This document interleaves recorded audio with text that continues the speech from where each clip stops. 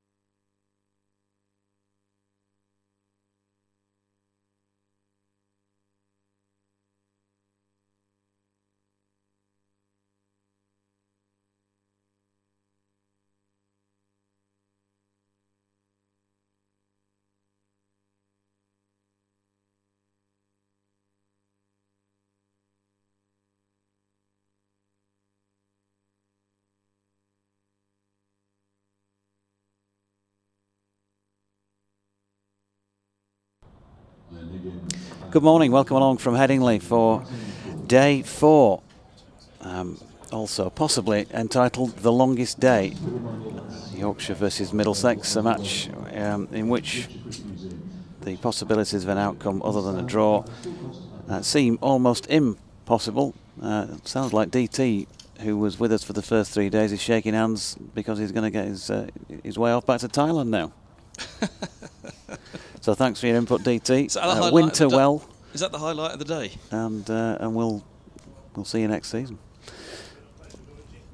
So DT on his way. James Carr is with us, former Women's Regional Director of Cricket here, to be our third voice for this final day. And what a day he's got in store. Kevin Hand of BBC Radio London alongside. And, well, JC's been revising and copious notes being put together for the entire season so far for this one day, Kevin Hand. And he's in for an absolute treat. I've got 3 stats for you. This is the 10th day. Middlesex have had 10 days of Kookaburra cricket. 34 wickets have fallen. 3.4 wickets a day in the 10 days of Kookaburra cricket so far. If I've got it right, 1,001 runs scored. How many times have I told you that Toby Rowland-Jones guy who talking to last night, he's just ineffective with a seamer, isn't he? He's only got the 37 wickets this season. Aye. Hold on, I can't have that right at 1,000 because there's been that many scored in this match. How many would it be? There was 1,000 in this match alone. Northeast scored 335 on his own on the first day of the season. Oh, it's such a shame, isn't it? But hey. Yeah, the lights are on, but I'm not sure. But nobody's home. Here's Moriarty, bowls, and forward goes Higgins dabbing into the onside. There's no run. Middlesex are 441 for 5. They need 11 more runs to avoid the follow-on. And Higgins 117, Holman 21. A slip and a short leg, deep backward square, deep cover, and Moriarty is about to step in, left arm around the wicket. Bowls now to Higgins, who pushes away to extra cover, no run again. Yeah, so floodlights on, grey overhead. I mean, it's all set for the ball to swing around corners, isn't it? Yeah. If it was a Dukes. I've counted 25 spectators at the Howard Stand end. I think that's the entirety. And just looking away to the left, maybe we'll come up with a count there as well.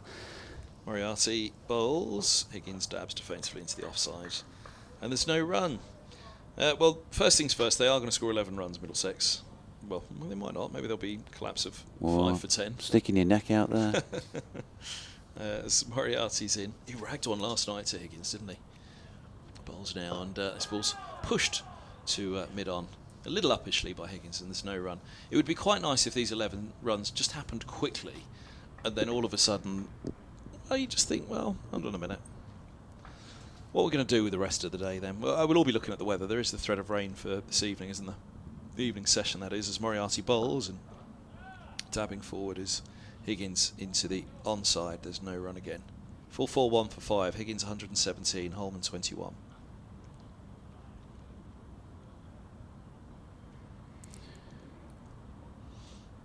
Even the players, I think, probably just shrugging their shoulders at each other out there. Shall we? Well, go on then.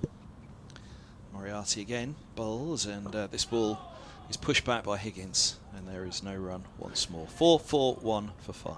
There are still personal records, of course, to play for. Kev Don Bess, I think, has bowled the most overs he's ever bowled in an innings in this one, so he's pushed his own personal barriers back in that respect. 64 overs, 12 maidens, 4 for 168. And I think I'm right in saying Dan Moriarty will equal his own most in an innings with his next over at 54. He's bowled 53, 9 maidens and 145. If those are the sort of records you want. He hasn't taken a wicket. It might be one of the longest analyses in terms of overs bowled without one of those against your name. So maybe an unwanted record. Not sure how that one particularly stands. Johnny Bairstow having a nice stroll down the edge of the pitch on his way to take his position up at second slip. He's having a long chat there with Holman, isn't he? So here's Bess, wide of off stump, first up, drilled into the deck and James Wharton in mid-air takes the ball and flicks it back and misses the stumps. Oh, it's driven up towards the unmentionables. Yeah. Passing again. Ooh, when he turned, smothered by Holman, who was keen to get off the mark. Bumped up to the midriff.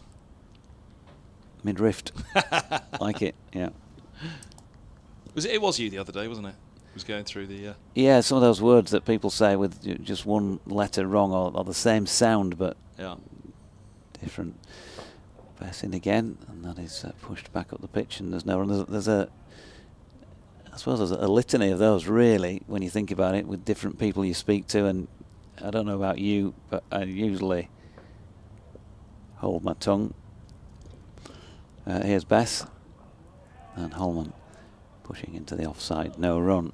But there's sometimes you just can't help yourself, can you?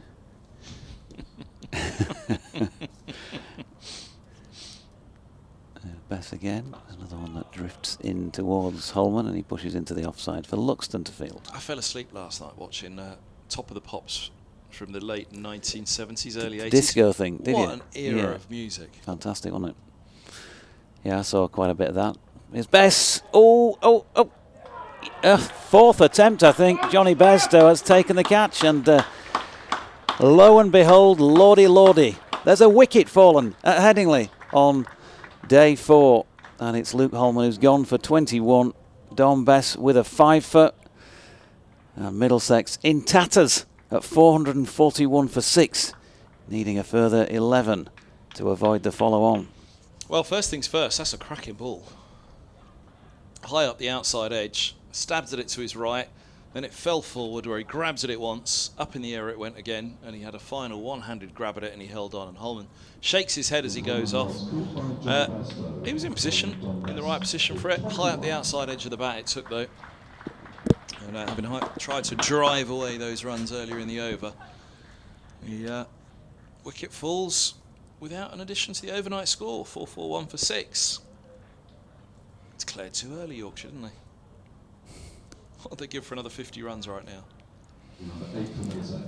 I thought, in all seriousness, I did say I thought they'd go until 650. Thought, for the sake of throwing that bat for another 50 runs, let's push it that little bit further ahead. Toby Rowland-Jones walks out to bat, should be a formality this morning. 4 wickets, 11 runs. Dom Bess, that will be the 16th time he's had a 5-wicket haul in first-class cricket. Best bowling of 7 for 43. Still a chance that he could better that, given that he's got 5 of the 6 to have fallen so far. Oh, look, they're flooding through the turnstiles now, aren't they? They're all rushing in. Those local to Headingley. Quick! 6 wickets fallen. 4 wickets, 11 runs. I mean, last night Moriarty produced an absolute beautiful ball, didn't he, to Higgins? That beat the outside edge, really turned from, I reckon it was middle and leg, maybe even leg itself, to beat the outside edge, beat the off stump. Left arm around to a right-hander, and, well, he's got Higgins to look at now, because that was the last ball of the over, wasn't it, from Bess? 5 for 168. Holman will be muttering to himself, why didn't we hold on to Bairstow? 20s he was in, wasn't he? Yeah. Here's Moriarty, left arm around, bowls, and Higgins is forward. There is just a slight moment, isn't there? That floats up underneath the nose of Higgins. He was in position very, very early for it. He just waited, was this going to be another one that ragged? He was there so early. Slip and a short leg. Lyth's finding something amusing at slip as well. Or he seems to be anyway. Moriarty to Higgins. Bowls, and Higgins is forward, defending back up the track. This isn't tense, is it? We're not tense, are we? You're not tense, are you, Deutsche? You tense? Sitting alongside you in the comm box always. Moriarty bowls from wider on the crease, and Higgins clears his front foot and drives a single to long off. So Toby Rowland-Jones comes on to strike. 3 balls left to the over. And again, the Kookaburra, I think I said it on day 1. Be a good 5-day game, this, wouldn't it? Yeah. Of all the matches so far. 6 days maybe. Might need 6 to finish it. Well, yeah. I suppose even if there was a 5th day Yorkshire, if Middlesex avoid the follow-on, they'd have to set Middlesex a huge amount, wouldn't they? Because they'd be worried. So yeah, probably a good 6-day game. Timeless test. 2 slips in place for Roland Jones, short leg. Moriarty's left arm around the wicket still. Middlesex's tall right-handed captain batting at 8. Awaits. This ball's pushed down the leg side and Roland Jones smothers it away in front of square for a single. What was the track of choice from the disco stuff that you saw last night? All of it. It was brilliant. They were playing all the classics from that time. I think Car Wash was on at the point I turned it on. Oh, you do? I didn't see Car Wash. It was a bit of Anita Ward. Had the Bee Gees playing at Glastonbury or something. I saw that one playing Tragedy. Tragedy. Earth, Wind and Fire, September. Moriarty to Higgins. He punches off the top of off stump and away to deep cover it goes. 4-4-4 for 6.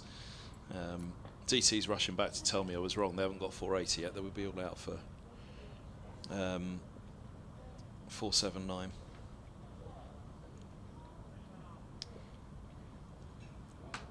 As we both know, DT, you probably will be. Moriarty to Roland Jones. Bowls Roland Jones over the top of it, pushes away into the offside, and there's no run. So the 2 right-handers survive the over of left-arm spin. It's back to the off-spin of Bess against Higgins, and Middlesex need 8 runs to avoid the follow-on. 4-4-4 for 6. There's the replay of the dismissal. Oh, good grab, wasn't it? I'd like to see it one more time. Just in line. The line's the next thing I wanted to look at, whether he could have left it alone on the line of the ball. Yeah. But a lovely line and length, though, from around the wicket to the right-hander. The irony of Johnny's catch. He couldn't leave that alone, could he? That's really turned hard. The irony of Johnny's catch was that actually the easiest of the 3 grabs was the first one, wasn't it, really? Yeah. It was not straight in, but you'd have thought he's going to take that one, and then, oh no, he might be struggling here, but then he grabbed onto the last one, which was probably the most difficult of the 3 attempts. Bearing in mind it was 5 wickets, 11 runs, a Kookaburra ball, a hybrid pitch, and rain forecast for today. You know of anyone that played the rain card last night? No. Did you? Well, we didn't, because we were at home watching that, weren't we? So it was said to me on the way out the door, "What are you doing tonight then, Kev, out in Leeds?" Just too professional for that, obviously, Kev. As Bess is in and bowling to Higgins, who's pushing 1 into the covers. George Hill will field. Good morning to Yorkshire CCC Grumbler, who said unless we've got a 1975 Headingley protesters roughing up the wicket overnight, we could bowl on that deck until Christmas and still not get 20 wickets. Catching up from yesterday, and then today, Toby Roland Jones is taking his guard. Andy Walker says, I'll be there every moment of the way. I must be mad. All great fun, though. It depends on your definition and interpretation, Andy, of fun. But, you know, we're trying to make our own entertainment here in the com box today. Alan Smith is sending his thoughts and prayers for the commentary team. Thank you for that. It will be difficult, and we may need counselling by tea. Now, Tony Sweeney says, hope you won't be resorting. The cricket all working with me? The cricket, I think. Oh, possibly. Hopefully you won't be resorting to what's your favourite biscuit comments by the end, says Tony. No, we can start that now, actually. Well, it's quite easy, isn't it? Everybody's favourite biscuit's a chocolate hobnob, isn't it? Well, I'm not sure about that. Hey, we're on TV, look at us. Hello, everyone. That way in the morning. Proper cricket will be back in 3 weeks, because there's still one more Kookaburra round to come after the week off that we've all got. Thanks to those that did this, though. Here's Bess and Roland Jones. I'm being a bit mischievous there, because when I say they, that includes Rob Key, and I really, really, really like Rob Key. I think he was an excellent addition to the Sky commentary box. Bess in again, turn around the corner by Roland Jones. No run. Yeah, I'd agree with the latter comment. Mark Lawson says, obviously the Cooker ball doesn't help, but I'd love to know how many results other than a draw at Headingley in the last 3 or 4 years. Well, there's been a few results. That is flicked off the legs by Roland Jones and half stopped by Wharton under the lid at short leg. No run.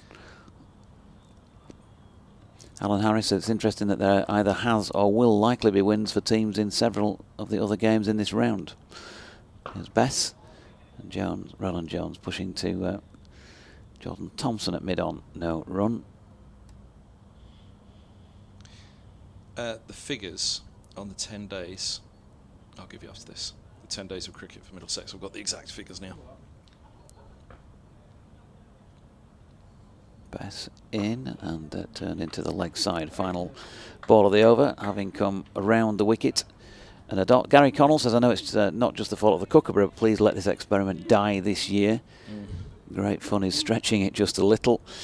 Jim Green says, really appreciate the efforts of all the team over the last 3 days in difficult circumstances. Some great county championship games this year. Unfortunately, a potential good game destroyed by admin decisions. Basically, I've had enough of this one, so will not be joining you today. Instead, we'll be going through the Tattersalls Somerville sales catalogue, trying to spot something useful. Good luck with that.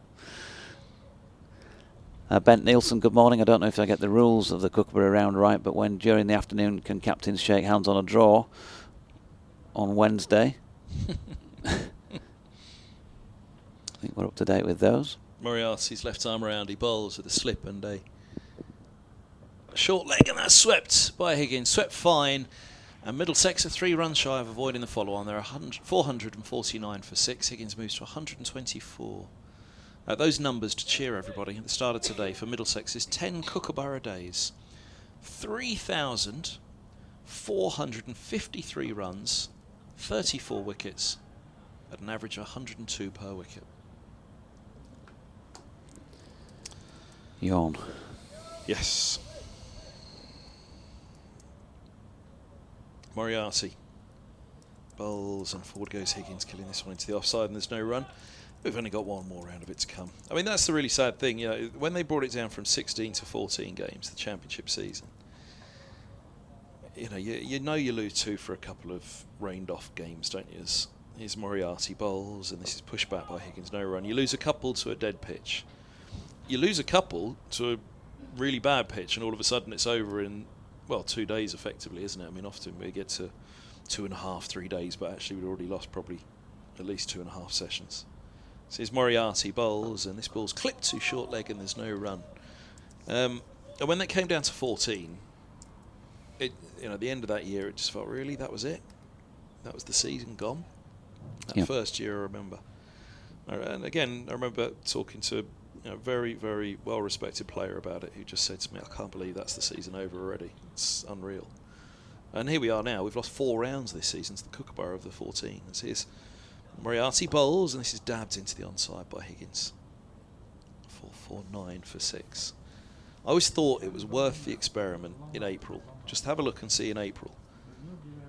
If the ball's swinging around corners, it's seaming all over the place, and it just evens the balance a little bit, then fine, give it a go and let's see. A lot of flight, Higgins pushes back and there's no run, but playing it right now just seems... Well, again, their argument will be playing it now is to see hard abrasive track, what's it like? So on a soft track, does it even the balance a little bit with the batters? It didn't. It just killed the game, basically. There's no balance. It was nothing but a net. It was bowling machines, wasn't it? Yeah. There was nothing at all in the surfaces for the bowlers. There's nothing with the ball, with that ball in hand. Nothing from the ball itself through the air. Similarly, at this stage, I mean, I don't know. Look around the country. Obviously, we're playing on a hybrid here, which apparently is pretty soft. Now you need a hard surface for a Kookaburra ball. My fancy was that the hybrid might mean there'd be a bit of bounce in it and maybe a bit of pace, but that's not been the case. And again, the lack of hardness in the surface, the fact that it's a soft surface, means, I assume, that's why we're not seeing any reverse swing at all in this match, because it's not abrasive enough. But there we go, 449 for 6. Other than that, there are many positives to take out of this. Roland Jones on strike, Best round the wicket. First ball, he's helped into the onside to reduce the deficit to 151, just 2 needed. 450 up for Middlesex, well after, of course, the 110 over mark. Howard Ray, good morning to you. Sorry to have missed what seems like a scintillating afternoon's cricket, he said late yesterday, but we had to leave at lunch for an appointment at Elland Road. Can't say I'm a fan of altering pitches or playing with non-helpful balls 4 times a season in Championship cricket. Total nonsense. And ultimately a total waste of time. Only plus point in this game so far is we did quite well on the book stall, at least. At least members could have a decent read while this tripe was going on, he says. Always measured in his views, Howard, as there's a big yelp of a cry for another wicket. Best bowling to Higgins with a reverse sweep, which came off the arm at the very least. He's looking at the floor as if to say, I didn't hit that, I didn't hit that. I hope you believe me, umpire. I really didn't hit that. And the umpire believed him. 3 runs, 4 wickets. Here he is again, and down the pitch comes Higgins, and that is the avoidance of being asked to follow on.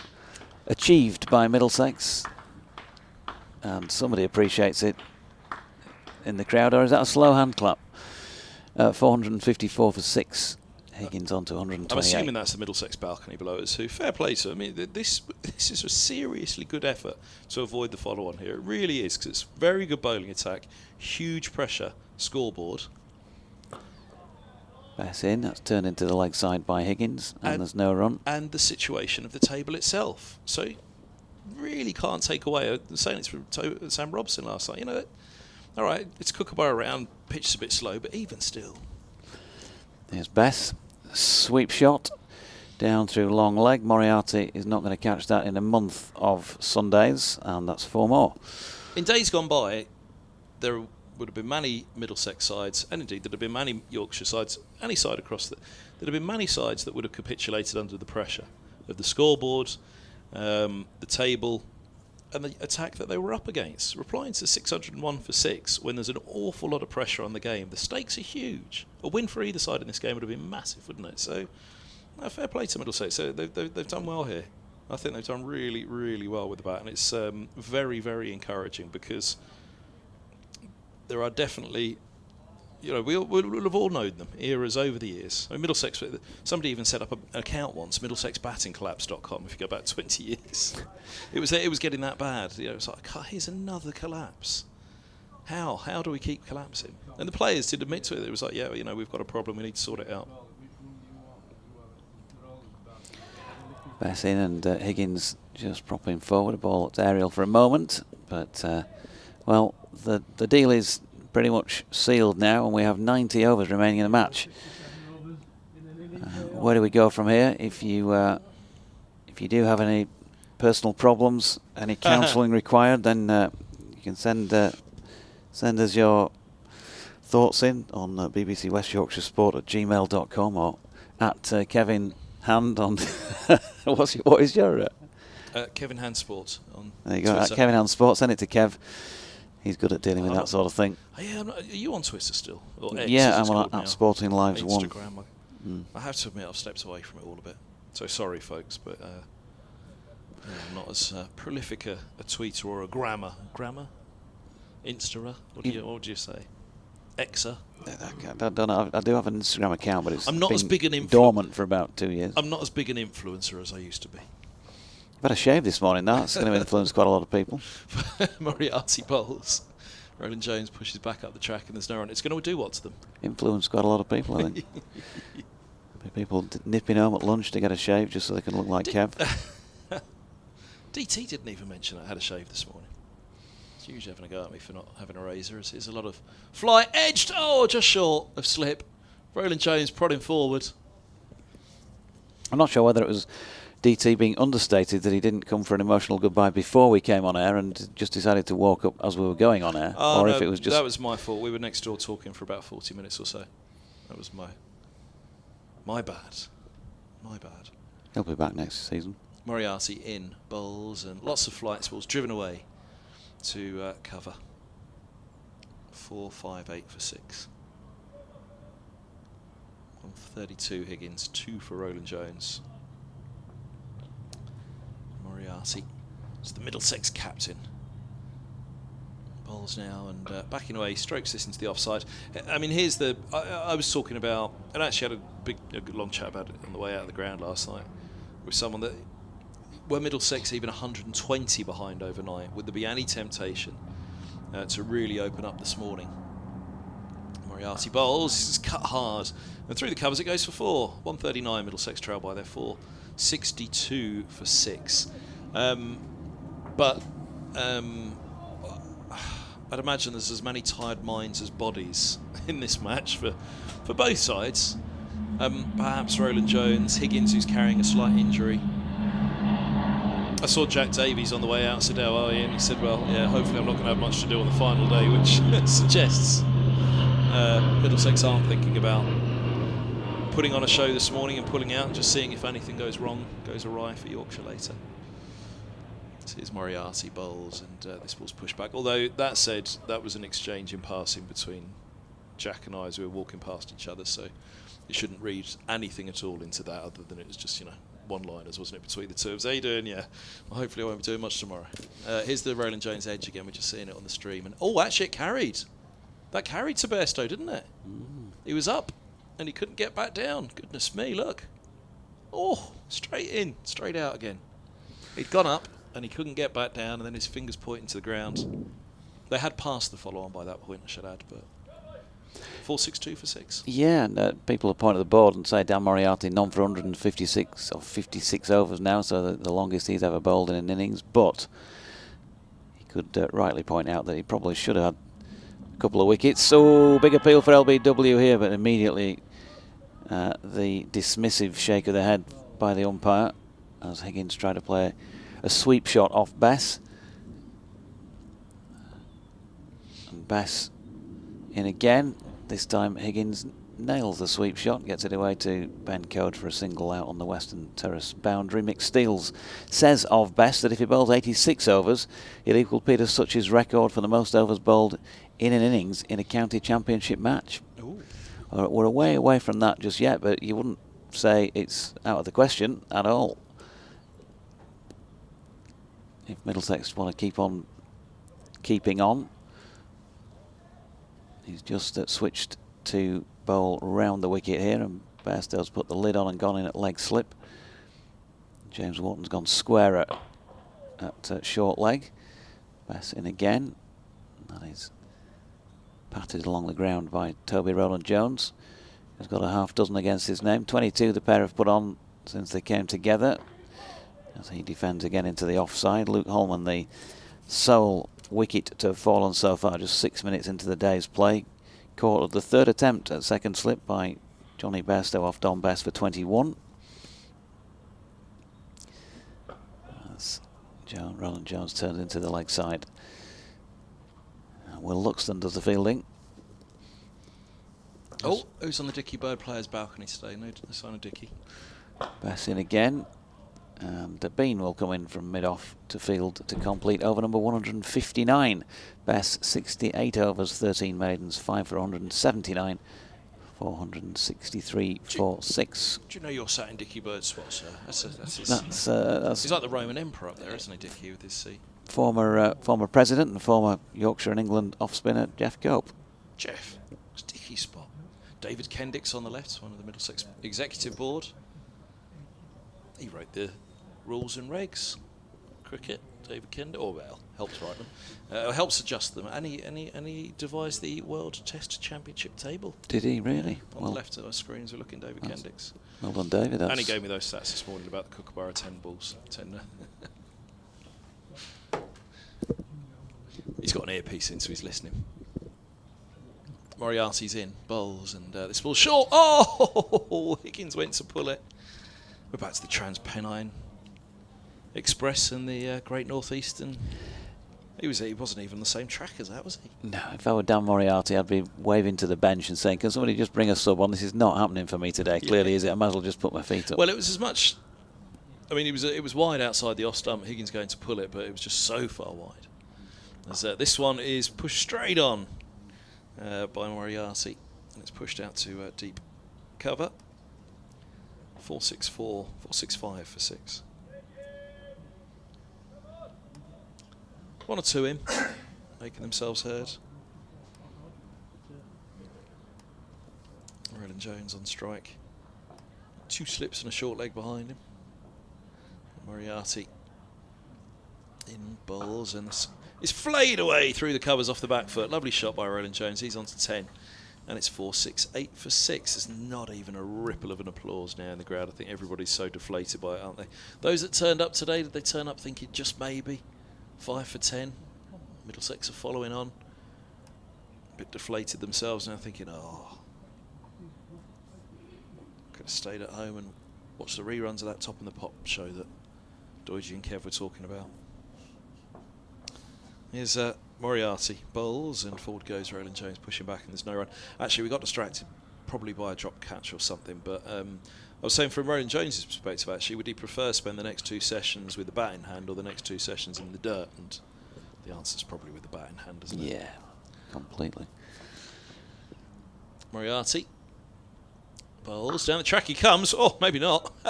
He slammed that back over the bowler's head. I think he's got all of it. He usually does. No, not quite. Just short. It's 4 runs. A little dance to the pitch from Roland Jones, and down the ground it goes. Middlesex trailed by 129, 472 for 6. Well, you did say yesterday, once they've avoided the follow-on, why wouldn't they that was have just a dart? That's the other side, isn't it? That maybe. I mean, you could, if they had to win the game, if they absolutely had to win the game, then you would, wouldn't you? You'd have a go. Try and win it from here somehow. Moriarty bowls, and this ball's pushed back. It's virtually impossible for Middlesex to lose the game from here, isn't it? They do still trail by 129, but even if they were to lose 4 wickets in this over, Yorkshire aren't going to come out and set them something, are they? So how can Middlesex lose the game from here? They can't really. So the flip side of that is when there's no chance that you can lose the game, or for Yorkshire there's no chance you can win it. You can only lose it from here because of the number of wickets that would have to fall on this day. Yeah. Then that sways to, well, go on, have a dart for 32 overs and then have 64 against them. Lunch in this evening and just see what happens. Merchant Taylor's School last week, where you were all looking on from Scarborough, weren't you, thinking it was nailed on to be a draw. Yep. And it wasn't. Oh, it's my time to go. I'm waffling away, aren't I? Sorry. But the big difference is, obviously, as the umpires come together for a chat, it's bad luck taking its place. The other difference is Kookaburra Round, very different track. The track at Northwood is a seamer-friendly surface. They had a Duke's ball, and you always fancied there'd have been a result in that one. Thanks, Kev, for now. Back in half an hour. Don Best with his 5 for 179 here, just looking back through his records, and since playing for Yorkshire he's had 1, 2, 3, 4, 5, 6 fifers now, or fifers or greater. The outstanding effort that comes back in the mind is always the one at Sussex, which was the first one he took, for 6 for 53 in a win down there in the 2021 season. Other first-class fifers, 5 for 126 off 35 overs against Surrey in July of 22. First-class match, 5 for 158 against Leicestershire. That was in the defeat by Leicestershire here in the first match of last season, first-class game. He took 5 for 37 in a one-dayer against Essex last year as well, as the first ball of this over is defended by Higgins. And then this one, 5 for 179 from 68 overs. Good morning, James Carr. As Bess is in again, that's turned into the leg side for Luxton to field. Morning, Jonathan. How are we? All right, you're glad you've managed to stay awake for the first half hour of play to come and join us. Here's Bess, and that one dropped into the leg side by Higgins. 472 for 6 with Higgins on 134. Already Bess firing through this over, halfway through it. Ooh, that one turns sharply from well outside off stump. Higgins thought he had it covered. He certainly had his stumps covered, but still didn't manage to get any pad on the ball. And Tattersall whipped off the bail. There's Bess again. This time straight down the leg side though. Higgins has a little flick at it. Probably buys, I think the only contact seemed to be with Tattersall's glove. That's true, because the umpire agrees. Yeah, Jones. Just a very bizarre situation we find ourselves in, isn't it? Yeah. I don't think anybody's particularly enjoying themselves, although Ryan Higgins with 134 against his name won't be complaining too much. All goes on the record and all of that as Roland Jones defends the final ball of that 179 61st over, 473 for 6. Middlesex still 128 runs behind. And the game slowly dissolving. Yeah, outside the ground this morning coming in, there was more people around for the rugby than there was the cricket. Leeds Rhinos playing away at London Broncos this afternoon, so there was plenty of coach trips departing, and also the women are playing at home here at Headingley today, so in the Women's Super League. So it's the other side of the Howard stand that's going to be the busier and the more excited, I think, as the afternoon progresses. Yeah, much the busier, I guess. Even Yorkshire lad bored, he says. So what about a limerick competition? He says, I'll start. There once was a man named Kevin whose cricket talk went on till 11. He'd jabber and chat about a 6 or a bat, but missed every ball in the session. Answers on a postcard if you want to join in, folks. A day 4 limerick competition. So Dan Moriarty to continue from the Howard stand end. Short leg in place and one slip. He's around the wicket now and is back cut from Higgins, and that's going to roll very quickly along the ground for 4 runs. Middlesex move on to 4-7-7 for 6. You couldn't hear a pin drop then as he hit that one to the boundary. No, not even deemed worth a single clap of applause. Moriarty just offering a little bit of width there, and Higgins seeing it like a beach ball, doesn't miss out.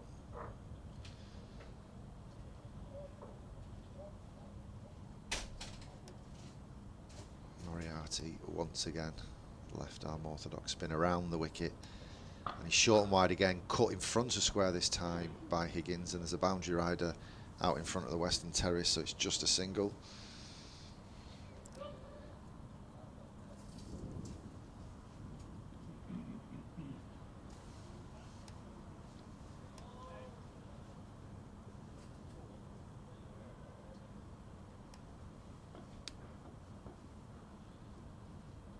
Moriarty once again, this time to Toby Rowland-Jones.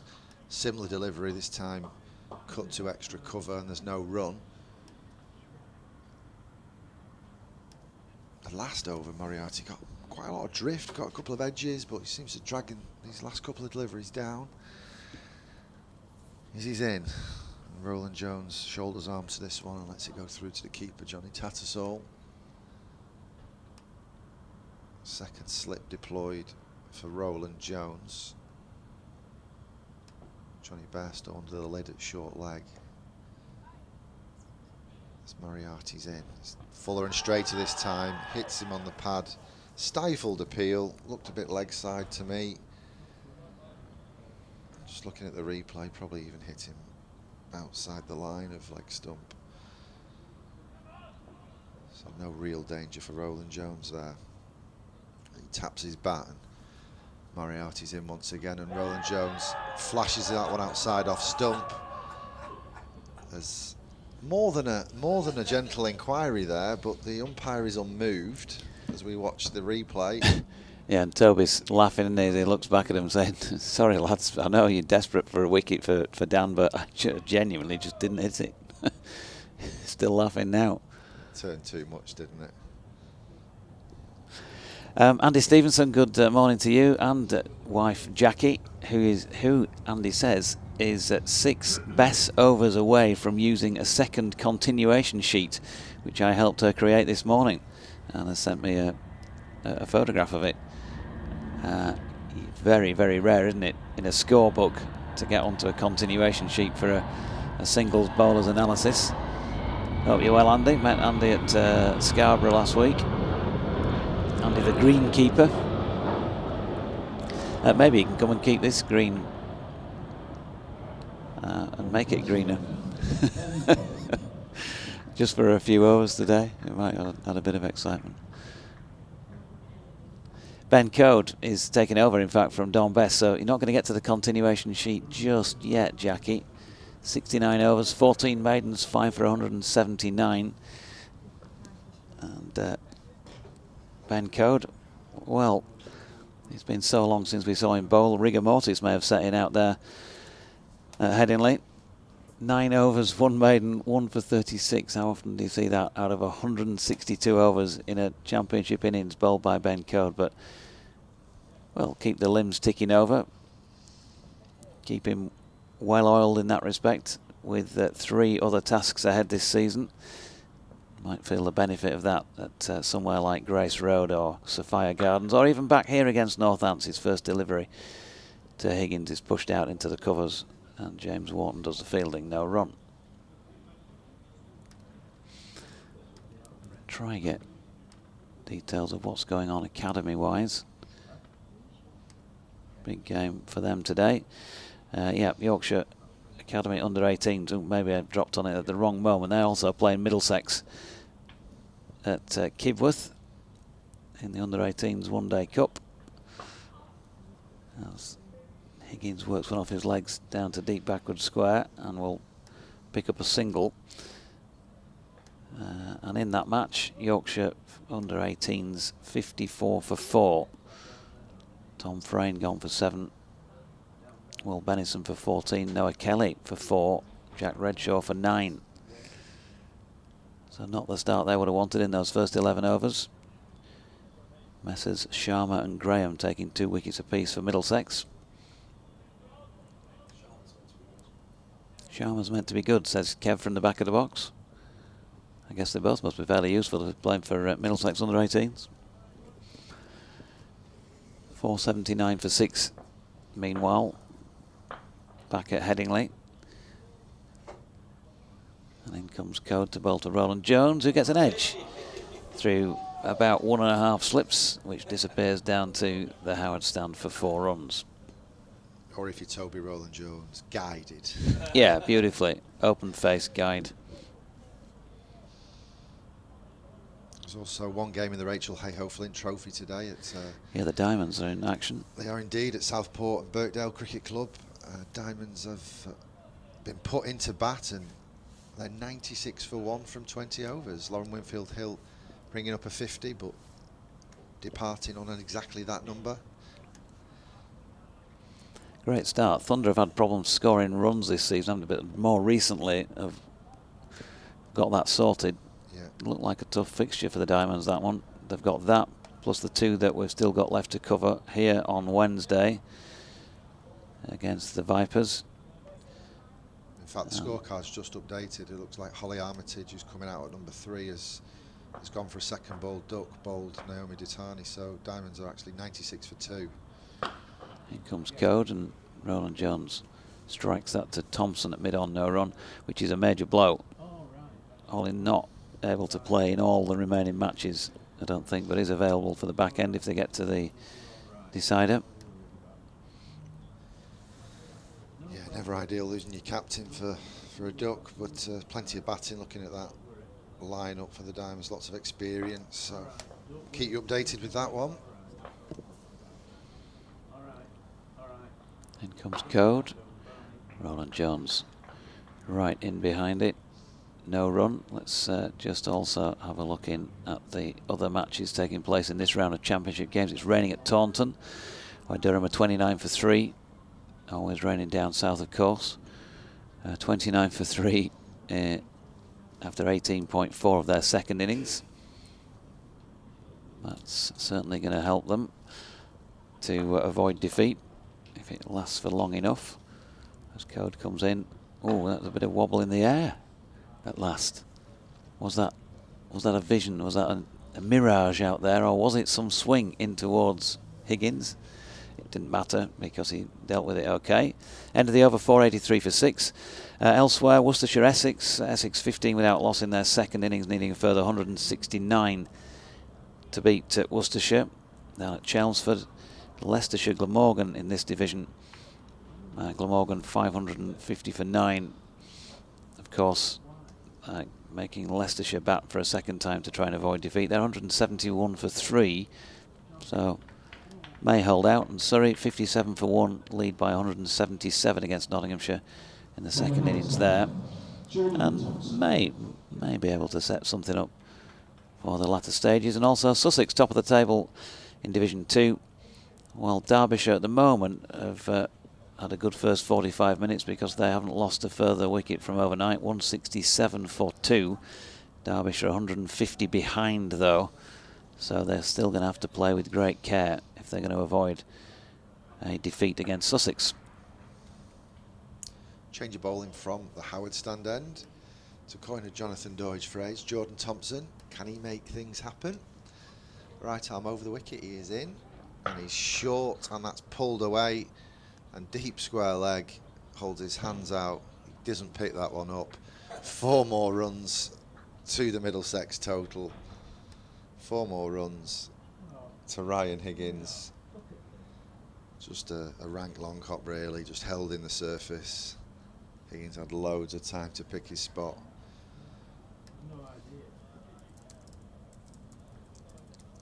Bit of a change in the field now. Just a 4 on the offside.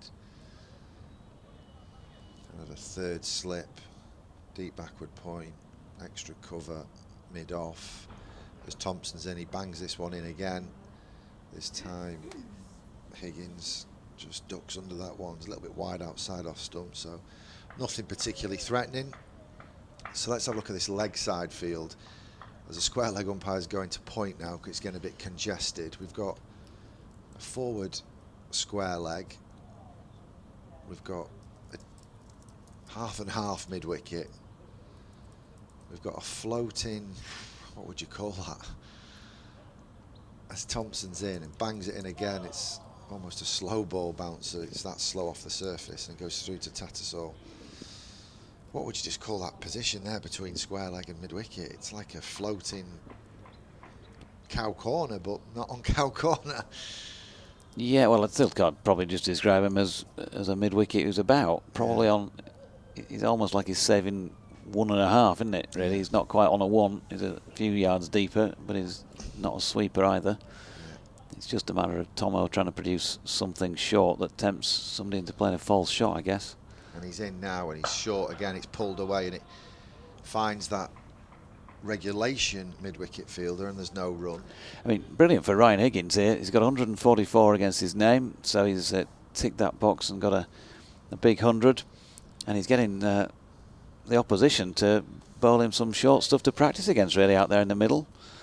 What better than a live net on a test ground if you're a batter with 144 already against your name?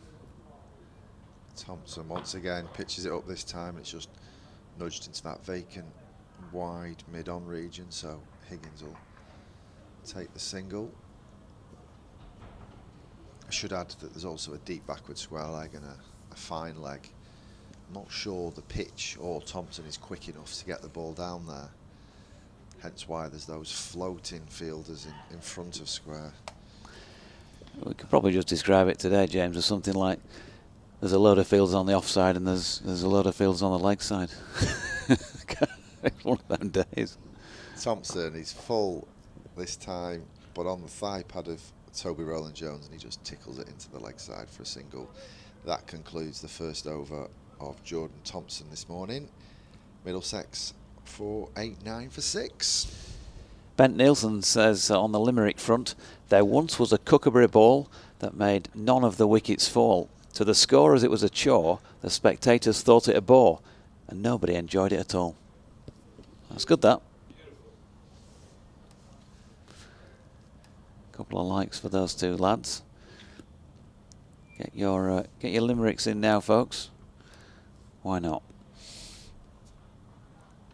And Jennifer says, JD, maybe it's now time to shake hands, turn off the lights, and save some money.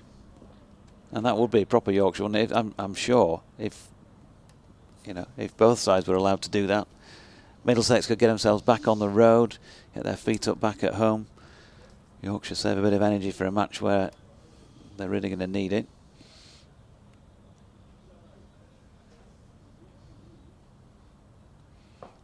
And Ben Code from the Kirkstall Lane end, bowling here to Toby Rowland-Jones, who's pushing forward, and the bowler misses off his own bowling to his own slight embarrassment by the looks of his body language. Charlotte Evers, good morning to you.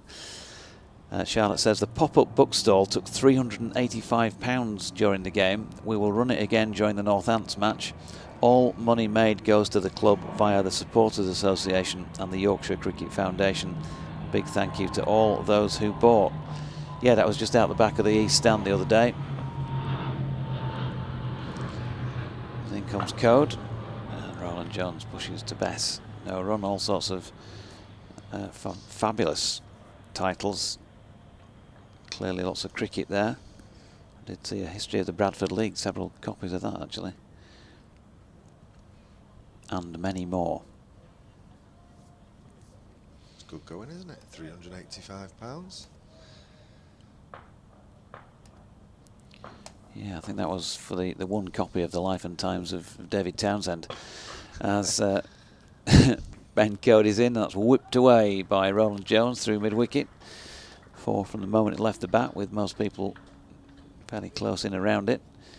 He's on to 23, 493, 46, and it brings up the 50 partnership for the 7th wicket between this pair, 52, which is probably similar to the number of spectators here at Headingley on day 4. Roland Jones just going from 19 to 23 there, so 21 remains the lowest score in this game so far. Here's Code.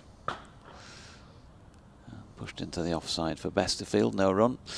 28 of them to Higgins, 23 of them to Roland Jones in that 52-run partnership. 70 balls it took them. I don't know if that's been discussed during the last 3 days, but I wonder what the lowest... I mean, you've not been listening intently? No, I haven't. Well, I wonder what is the lowest, the highest lowest score in a game. Going in, short, and ducking under it, Roland Jones. Well, somebody somewhere who doesn't enjoy much sleep probably knows that. We'll see what we get in, eh?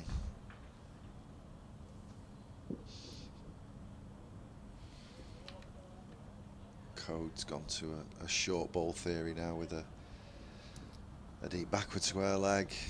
Actually, he's now jogging round to more of a long leg. We've got a forward deep square leg now, moving round to more of a deep mid-wicket. Kind of a floating square leg. Not quite saving the one, but perhaps there for a flat catch. Code is in. A little bit of movement away. He's trying a few variations. Roland Jones happy to drop that into the offside. Another Ben Code over ticked off. The 11 overs, 1 maiden, 1 for 45, 493, 46.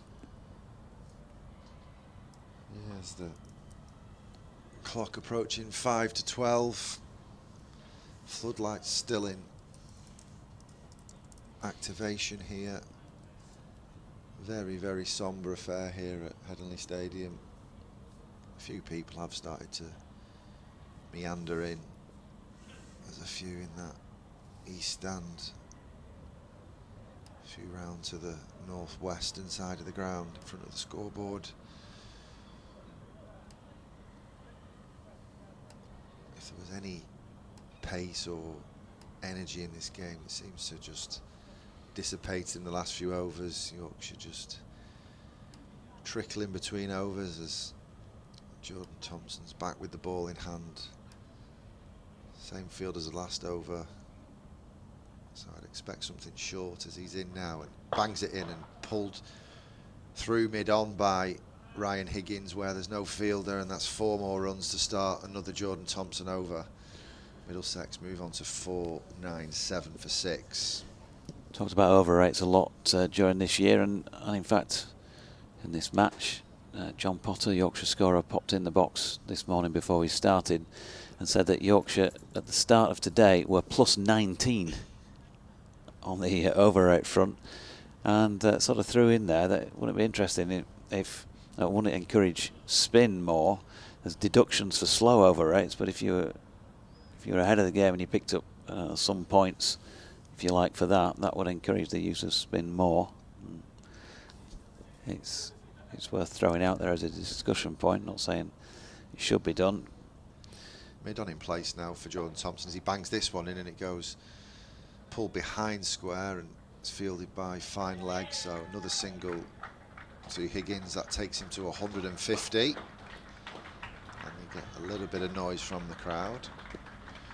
150 from 252 balls, 323 minutes, 21 fours and 1 6.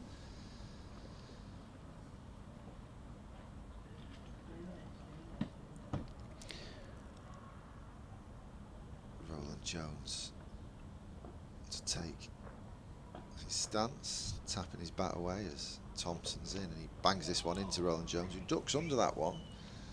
He's a big frame, is Toby Roland Jones. He's done well to get out of the way of that. He's not got up that high. Yeah, good bit of agility. We mentioned it when Will Luxton was batting, when a batter gets out of the way of it, but automatically you're just making sure your body and your head's out of the way, and often the bat will stay up periscope, won't it? Occasionally you get those bizarre dismissals off that. A little bit. Just got it out of the way. Toby Roland Jones there, donning the Lord's Taverner's grip. Short again from Thompson, pulled away but doesn't quite contact it. Mid-wicket feels there's no run. Malcolm Palmer, good morning to you. He says, how about this for a limerick? A doughty young spinner named Bess bowled 70 overs, no less. 5 wickets he took without too much luck. I've decided to keep watching chess. Well done, Malcolm. Thompson, once again from the Howard stand end, full and straight, and Roland Jones, a little bit of wrist flick on that one, bunts it down to mid-on. There's another single. Middlesex on to 499 for 6. Still trail by 102 runs. 81 overs remain in the day.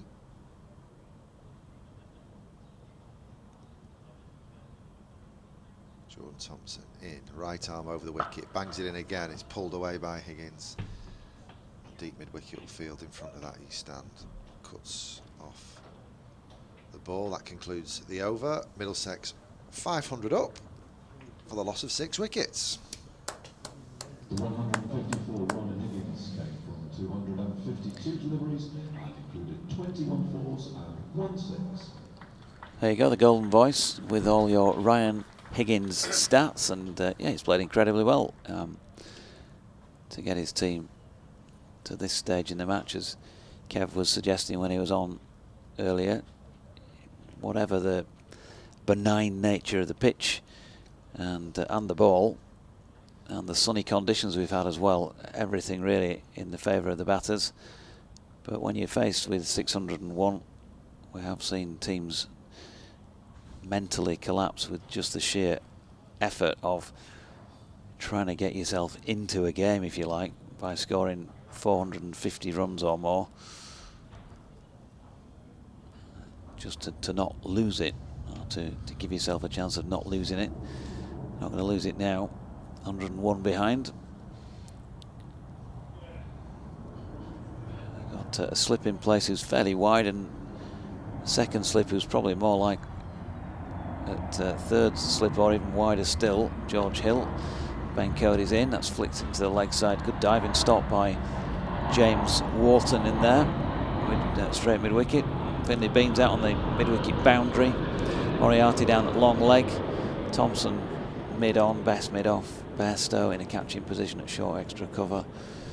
Will Luxton not even got anybody to chat to really as he turns round to the east stand boundary, the poor lad.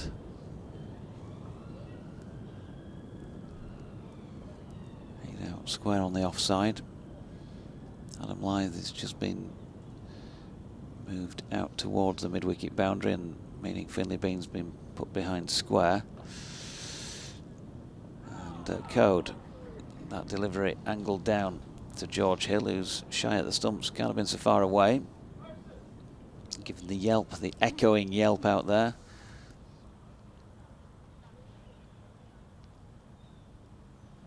5 to come in the over. I'll step out at the end of it. Bring Kev back in. Code coming in again. And, just a little bit of shape in towards Higgins. It's going around corners now, folks. Could be a really tense finish on this final day.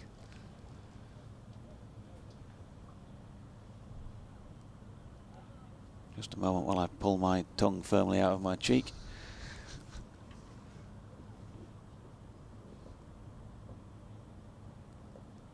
Code turns again. Wide on the crease, and that is turned into the leg side and fielded by Wharton. And there is no run. Well, we've got a moment before I disappear. Let's just check back in on that academy fixture. 63 for 4 now, Yorkshire against Middlesex after 16 overs. Redshaw 14 and Akhtar 4. Those two opening bowlers for Middlesex have been changed. As Code's in again, short. Oh, pull, is that top edgy? Might be. It's still going to be 4 to Ryan Higgins, down to the Howard stand end. No chance of Moriarty getting round for that. The Diamonds 116 for 2 at the halfway stage against the Thunder over at Southport.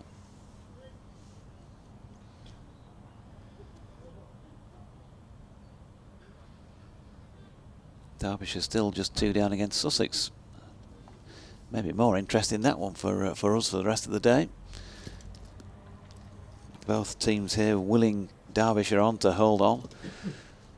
Keeps Sussex within touching distance.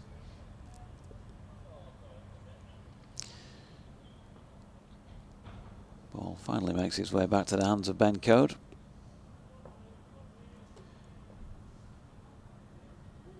Who now wants his field to come in from the boundary edge.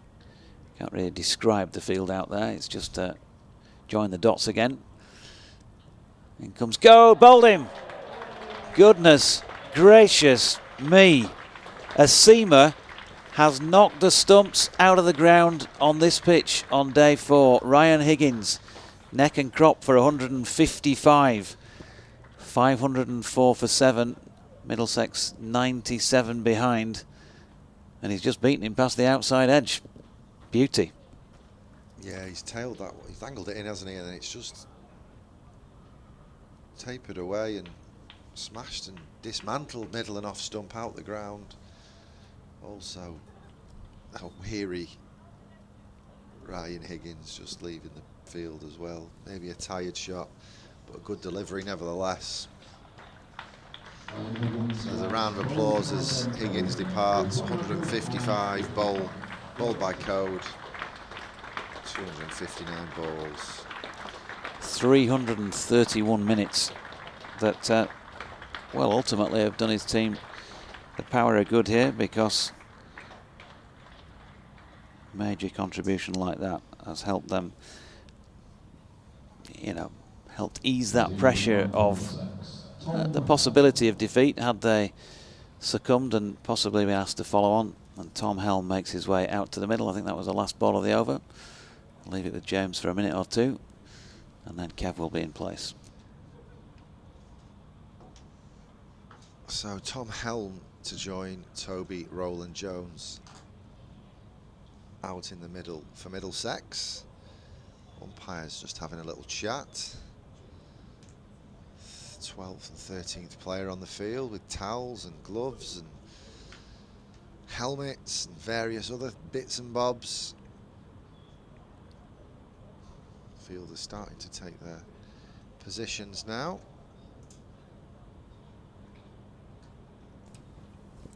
James, good morning.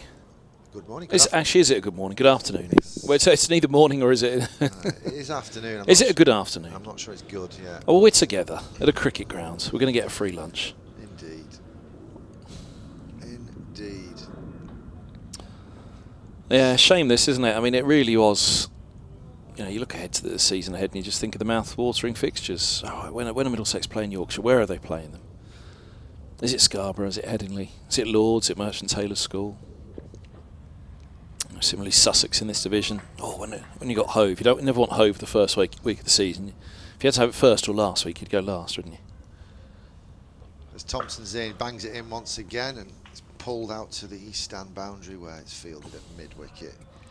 Another run to Toby Rowland-Jones, bringing Tom Helm on strike. Should Middlesex have had a dart rather than just being bowled out? I mean, it's easier said than done up here. We've got 55 minutes to lunch. They trail by 96. So they have added, what, 64 to their overnight score? 64 in 64 minutes. So they've not been slouches. No, it's a decent rate, isn't it? I suppose it's weighing up what you stand to lose as well, especially with the running. Only 2 go up. It's probably 2 from 3. Could be 2 from 1 by the end of today.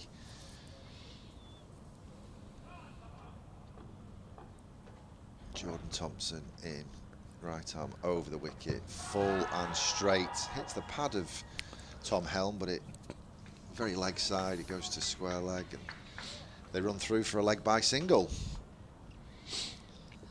Yeah, what could the scenario be? And they have a dart. They clear the deficit. Do they get beyond them? Is that likely with what they have left? You know, can Yorkshire win it if they get a lead? Can they have a dart and set a one-day scenario with 22 overs to go and create a bit of a T20 kind of scenario? Who knows?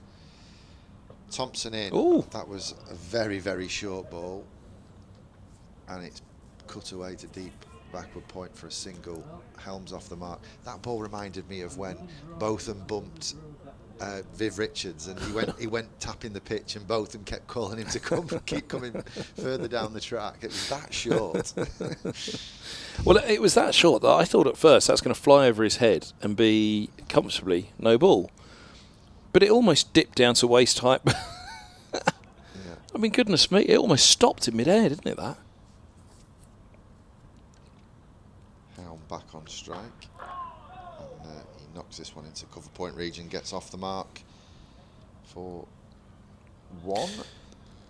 I mean, so Middlesex, 3 wickets stand in, push it through to lunch. They're out last ball of the session. Brooks to come, and Cornwall. Are they better? Just throw in the bat now, these two.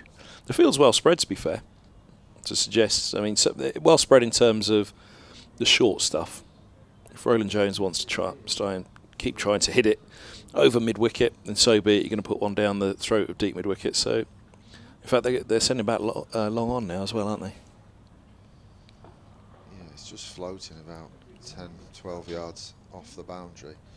Round the wicket this time is Jordan Thompson. He's very full and inside edge down to fine leg. Could have gone for 4, couldn't it? I think he got the inside edge onto his boot, didn't he? Did he? I think so. That's what took the pace off it. Yeah.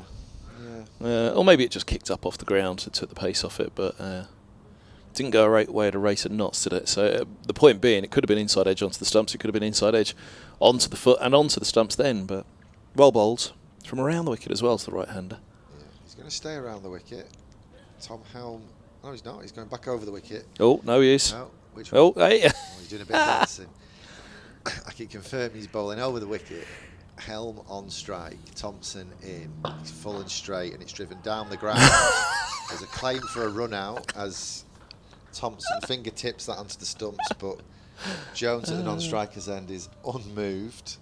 As you'll see now, if you're following the stream, it's actually a very, very low full toss. It actually wasn't the worst call in the world. That I think he was in. Watch Bairstow kick the bat of Rowland-Jones as well. He was a little bit... Oh, he was only just in, wasn't he? Yeah. Just put the bat down in time. Yeah. It was a put down, wasn't it? It wasn't a slide because of kind of where he was. Yeah, and it was a put down rather than... If it was a slide, it probably would have been absolutely fine. But because he just tapped it down, there was a split second where, hold on a minute, get it down. Yep, it went down just in time. He might have said in, and then he can't be out anyway.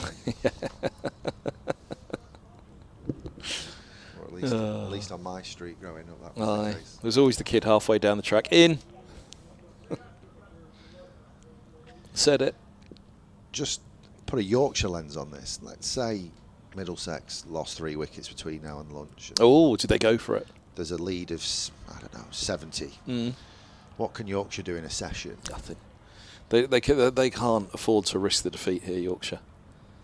The likelihood Middlesex's batting lineup coming out and hit him.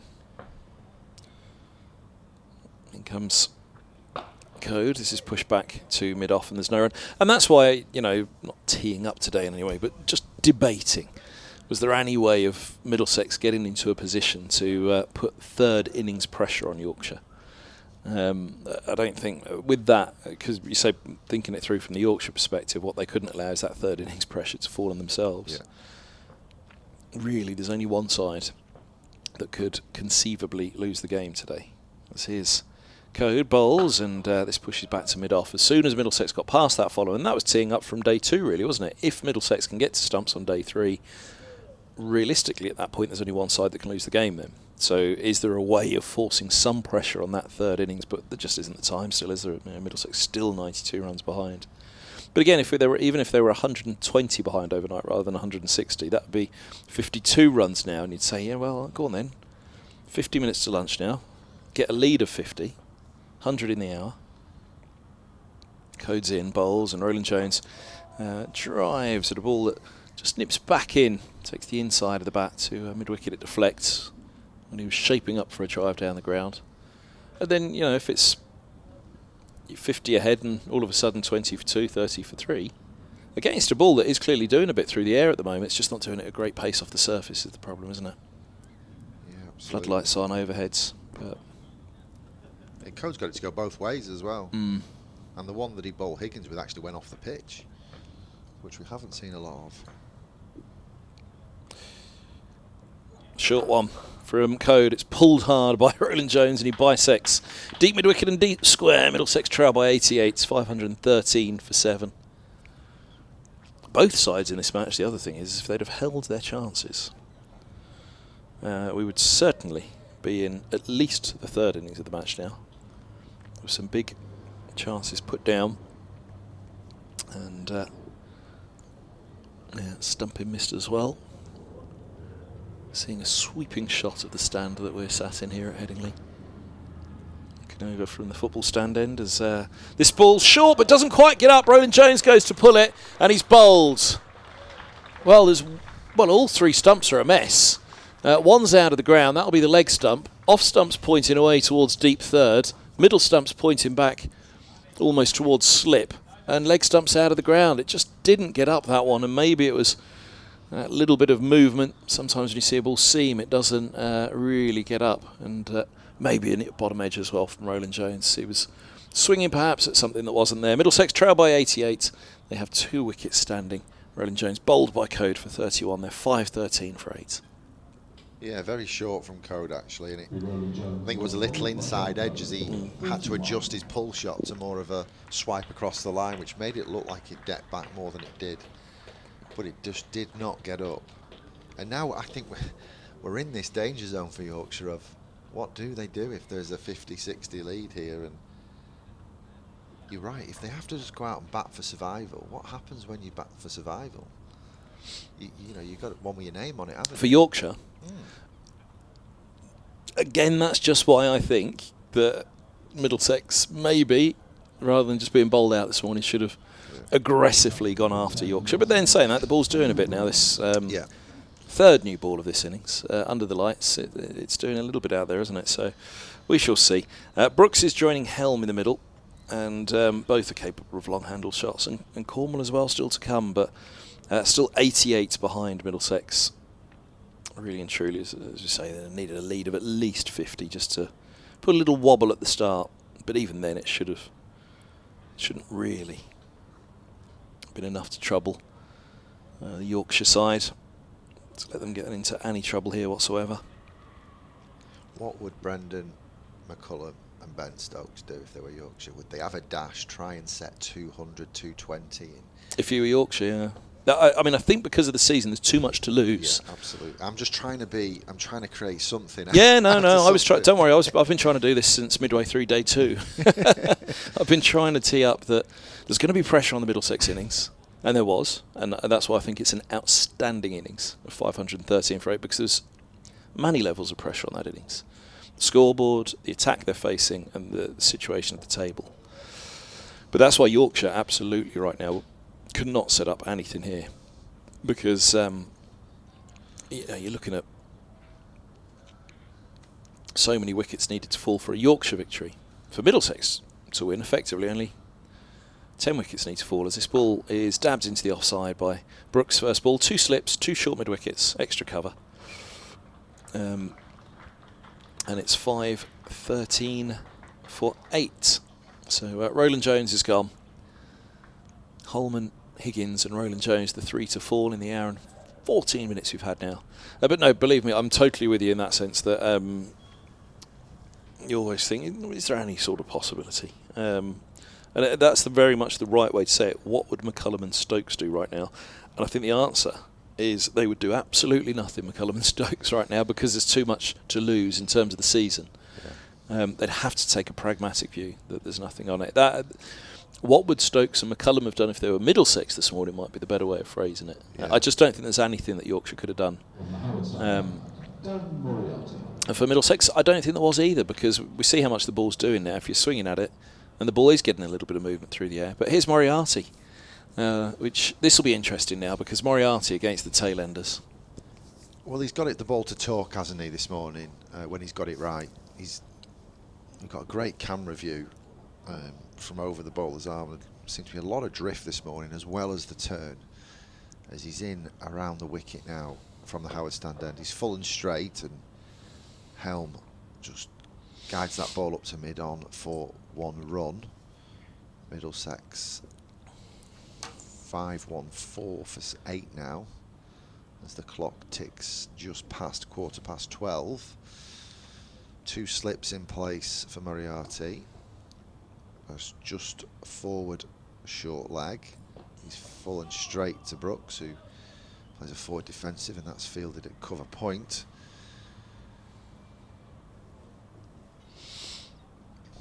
A lot of experience in that cordon there. Adam Lyth at first, Johnny Bairstow at second slip.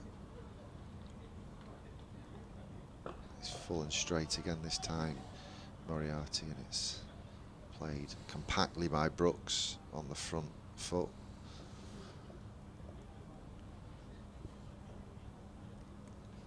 .11 on his back, Moriarty, from the Howard stand inning once again, and very full, very straight, and almost a carbon copy of the ball before, played in equal measure by Brooks.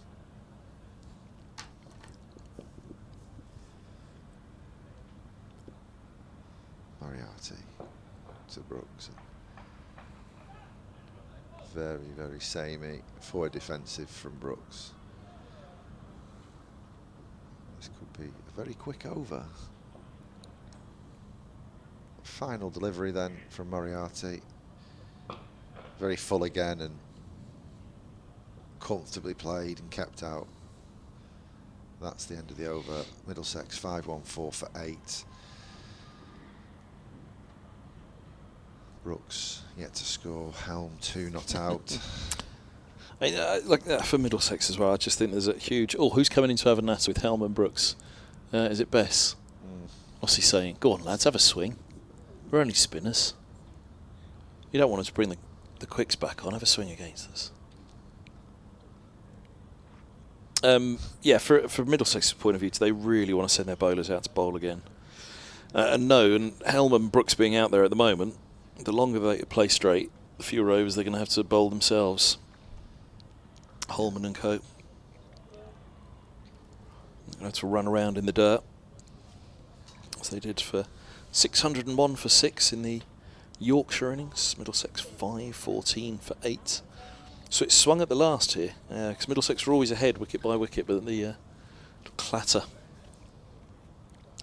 that we've seen has just pushed Yorkshire ahead at wicket by wicket. As here's code to Helm on 2, a slip and a couple of short mid wickets, short extra cover, and on the back foot, Helm defends this into the offside, and there's no run. But yeah, going back to match situations, I'm always the one who's trying to looks at this, looks at that, what's going to happen? Because unfortunately on day one it was highly likely this match was a draw. Once we got through that first session, there was only really the spin, the grip that Holman was getting, but it wasn't regular spin, it wasn't consistent spin. Every now and again one would go.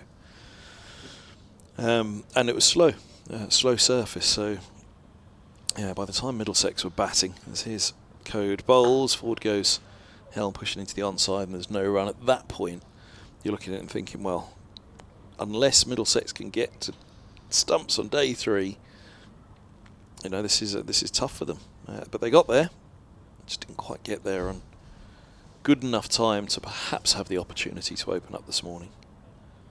And they probably were only 40 shy, of being close enough to perhaps having a dash this morning to set something up. As here's Code, bowl short, and Helm rides the bounce with half a hook. He pulled out of it. In the end, he was just looking to steer it. Lyth, the first of the 2 mid-wickets, was ready to leap to his right, but it was well square of him, and out to deep square, a single's taken. Over to Brooks. I would like to see Noah Cornwall back though, I must say, after he hit that ball out of Lord's. Extraordinary pick-up shot. Oh, Graham Hardcastle in the media centres on the stream, down the front row. He and I both said Middlesex would make 480. TT, Doigi. Chris Warder said nope, won't make 480 Middlesex. Short one. Oh, no, that didn't get up. Code to Helm, he goes back and across. If he'd have tried to pull that, it would have been the same mode of dismissal as Roland Jones. Big smile on Code's face. Whether he rolled the fingers on that, which it was pace off, but banged in short, and it was toe into the battle almost as Brooks went back to defend. And that's the other matter, you know, it's final day. It should be the worst day to bat on a pitch, the hardest day to bat on any pitch. But again, the match just isn't far enough advanced for any of those thoughts. As Code's in, bowls, and Helm in behind this one, pushes back to mid-on. I think the other bit as well is we're kind of judging Headingley's surface on perhaps yesteryear. I think historically you turn up at Headingley and you bowl first, whereas nowadays the surfaces are very, very good. You bowl first if you've got the overheads. Everything else suggests to bat in terms of the surface. And it just hasn't broke up enough to get a result in recent years. Code bowls, forward defence from Helm, no run. I can't remember if it was last year or the year before. Something like 5 or 6 draws in the first 5 or 6 rounds of the season here at Headingley. So surfaces are great for one-day cricket, for international cricket, but just not breaking up enough for the last day and a half to kind of tease a result out of this game and many others.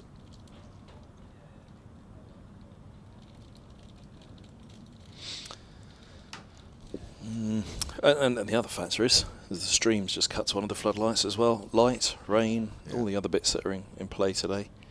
Yeah, it's a real shame. I mean, everybody's walking away from this game flat, which in professional sport, it shouldn't be allowed to happen, really, should it? That there's something that has been artificially introduced to ruin the game the way that it has, sadly, for these few days. Dan Moriarty then to continue from the Howard stand end. Helm lunges forward and keeps that one out. This is Moriarty's moment, isn't it? Tail enders, 9, 10 and jack. It should be, with the ball turning a bit, drifting a bit, slips in place as he's in once again. Floats this one up, but it's on leg stump and it's worked into the leg side with beautiful balance from Helm, and that's another single to his total, takes him to 4. Brings Brooks back on strike, yet to score. I mean, these two have shown no signs whatsoever that they want to go out and bowl today for any length of time. Short leg has gone to a forward silly point, and that was a drag down from Moriarty. He was back foot driven straight at that silly point. James Wharton in there under the lid. Gets his shin pad in the way. Moriarty then, ball in hand, in once again, and it's a little bit too straight again. No run this time as it's just bunted up to mid-on. all the energy out of this game is just dissipated.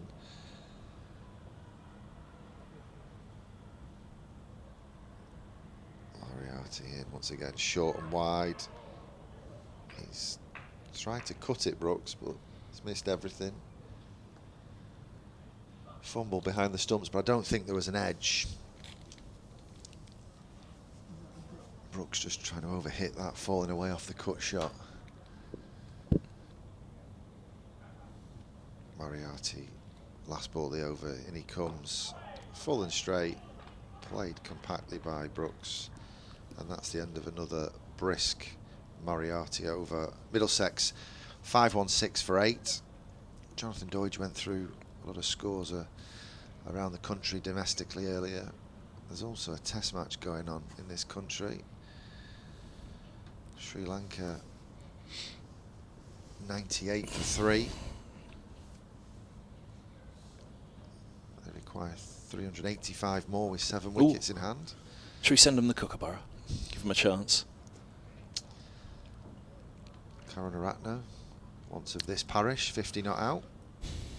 Joined at the crease by Angelo Matthews, who's 16 not out. Bit of experience there. Could something special happen at Lord's? I'm not convinced, but it'd be a great spectacle if they do bat deep. On the coastal lane end, Don Bess. Bit of Bessie. And there's another test match going on around the world. Pakistan, Bangladesh, Dizzy's boys. How'd it going? Haven't checked that yet. Bangladesh are 226 for 8 in reply to Pakistan's 274. Oh, game on, game on. So they're 48 adrift on the first innings. Bess is in, bowls, and an inside edge to short leg, and he walks. Helm, he's gone for 4. And 5-16 for 9 is the score. Middlesex still trail by 85. And now it probably looks as though, in hindsight, the answer was you should have gone that a swing. Once you got past the... Again, they did... To be fair, though, they've been bowled out since that... What, the 163rd over, whatever it was. But a forward plunge from Helm. Thick inside edge, straight to short leg. And awesome with the catch. Oh, wait, hold on a minute. Code was bowling spin, it wasn't Bess. No, it was Bess. No, it can't have been. It can't have been Code, can it? They just haven't updated. They put it up on the board as Code, and the announcers just said Code as well. But it went up on the board. They've changed it on the board now to Bess. Poor old Howard's been done there, hasn't he? I'm sure he announced at the beginning. There we go. Brooks caught Wharton, bowled Bess for naught. It's changed on the screen now. Yeah, they did have Code for a moment. But anyway, so back he goes. And also, hold on a minute, they've completely thrown me as well, because they've put Brooks up as gone. It's Helm has gone, not Brooks. Goodness me. Right, they've changed it. Phew. I thought I got all of that horribly wrong. Helm, caught Wharton, bowled Bess for 4. Is the correct mode of dismissal. It went up. Brooks, caught Wharton, bowled Code for 4. Ooh, that was a technical somewhere, wasn't it? That's not somebody's done. That's not somebody's inputted it wrong. It's just the technical glitches that's caused all of that. And I'm sure poor old Howard got done by it for a moment as well, because I think he must have read it off the scoreboard. Now, Noah Cornwall, the only man I've ever seen clear the grandstand at Lord's. What can he do? Bess right arm round the wicket to the left-hander. From down below is the Kirkstrel lane end. It's tickled down the leg side. I think he may have got a little something on that. Now past the keeper it goes for 4. Middlesex trail by 81. It's buys. It's buys. 5-16. 5-20 indeed. For 9.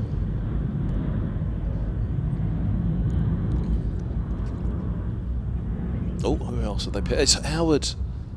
It's Howard. Give us a wave, Howard. Go on, give us a wave, Howard.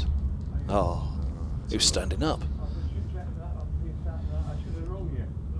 Oh, Dickie's in. He's here now. Bess bowls, and that's edged along the floor by Cornwall to second slip. I think he's in anyway. If that wasn't Dickie, it sure sounded like him. It did. I don't know what's... I should have wrong you. I did see him actually stood outside the museum before the game. Is Bess, he's in, bowls, and oh, turns that past the edge. Through to the gloves of the keeper. 2 slips, backward point, cover. Silly mid-off. Extra cover, orthodox mid-off, mid-on, and backward square leg. Forward goes Cornwall, pushing back to Bess. A dot ball, 5:20 for 9. Floodlights on, but it's just brightened up slightly. They've been taking something of an effect this morning, haven't they, the floodlights? I think it was it the Higgins wicket? I remember seeing the replay of that and thinking you could see the foreshadows. This pushed away into the offside, no run. 5:29. So this game basically has everything against it, is what we're saying.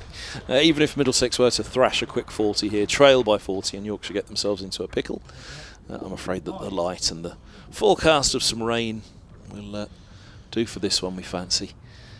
Best 70 overs, 15 maidens, 179 runs, 6 wickets. Well bowled. Has he had any put down? Moriarty's had a couple, hasn't he? I don't think Bess has, not this morning anyway. Have a quick check of the Diamonds game. Oh yeah, a defeat for Sunrisers yesterday. It's tightened it up. Blaze beat them. I think the Blaze have got a dash in them, you know. As Moriarty is in, full and straight, going to cross the line a little bit there, Brooks. Little slight leading edge, but goes into a gap. The Diamonds 144 for 4 off 32, so the run rate has slowed down there.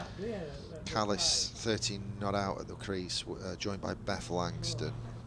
As Moriarty is in, full and straight, and Brooks plays this one off the back foot for no run. So that game is in the balance. Thunder aren't great chasers, so I think anything... Were you tuned in, Diamonds down at Chelmsford against Sunrisers last week? Yeah, generally. Are you listening in? I generally still rate the commentator. Just feels for that one outside off stump, does Brooks, and there's a few oohs and ahs. Myself and Danny Warren bringing you that game.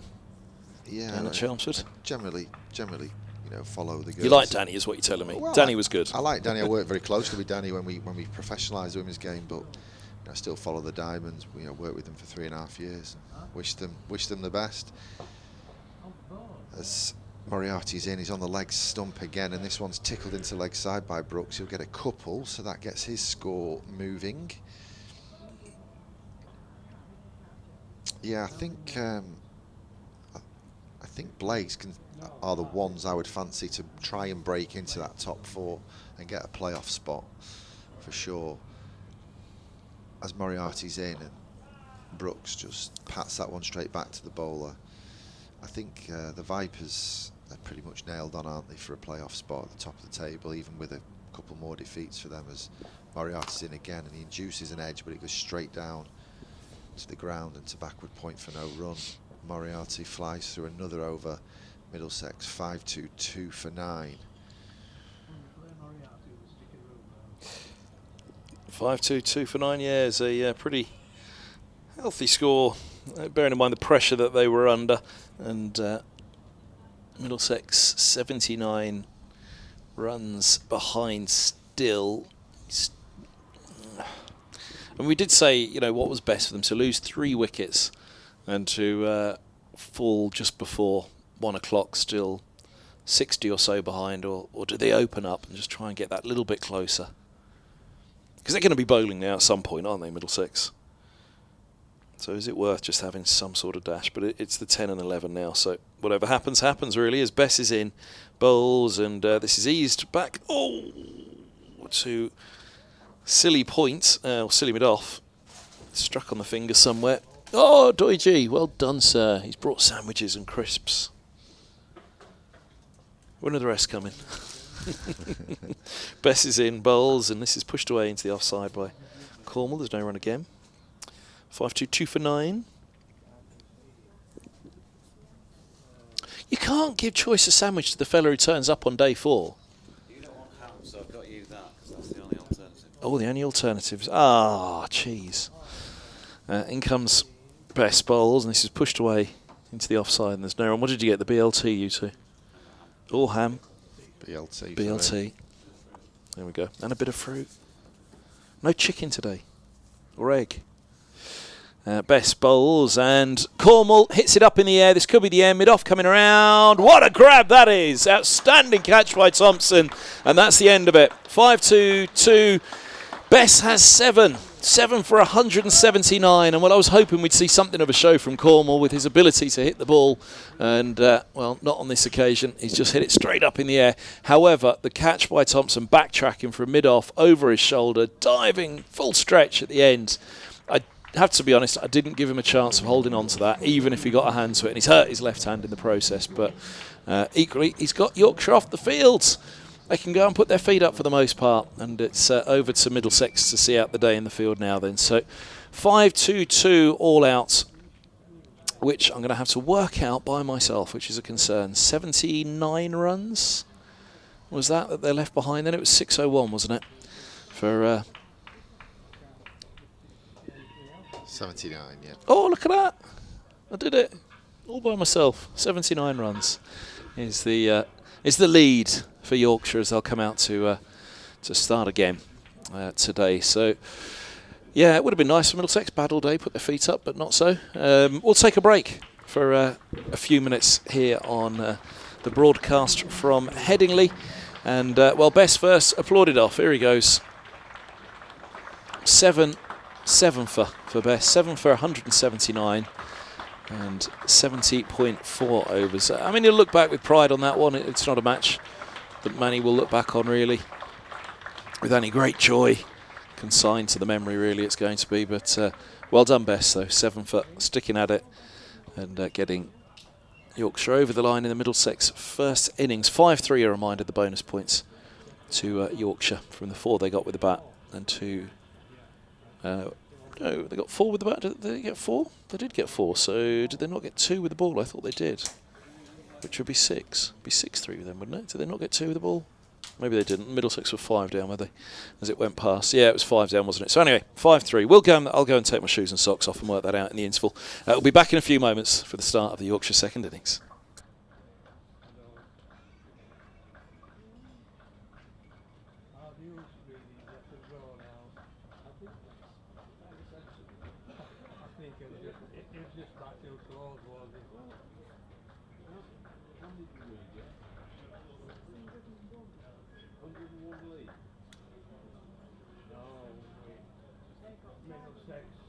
Middlesex trail by 79.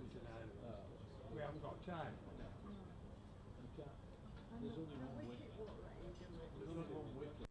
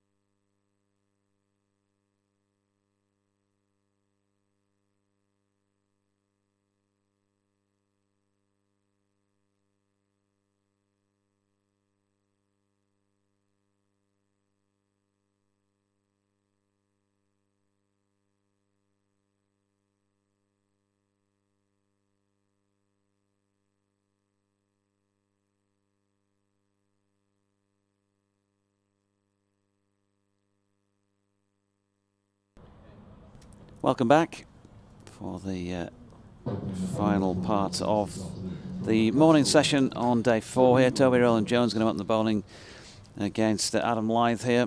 Yorkshire's second innings. They're 79 runs ahead at the beginning of it. Just 1 or 2 ominous signs if you're a batter in this morning session so far. Far and away the session with the most wickets in it, with 5 having fallen. And who knows how many more, because we still have 16 minutes of play. But I just went down to ground level while I was off air to have a look at what was going on, just get a different angle, different slant on things. And there was a delivery bend code bowl from this Kirkstall Lane end, which wasn't full, but ended up at the batter as if it had been. Very low it kept. So Rowland-Jones to bowl to Lyth with 1 slip in place. And in he comes now. First ball is a good one, and Adam Lyth pushing down 1 line, and the ball going to another one. You're being really silly about this. Would there be a little part of Middlesex that think, careful lads, don't bowl them out? We don't want to be chasing 200 after tea on this. No one wants to lose this match right now, do they? What's the lead? It's 79, isn't it? Yeah. Rowland-Jones then. Come on, Rowland-Jones, keep it off the stumps. Middlesex don't want to be in any position to be batting again. Here he is, wide of off stump. Lovely push backward of point by Adam Lyth will bring him and Yorkshire's first runs of this second innings for 4 there. If Middlesex were batting again at tea, let's say, that means the pitch, which has done a bit this morning. Lack of bounce did for Rowland-Jones, a bit of movement through the air, and there's all that spin we've been talking about. So there's just a little bit more in it on the final day, as there always is on the final day of a game. Batters can't quite feel as settled as they have previously, but there's still nothing in it. However, were Middlesex to knock them over here for, say, 120, when they're chasing 200, more to the point, they're not chasing 200, they're blocking out to save the game. They wouldn't go for 200. Rowland-Jones in again. Lyth cuts this time. 4 more. Nobody right now wants to lose the game, is the point. At this stage, lunch on day 4 of the game, both of them will be saying, get out of here with a draw and let's go to wherever we go. So even if Yorkshire were 30 for 3, someone mentioned 50 for 5, you know, would it just all of a sudden, everybody's just looking for a way that it becomes interesting somehow on the final day, aren't they? But I don't think either side are. I think that crucially, neither side want anything interesting to happen for the remainder of the day. Rowland-Jones in, well wide of off stump this time, and Lyth steps right across and leaves. I think Middlesex too far behind, aren't they? Yeah, I'd probably read it as, yeah, I'd agree almost entirely with what you're saying. But if a situation just naturally came about where one of the teams were interested and they didn't feel like they could lose it, then they might be more inclined to up the ante. But yeah, still not easy to see in 69 overs and 2 balls that remain in the match after what we've seen so far. Rowland-Jones in, and Lyth gets wrapped on the pad, drops into the leg side. There was some optimistic raising of arms there. Yorkshire lad on the Limerick front says, in Yorkshire a match set to stall with a hybrid pitch and a Kookaburra ball. The batsman took guard and the runs were too hard as the crowd fought to stay awake through it all. Rowland-Jones back to his mark. Got one from Andy Walker as well in a mo. In comes Toby with that amble of a run up that he has, and throws one even wide. It's almost in the Western Terraces that wide. To complete the first over at 8 without loss. Andy Walker says that though it cannot be said I'm a saint, the reputation of no one I'll taint, but this pitch with this ball is of no use at all, and we'd all rather watch drying paint. Very good. Yeah, very good, Andy. Keep them coming. We'll put a bit of a smile on our faces up here. James Lawler thanking us for our coverage this week. Thanks, James. Of this so-called game of cricket, thanks to the useless ECB and their political puppets, he says, like Strauss and Vaughan, who have turned this exciting promotion clash into nothing more than a net session. I didn't know Vaughan had anything to do with it, did he? No, I'm not sure about that. either. Oh, he's definitely sure Strauss did. I'm not sure either, no. But just reading out an opinion. Here's Bean on strike, as in comes Tom Helm bowls, and this ball's eased away into the offside, and there's no run. Two bear in former mind, captains of these counties, of course. Yeah, we should captains of England. We should also bear in mind, Kev, that if it weren't for the ECB, neither you nor I would be sitting here commentating for the BBC, given the deal between the two that brings us around the ground. So always Broadcast very partners. easy to knock. Yeah. Helm past the umpire bowls, and this ball's dabbed away into the offside by Bean. There's no run. 8 without loss. I mean, we know safely Rob Key was influential on this, doesn't he? As I say, I've got all the time in the world for Rob Key, but it's it feels like a costly experiment because it was 4 games out of a 14-game season, wasn't it? So, you know, what should have and could have been a great match here, unfortunately, is not going to be remembered for long at all, as Helm is in, bowls, and this ball's pushed back. And the fact that the players are so damning of it as well, you know, they're not impressed, are they? And that's pretty much all you need to know, isn't it? They weren't impressed earlier in the season. Everybody, I mean, there were some calls, weren't there, in those first 2 weeks of the season for the Kookaburra experiment to be scrapped, then that these 2 rounds be Duke balls. Yep. Quite a lot of calls, I think. Yeah, but they fell on deaf ears. Slip and a short extra cover. Crouched down as Helm bowls, and this is eased to mid-on by Bean, just checking his drive. I don't know if the Middlesex coaching staff were vocal about it on the record, but certainly Otis Gibson was in an interview with me saying pointless. Yep.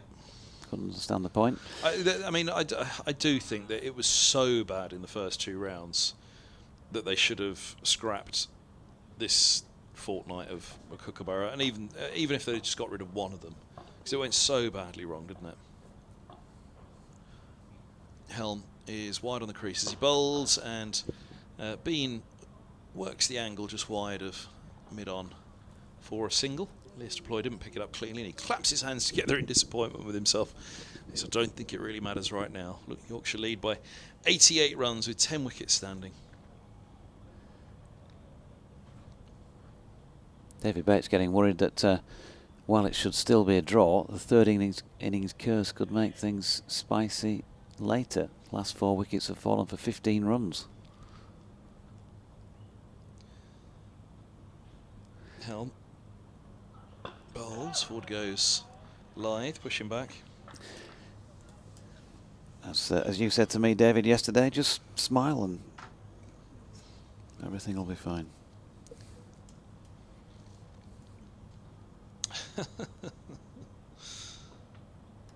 Nine without loss. It's not a bad way to approach life, is it?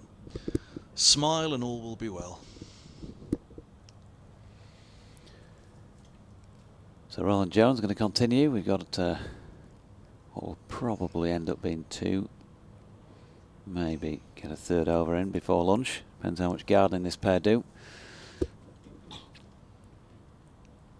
Finley Bean just marking his guard. The lads have sort of been saying that you can barely see where you've marked on these hybrid pitches. They hold up so well. Here's Roland Jones, wide of off stump, and Bean leaves.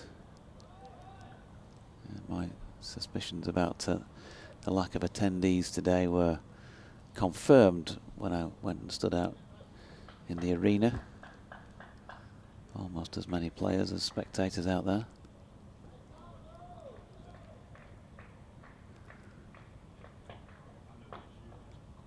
So, yeah, the experiment certainly hasn't brought the crowds back. Yeah, I mean, that's the other part. Look at the crowd today. Here's Roland Jones. A little bit of offering of swing through the air, wide of Bean's off stump, and he leaves. What is happening elsewhere? Oh, yeah, go on, give us the derby. I'm going to look for a while. Coming right up. Derbyshire 3 down now, 208 for 3, still 109 behind. Oh. That one's probably going to keep us interested for most of the day, you would imagine. Oh, rain dance, come on. Here he is again. Roland Jones, that is, wide of off stump. Bean leaves. So we can find what is going on elsewhere with the other Yorkshire Middlesex match taking place in the Academy One-Day Cup down at Kibworth. And Yorkshire have moved on to 130 for 4 after obviously a challenging start there. So they've got themselves back in the contest. Jack Redshaw 52 of 80. Akhtar also 32 not out, as that is punched into the offside by Finley Bean, and there is no run. Can Toby Roland Jones, Tom Helm, exploit that little bit of uneven bounce that we've seen this morning for the first time in the match? Is comms cam not working today? I haven't seen it all day. They've zoomed in on us from the other side of the ground, but it means we can sit there with our feet up today. Yeah, maybe. Someone's got to plug it in, haven't they? Maybe the sleep was induced early on yesterday, and nobody's awoken. Comms cam from the slumber. Yeah. There you go. You can still see my feet up from over there, can't you? Another dot ball. The Northern Diamonds Wave back in their match against the Thunder. They're going okay. Sturkallis 68 not out. Emma Marlowe earlier made 45, Lauren Winfield Hill 50. Unfortunately, they lost Holly Armitage second ball without scoring. Erin Burns just a 10 today. Beth Langston is 9 not out. They're 193 for 4 in the 40th over. So in the process of putting on something certainly to bowl at there, as that is wide of off stump, and Bean leaves 9 without loss. And a reminder at that point to say that I am back here on Wednesday, 10:30 start, Rachel Hayhoe-Flint Trophy game. If they win today, I think they'll pretty much cement semi-final qualification. So it could be a lap of honour against the Vipers, but they may need to win that if they don't win today. Kevin James is coming up.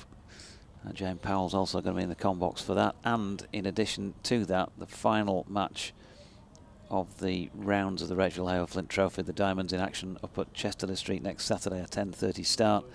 We're covering that one as well, along with Paul Shaw, former England Ashes winning women's coach.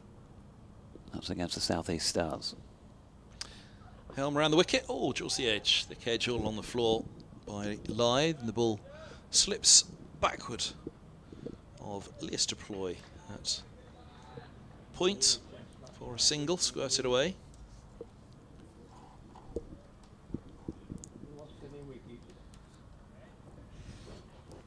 Finley Bean on to strike. Wicket keeper batter, it says on the stream card away to our right hand side. Yeah, it's not something we've seen him do first team level for Yorkshire, take the gloves, but he's a good grabber in the slips. Has Lyth ever taken the gloves? Not that I can think of. Helms in, bowls a beauty, past the edge it goes. Beaten the bat more in this innings than they did in the entirety of the first, didn't they? Yeah. Change of, well, I suppose, cloud cover, floodlights, and a fourth day pitch. Just straightened on Bean that one, didn't it? Off the surface. It's not cold, is it? It's not like you can say it's a cold pitch. I mean, temperature driving in this morning, 9-ish was 16, so still a mild day. 16 was it? Yep. I was out and about early this morning. If there's ever going to be any moisture out there on the surface, or just beneath it, Kev, it would probably be today out of the 4 days, wouldn't it?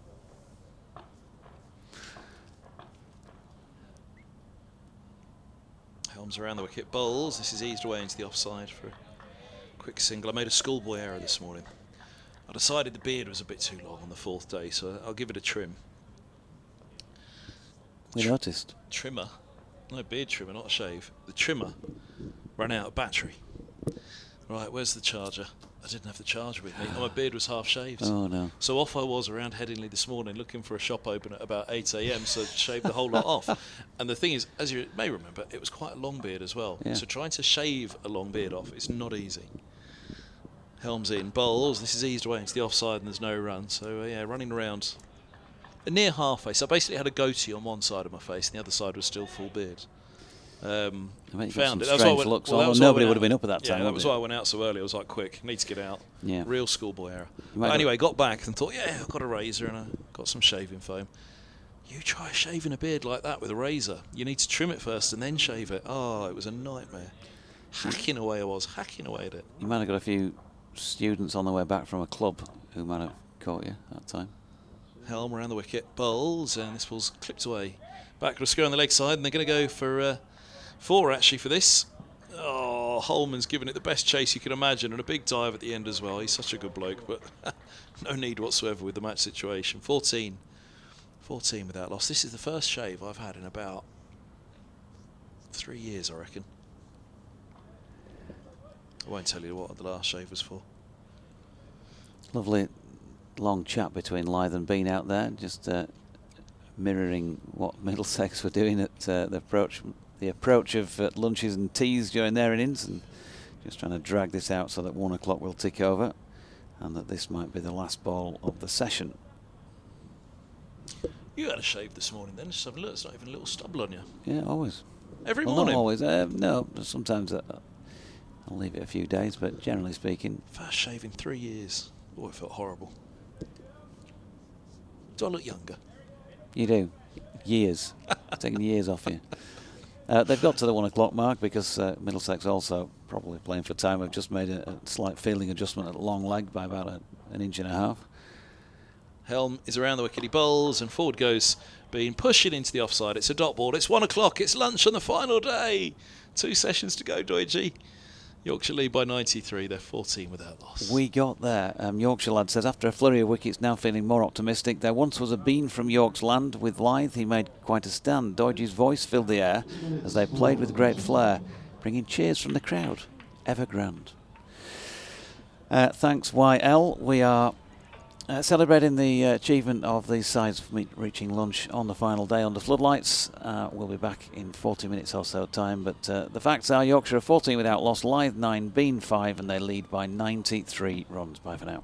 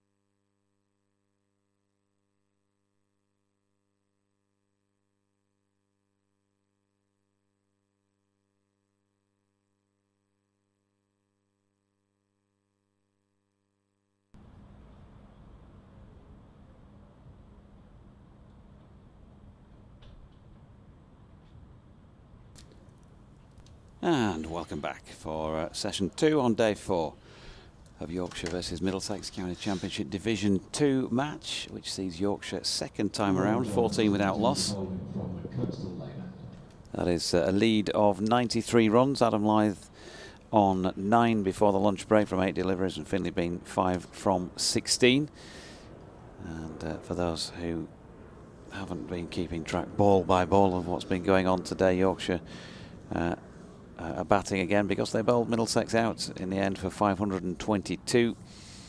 Don Best finishing with 7 for 179 from 70 overs and 4 balls, 15 of them maidens, 3 for 54 for Ben Code from 14 overs.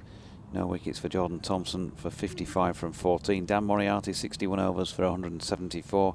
Also wicketless as were Adam Lyth, 12 overs for 31, and George Hill 3 overs for 7. 79 run lead turned into a 93 run lead with those 14 before the lunch break. Happy to say that the natural light's improved a little. Floodlights are still on. Toby Rowland-Jones bowling the first ball of the afternoon session to Adam Lyth, which is pushed out to point, and there is no run. Myself, Jonathan Doidge, with James Carr for this first half hour of the afternoon.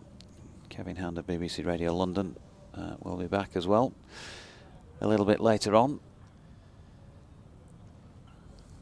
A bit of practice, JC, for saying things like, and he pushes that into the offside and there's no run for the next half hour. There's been a lot of that, hasn't there? Quite a bit. But there were a few wickets fell, you know, so we never know. Cricket being cricket, 5 wickets falling in the morning session. What can happen? Well, here's Rowland-Jones with an LBW appeal against Adam Lyth, who was falling over one slightly. I think Toby Rowland-Jones fancied that. He's certainly hung around at the end of his follow-through, glaring at the umpire, and when you look at it, that was a pretty straight delivery. Pitch is around about middle, probably going on to off stump, something like that, middle and off. I think there's an element of doubt, and that's why he's turned it down. It certainly pitched on, didn't it? It's not a bad shout, though, at all.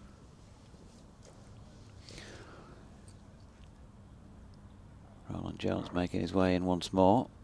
Full, whipped through the leg side by Lyth. He's going to pick up 4 here, through straight mid-wicket to Henry Brooks. The leggy Henry Brooks giving chase, but not going to reel that one in, so 18 without loss. Lyth on to 13. Yeah, meat and drink for Adam Lyth, but beautiful balance. Something we've been accustomed to viewing for many years now.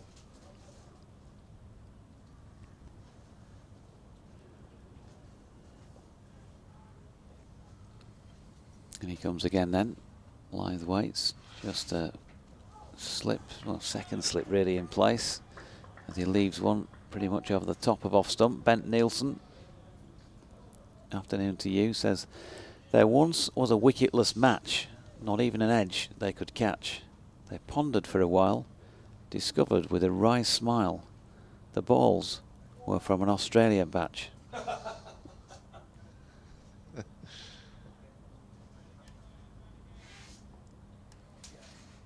Keep them going, folks. Bit of afternoon entertainment. As Rowland-Jones is in, it's just wide of off stump. Lyth drives, but doesn't fully get hold of that onto mid-off. And there's no run. The Diamonds, by the way, resurgence in their match. 270 odd they were a moment or two ago. 100 for Ster Callis. Well played, Ster.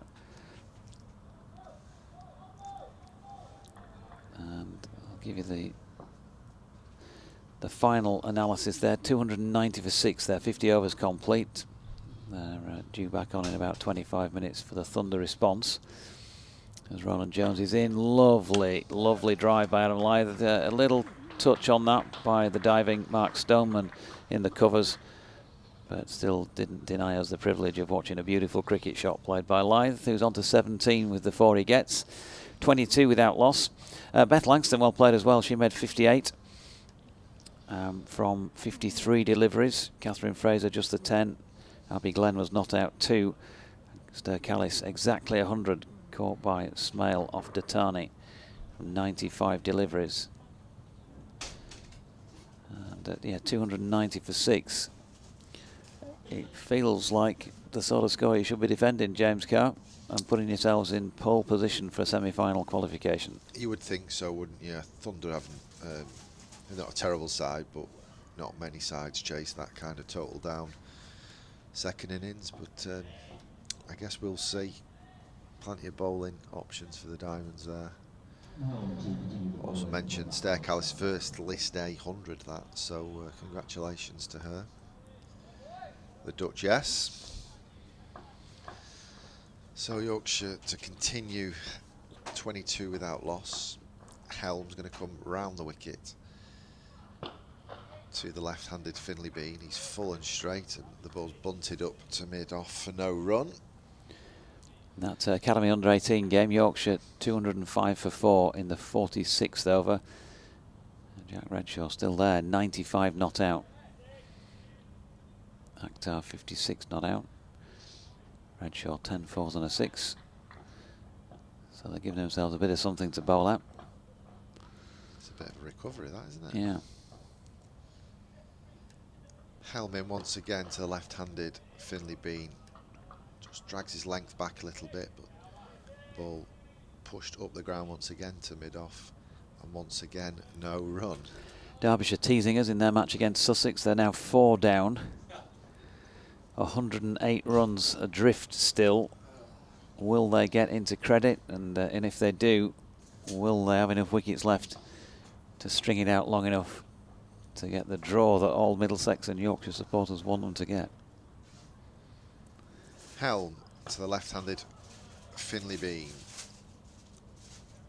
Forward defensive, no run. Meanwhile, Essex, who look like they'd set things up for a probable win, are 79 for 5 against Worcestershire in Division 1. Need a further 105 off. They've got plenty of time, 65 overs, but just the 5 wickets remaining. Could that be a bit of an upset at Chelmsford?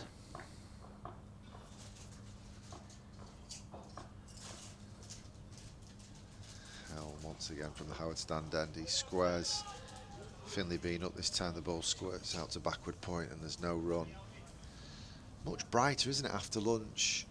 Had some gloomy grey clouds overhead this morning, but a bit more white and fluffy now. Thankfully the rain hasn't come. Floodlights still on nevertheless. Not seen too much shape with this new ball yet. Maybe the lacquer is not quite off it. See what Helm can do with this delivery as his right arm round the wicket to the left-handed Finley Bean, who climbs into that one and bisects extra cover and mid-off, and it goes through for 4 runs. Beautiful balance, beautiful shot there from Finley Bean. Yeah, lovely. Picking the gap. And you know, a bit things still to play for in matches are for players like these two. On the record sheets and all that. And chance for Finley to bat himself back into some form this afternoon, and says he feels like he's been striking it well, but it's just not happened for him in the last couple of months or so, or 6 weeks or so. He struck that one well. It wasn't a half volley, was it? As Helm's in again, and very compact this time, Finley Bean, and Helm fields off his own bowling. That's the end of the 6. Yorkshire 26 without loss. Yeah, I think that was shot of the day, actually. Lyth played a gorgeous cover drive the over before, but that one wasn't a half volley, it wasn't a throwdown. It was well waited for on a pitch that's a little bit slow. Hit over the top of it, fantastic timing. You certainly get value once you hit the ball off the square here at Headingley. Yeah, there's nothing on the outfield when you get down there and close to it. Is that BBC Derbyshire's Dave Fletcher in the crowd? I see there. Or Hulk Hogan. Yeah, possibly Hulk. It can't be Fletch, obviously, but Got a bit of a look at one of those chefs on the the hairy bikers. We lost one of them, didn't we? yeah, sadly. But yeah, that sort of look. As Roland Jones is in with an open face, Lyth plays that out to point. No run. Look to the forecast again at lunchtime briefly, and it doesn't look like there's going to be much, if any, rain. It's drifting in from the sort of southeast at this moment in time. That cloud. As Roland Jones turns. In he comes. Lyth pushing to mid-off. Toby Roland Jones holds the ball down his right-hand side. He's running in. Different styles with that, don't you? Some people stick it in front of the chest, or the ball pumping away in one arm as they're running in, but fairly steady. It's a fairly steady action altogether, isn't it, his? Yeah, he's very metronomic, isn't he? Very rhythmical. Yeah, quite a measured sort of run. He's never going to run out of energy, is he, from his run-up? He's not dashing in to get to the crease. Just a nice steady build-up until that delivery stride, although the delivery itself on this occasion probably not one of his best down the leg side. Taken by Davies. Yeah, I always thought he was a bit unlucky to not get a few more England caps. Kev probably would know a bit more about his background, but he got a few injuries, didn't he? And then a few other lads came in, and he never quite got back in because was it 2018 against Pakistan, South Africa? I want to say 17. He had some decent performances for England. And again, oh, good delivery this time around, about off stump. The ball just balloons up off Adam Lyth's pad. It was pretty much a solo Roland Jones appeal that was turned down by the umpire. 26 without loss, 7th over of this Yorkshire second dig, and 105 on. If you have anything to say that might keep us entertained during the afternoon, then you're welcome to send it in on an email on bbcwestyorkshiresport@gmail.com. Sporting Lives @SportingLives1 on X. Oh, good delivery by Roland Jones again, slanted across Lyth. Lengthwise, he didn't feel able to get forward to that. He might say he played inside the line of it, but we can place a little element of doubt on that at least, as he had another little bit of a gardening session with Finlay Bean. There's been so much of that during this match from one team or the other that they might as well set up an allotment at the side of the field.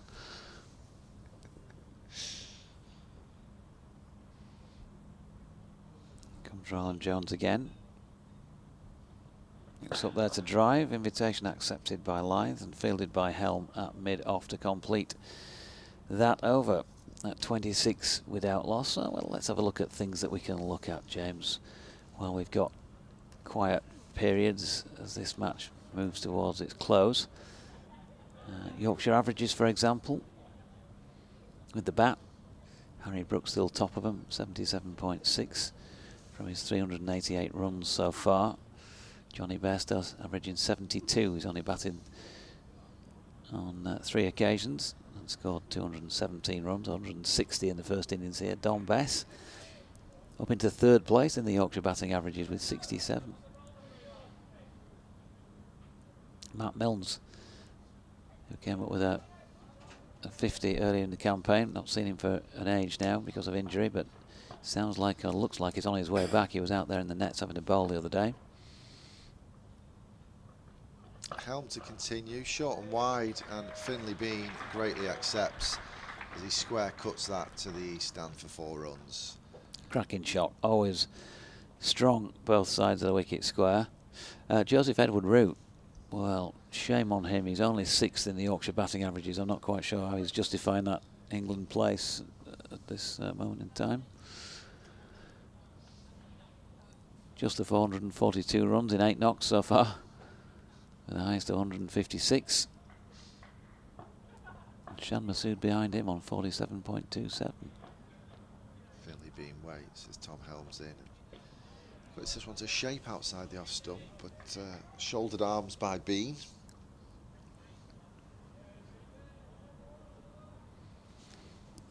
Who's now scored 625 himself this season, with a best of 173.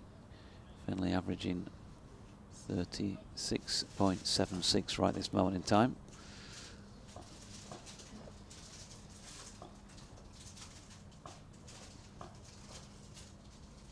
Helm once again round the wicket to the left-handed Finley Bean. Little inside edge as he pushed his hands at that one onto the pad and just drops down to his feet. There's no run. Yorkshire lead by 109 now. Score on to 30 without loss.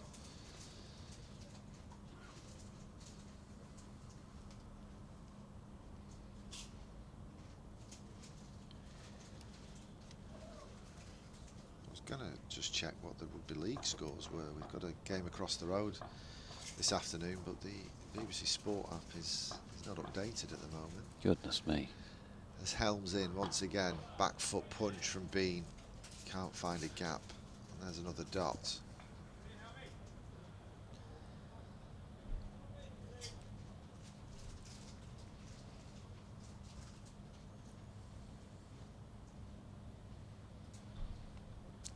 Almost silent out there. Yes. Even the usual fielder encouragement is not quite as vocal.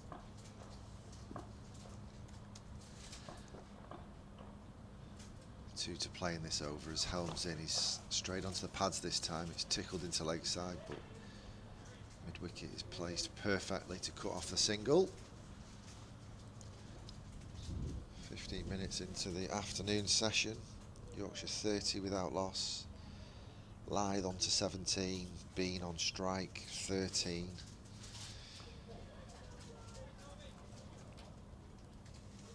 Almost 4 and over.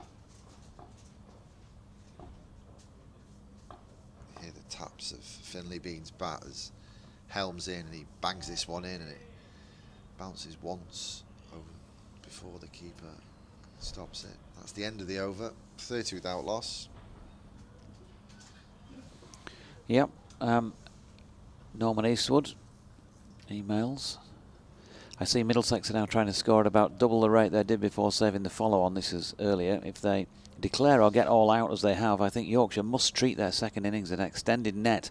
Under no circumstances should Yorkshire declare to try and set up a result. A loss to Middlesex would end any hope of promotion.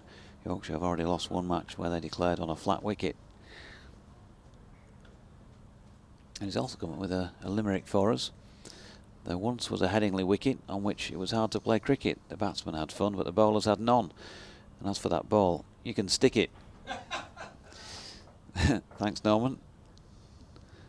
Here's Roland Jones bowling to Lyth on that wicket, and he's been clipped away very fine off his legs. In fact, he hasn't. It's been deemed to have been 4 byes, so both Lyth and Davies missing that one.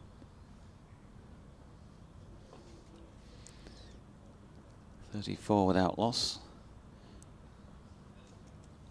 is the latest.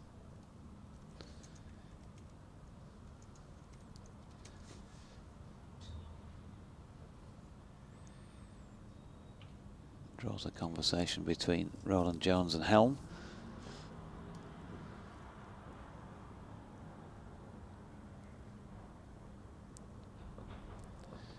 And in comes Roland Jones then.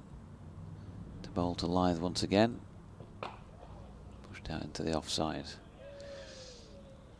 Puff of dust, but no run. 113 in front Yorkshire. I found a result via X. Leeds Rhinos women 6, York Valkyrie 32. So the Rhinos on the wrong end of the result across the way in the rugby stand. It was fairly quiet, wasn't it? York Valkyrie, the champions, of course, in the Women's Super League. Very strong women's programme. Lyth waits. Roland Jones in. Lovely drive by Adam Lyth, but Helm does the fielding at mid-off. Still marvel that. I know he's not got any runs from that, but when you watch Adam Lyth play the drive, it's similar to when you watch David Milan play it, I suppose both as left-handers, and they don't try and hit the ball, do they? They just push it, they just time it. And the temptation, you know, as a player always was, you know, you see that ball and you want to whack it, don't you? You want to get everything on it, but it's just lovely to watch players who do that. Dot on that occasion, and he's solidly behind this, turning it into the leg side. And another dot. it's counterproductive sometimes, isn't it? When you try and overhit the ball, it's a bit like, I always often, when in a coaching setting, use the golfing analogy of you're better hitting your drive at 85, 90% rather than try and overhit it and slice it or pull it. And the way Adam Lyth picks his bat up and just drops his bat on it, and it's like a gunshot, isn't it, to the boundary with minimal effort.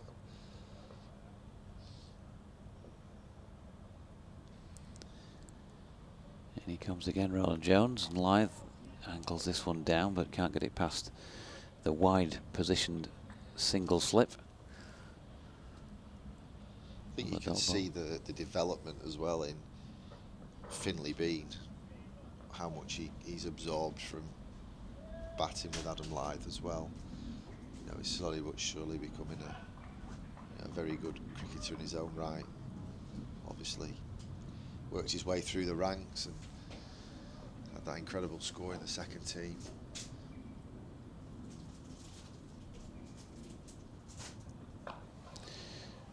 And with an open face, runs this one to backward point. Final ball of that Roland Jones over. Toby Roland Jones, 5 overs, 3 maidens, none for 16. Tom Helm, 4 overs for 14. It's 34 without loss after 9 in this Yorkshire second innings as 2 o'clock ticks over on the scoreboard.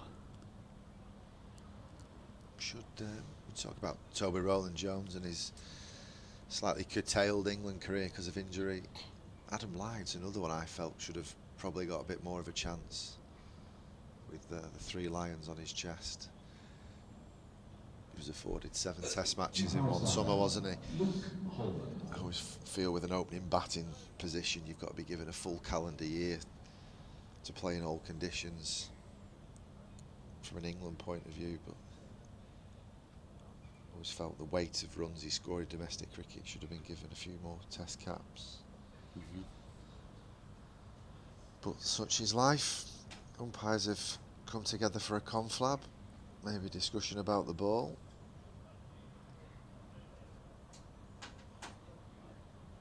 I think they had some kind of apparatus out on the ball there. Either that or chat about what they're having for tea. We're going to have a change with the ball from the Howard stand end. Looks like we're going to get Holman on for a bit of leg spin. Short sleeve shirt, sleeveless cable knit sweater.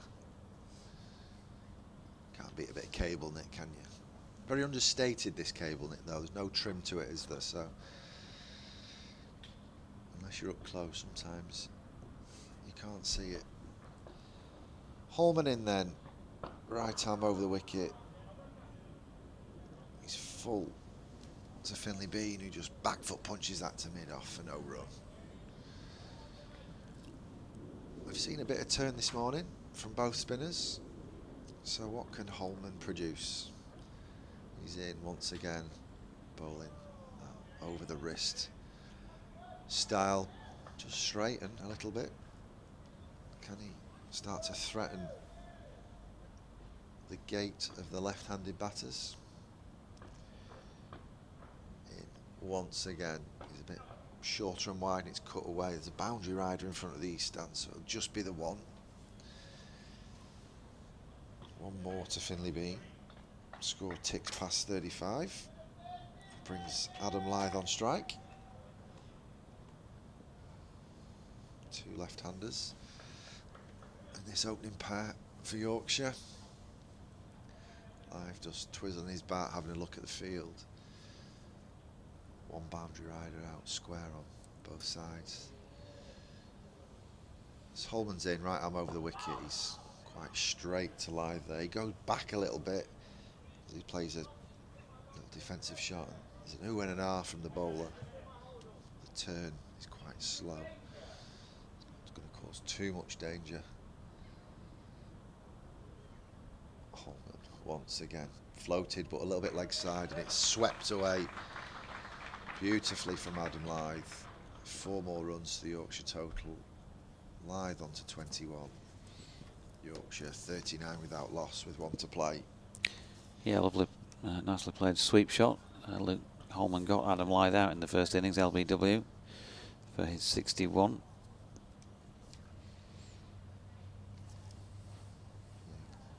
Got a nice release, just got his radar a little bit wrong there onto the pads. He's got another try now, and this time a bit floaty, and Lyth comes down the wicket, meets it on the full, but he can't get it away, and it's cut off by mid-off. That's the end of Holman's first over. Yorkshire 39 without loss from 10. Yep. Catching up on a bit of correspondence that I missed out on until it was too late yesterday, but Alex Roberts, thanks for your email. That's BBC West Yorkshire Sport at gmail.com. Basically, to paraphrase Alex, not happy with the Kookaburra, the ECB, Robert Key, not happy with much, to be fair. And the same theme really as most of us, same thoughts on the match. Off with their heads was the title of his email. And Alan Gregory, Kookaburra, spelt with the B-O-R-O, just an observation that if you use a Kookaburra ball, if use of the Kookaburra ball is to prepare England to play overseas, why don't they play with a Kookaburra in these test matches? Show the county lads how it's done. Charlie by name and nature, says Alan. As Henry Brooks comes in to replace Toby Rowland-Jones at this Kirkstall Lane end, and the first delivery bowls to Finlay Bean, well wide of off stump. Will go down as a dot. I think the big difference for me, having played with the Kookaburra ball in club cricket in New Zealand, they used in New Zealand, they used in Australia, where the clay's very different, the carry's very different. So you're not as dependent on prodigious swing or seam because there's that bit of difference with bounce. Here's Brooks straight. Bean pushes into the offside, no run. Whereas in England, we're not blessed with out and out bounce, aren't we? It's lateral movement that tends to get wickets and keep bowlers interested. Yeah. Think of some of the greats like Glenn McGrath, who bowled, just chiselled away at off stump on 5 metre length, and 1 or 2 degrees of seam was enough on Australian wickets. But in England, it's much different. Brooks in again round the wicket, top of the bounce. Bean punches out to the sweeping cover. 1 run. Henry Brooks had I won't say lengthy, but a little bit of a chat with him yesterday evening. Nice young fella. Sometimes the modesty of people, and he talking away to me, he said, I used to play for Warwickshire actually, as if I wouldn't, as a cricket supporter, you wouldn't have kind of known that. I said, I do remember that actually, Henry. Here he is round the wicket, and that's down the leg side and missed by Lyth. I thought he showed promise in, I can't remember how many, but at least a couple or more Warwickshire matches against Yorkshire during his time there. He's a big frame, isn't he? Yeah, there's a lot of arms and legs there, and you would think that will help with propelling the ball at speed. And he comes again, off stump. He's propelled it at speed, and Adam Lyth has done the same, because he's going to pick up 4 runs through extra cover with a typically superb, sumptuous looking push in that direction. Just steps into it, a little bit of width, checks the shot, holds the pose, and moves on to 25 as a result. I couldn't have called it any better, just an elegant push, wasn't it? It wasn't too full, just beautiful balance, beautiful timing. Here's Brooks again, not dissimilar, just a little straighter. And Lyth will pick up 1 from a diving half stop from Mark Stoneman to complete that over. 45 without loss after 11, so they're not hanging about here. Scoring rate over 4, just playing it on merits. And anything we thought in the back end of that Middlesex innings about things disintegrating out there doesn't appear to have materialised so far. I noticed that they only called for the light roller between innings. Lyth 26, Bean 15. 124 run lead. Yeah, I can't imagine any roller would have made much difference at this stage of the game. It's pretty dry and placid, doesn't it? Holman is going to continue. A little bit of a discussion and arms waving around the field settings, but just the 4 on the offside. 1 slip in place, backward point. Cover boundary rider, mid off. Leg side, deep square leg, short fine leg. 2 mid wickets and a mid on, so pretty regulation as Holman's in over the wicket to left-handed Lyth, who back foot punches that into that vacant gap on the offside. And jog through for a single. Afternoon to Lily, who says morning to the 3 of us. Afternoon, I got a lovely surprise this morning when I arrived at Headingley. Matthew Revis came to give me one of his shirts. How lovely. Holman in, a bit straighter to Finley Bean, who picks out the wider of those 2 mid wickets, and there's no run.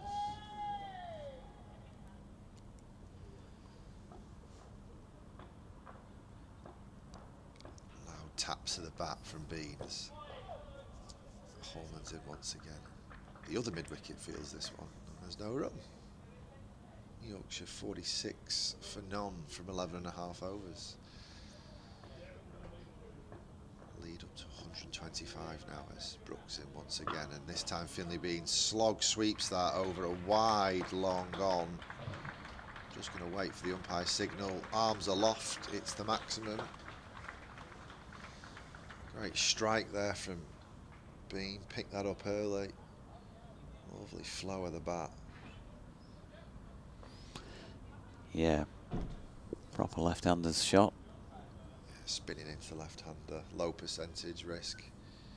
Takes Yorkshire past 52 for the first wicket. As you say, every run goes in the history of the game, doesn't it, from a stats and archiving point of view. Change of tack now from Holman. It's going to come around the wicket. He just cramps Bean up a little bit there, and he nudges that into leg side for no run.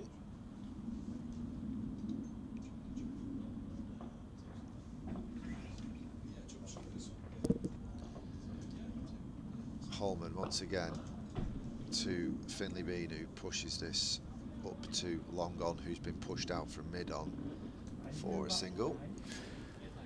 Changing the com box then. Thanks, James, for now. Kev Hand coming back in.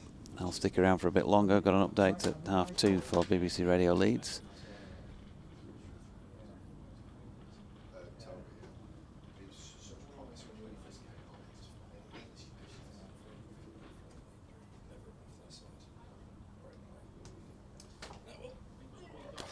So it's going to be, well, who is it going to be? Henry Brooks once again from this Kirkstall Lane end. One over 6 so far. We were just nattering about Roland Jones, and James' comment that, you know, he's unlucky not to play more. It was mostly injury, I think. I think he'd have been straight back in that side.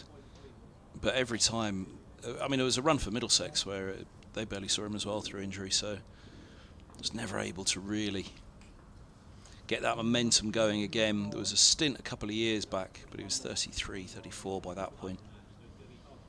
And I think he took something like 29 wickets in 3 games. It was incredible. Absolutely steamrolled. If memory serves, he was on for 3 consecutive tempers, if I've got that right. I think it was Glamorgan was the 3rd one. He was just short. But he was steamroller in sides again at one point. But yeah, Shaheen Shah Afridi was with Middlesex at the time, and I think Shaheen was there. One match where, this wasn't the one actually, so maybe it was the year before, was the run of wickets, but there was one match down at Cardiff where Roland Jones and Helm are bowling out of their skin to Labuschagne, and Afridi wasn't having much luck against him. If you remember, Afridi just kept on picking up Labuschagne at international level, and of course then he picked up Labuschagne despite the fact the other 2 were doing all the good work. Here's Brooks. Ooh, flicked off the legs by Bean for 4. They'd brought in that interesting sort of ring of fielders that Yorkshire had with their seamers. Yeah. Didn't work on this occasion. Finley Bean on to 26. 57-run partnership. They're doing the business again in that respect. These two. So that's around about their average opening partnership since they have both been batting together in first-class cricket. 57, 58, something like that. It'll have changed slightly recently, but that was the way of things up to the end of the last Champo match. Here's Brooks in again and Bean solidly behind it. 136 ahead. And those, as I say, those little alarms, and you thought, is this finally going to go the pitch on this final day? Flying in the face of everything we've seen so far, but turns out, looks like just a brief glimpse of that sort of thing before lunchtime, as Brooks is in again and Bean will pick up one backward of point. And then check that his bat is still fully intact.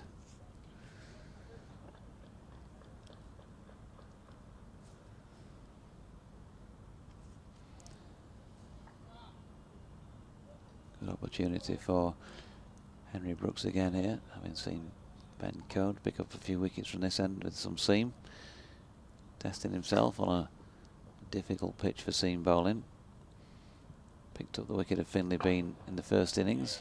Bowling at Adam Lyth here, who's stroking one into the offside. There's no run. Latest from elsewhere. Thunder, just in the first over of their response to the Diamonds, 290 for 6, are 4 without loss. So Sunrisers need a Thunder win there, don't they? Yeah, they will do. Meanwhile, Yorkshire Academy, very good recovery from that difficult start. As in comes Brooks. Lyth drops one out into the offside. Because the scorecard reads at the end of their 50 overs, they made 247 for 8, so good recovery. 103 for Redshaw, 69 for Akhtar. The mainstays very much in that Yorkshire innings. Middlesex still got to have their go with the bat. And they've got their go with the ball here through Brooks. The ball's one short of length. Lyth tucks up the front knee and drops it into the leg side to complete over number 13 at 58 without loss. Aye. Bit of darker cloud rolls in behind the western terrace there, surrounding the back of the Howard stand opposite at the football stand end. Meanwhile, Derbyshire now 5 down. Still 82 runs adrift. That is not looking good. Come on, Fletcher's fledglings. Looking like Fletcher's flops at the moment, aren't they? John Simpson's boy powering their way at the top of the table. Middlesex at Sussex last round of the season. Whereas things stand, Yorkshire will be cheering on Sussex. Here's Holman. Took a 10-for at Hove a couple of years back. He's around the wicket. Bowls, and this ball stroked away into the offside for a single. 59 for 1 in a match actually where the pitch was described as a road, and Middlesex recorded their highest first wicket partnership between Stoneman and Robson, beating, off the top of my head, Gatting and Langer. So here's Holman bowls his turn backward square on the leg side for a single, 60 without loss. Imagine being a county bowler turning up to bowl to Gatting and Langer. You got this week, Middlesex. Who's opening for him? Gatting and Langer. Good luck, lads. Yeah, no need to set the alarm clock the night before if you're bowling. Sleepless night. Slip, backward point, deep cover, mid-off, long on, mid-wicket. There's a short straight mid-wicket as well. Deep square, short fine leg, and Holman around the wicket. He bowls. Oh! Short And leg side from around the wicket to the left-hander, who's tucked up as he goes for a pull. I'm just trying to see the length of that. Yeah, it was a little short, and it's spun to a midship. Oh, he's all right. Lower abdomen, shall we say. Holman bowls. This is Clips of Stoneman at mid-wicket, no run. Yeah, so anyway, that match, Middlesex smashed 600 or so, let's say. And it looked as though, that's it. 2 days Middlesex batted, they got 600. Sussex are going to do the same. It's a wretched game. And it was plodding along in the Sussex reply as Holman bowls. That's swept up in the air, and Roland Jones is underneath it. Oh, it's just out of reach. He had a real go at it as well. One-handed, just out of reach for the skipper. I hope he's not hurt himself in the process. He's got up with a slight limp and a hop. But yeah, genuine top edge, absolutely flew. And Roland Jones saw it early. He went the right way, he went in the right direction. And it was just a fingertip away in the end as he fell with a dive to try and get underneath it. 62 without loss. Been on to 30 as they've taken a couple. Holman around the wicket again. He bowls and forward goes. Bean, there's no run. And yeah, so the Sussex reply was plodding along. And, yep, draw. And I said, hold on a minute. They've still got to get to, let's say it was 450 to avoid the follow-on. And then all of a sudden, bang, bang, bang. And follow-on enforced, and Holman picks up a 10 for and Middlesex win the game. It's scoreboard pressure can do funny things, can't it? And you're applying to 600 as they were. Middlesex 601 here. Oh, sight of the Middlesex physio. Down below. The dressing rooms. Who's he coming on for? Toby Roland Jones maybe after his little hop on a skip. I think he's been told to get out of the way by Henry Brooks, has he? Has he just been told to move? Down at the bottom of the dressing room by the sight screen. Move along.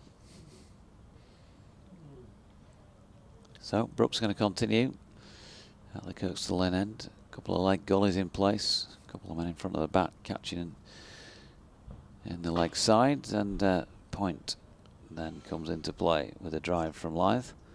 And that was the thing here for Middlesex, wasn't it? Even at the end there was just that last little wobble. Oh. 4 wickets and 10 runs. Would there be a collapse? But yeah, just scoreboard pressure inherently. When you're replying to 600 and you can't really win the game from there. Which is what Sam Robson said, if Sky source 600 plus in the first innings, you're not winning that match. Now Brooks loses. Oh, he's got something in his eye, I think, in his last few strides up to the wicket, so stopped in his run-up. He was looking to see if it was 10 to 5 yet. Lily says, do you think Yorkshire will set the target for Middlesex to chase? Maybe next season, Lily. Yeah, they might be able to chase it if they come back tomorrow. As Brooks comes in. Wide on the crease again. Drops one on leg stump. Lyth drops it into the leg side. No run. Get in touch on that. Sporting Lives 1. Or other handles in the box. Steady. At Kevin Hand Sport, or well remembered. I just have to check back on the notifications, and also BBC West Yorkshire Sport at gmail.com on the emails. As Lyth runs one out backward of point, and there is no run. Going to be a thrilling update. This one at 2:30 when radio leads come across.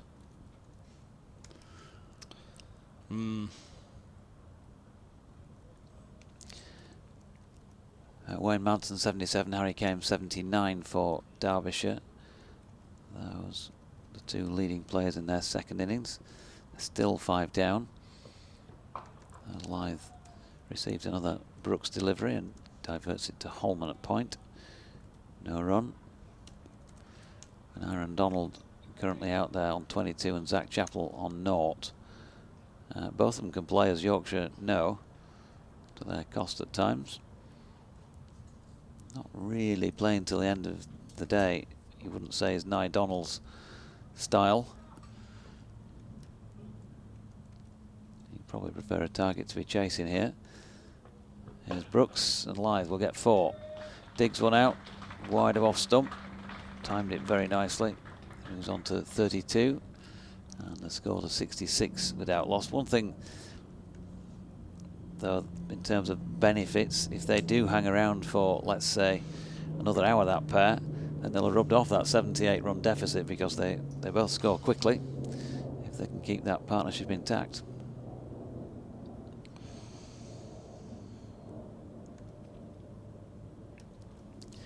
Brooks then, none for 15 so far. This is the final ball of his 3rd over, and it will remain none for 15 as Lyth turns one into the leg side. 15 overs complete for Yorkshire second time around. They're 66 for none. Lyth 32, Bean 30, and they lead by 145 runs. Still officially 55 overs remaining in the match, Kev. I suspect we'll be seeing some handshakes prior to that. 10 to 5, yeah. Yeah. I've got tea to come in between.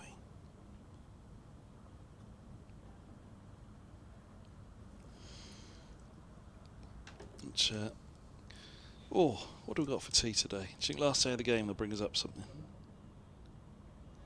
After the hard toil, 4 days. In a word?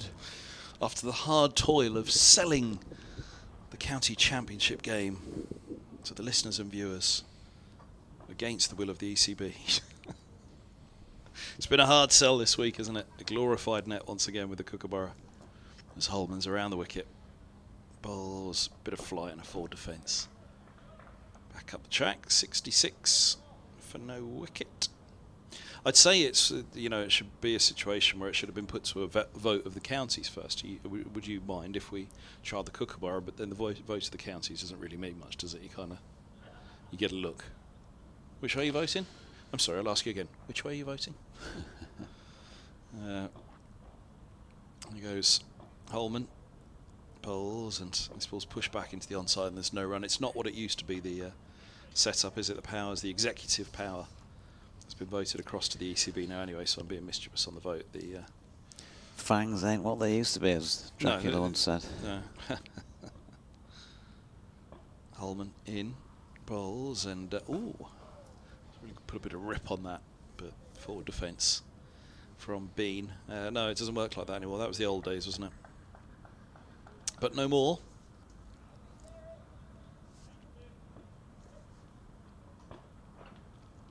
Holman in bowls, forward goes Bean, another defence.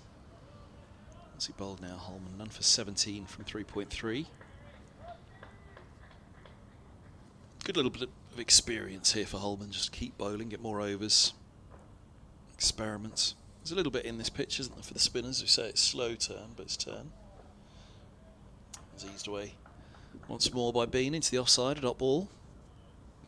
Where will we be next year? I mean, well, the one thing that we can almost certainly say is we won't be together.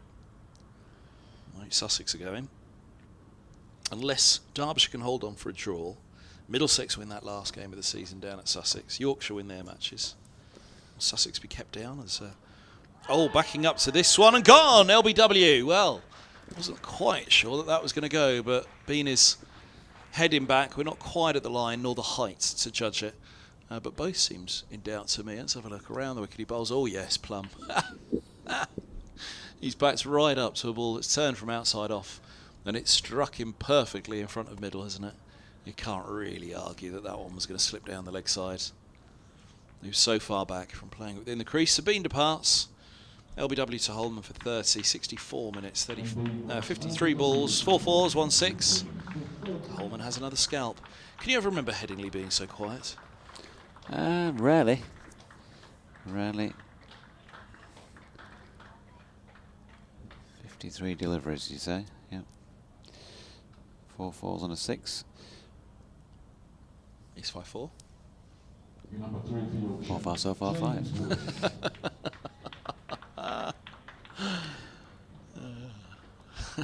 Well, just in time for something to report on my Hey. 2:30 update. Yeah, look at it again. I mean, obviously his question would be, was it sliding down because it's turned so big from outside off? But he was so far back, being that it gave the umpire the chance. James Wharton is the new batter. Obviously the ripple of applause that you heard from those that are in today. And Matthew Fisher's made it onto the field of play. Carrying a drink on. He's making his way back off now. You'd love to see him back in action before he departs the county with the 3 championship matches remaining. James Wharton, the new man in the middle. That was the final ball of the 16th. I don't think there's any doubt it hit him outside the line of off, is there? Height was not a problem. I'm just seeing a couple more replays of it. Not quite seen down the slowed down one now for the point of impact from behind the bowler, but it looked alright to me. I mean, up here at first, I have to say, I thought height and line, oh, you'll do well to get that. And then you look at it and actually it looked quite good. If you're the batter out there, you're probably looking at that thinking, that's turned quite sharply, and I know it's hit me here, but will it still be hitting the stumps? Yeah, that's probably what my thinking would be, but I don't think it looked a terrible decision. It looked one that he might be, you know, he probably walked off and wants to see that again fairly quickly. Henry Brooks, meanwhile, in from the Kirkstall Lane end to Lyth, who pads one off round into the gully cordon first up. No current sign of any BBC Radio Leeds update, so I'll disappear in 2 or 3 minutes if they've not come across. May have forgotten about me. You got till 10:22, haven't you? We go by the half hour. I mean, we are going to be absolutely on the half hours today, aren't we? On time for tea, I mean. In comes Lyth. Sorry, in comes Brooks, and Lyth plays that into the onside. No run.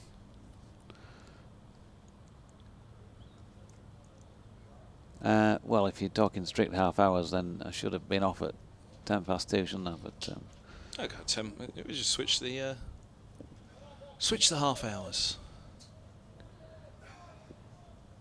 Well, up to you. Do what you want. Final day, isn't it? yeah. Brooks in again. Lyth playing another one off leg stump, this time in front of square. And there is no run. A few books being read around the periphery. Probably people who turn up together and don't get a chance to go through full conversations that they want to have with each other because they're too compelled by the cricket on many occasions. Might have been getting through those conversations in the last few days. Had a lot of things sorted out.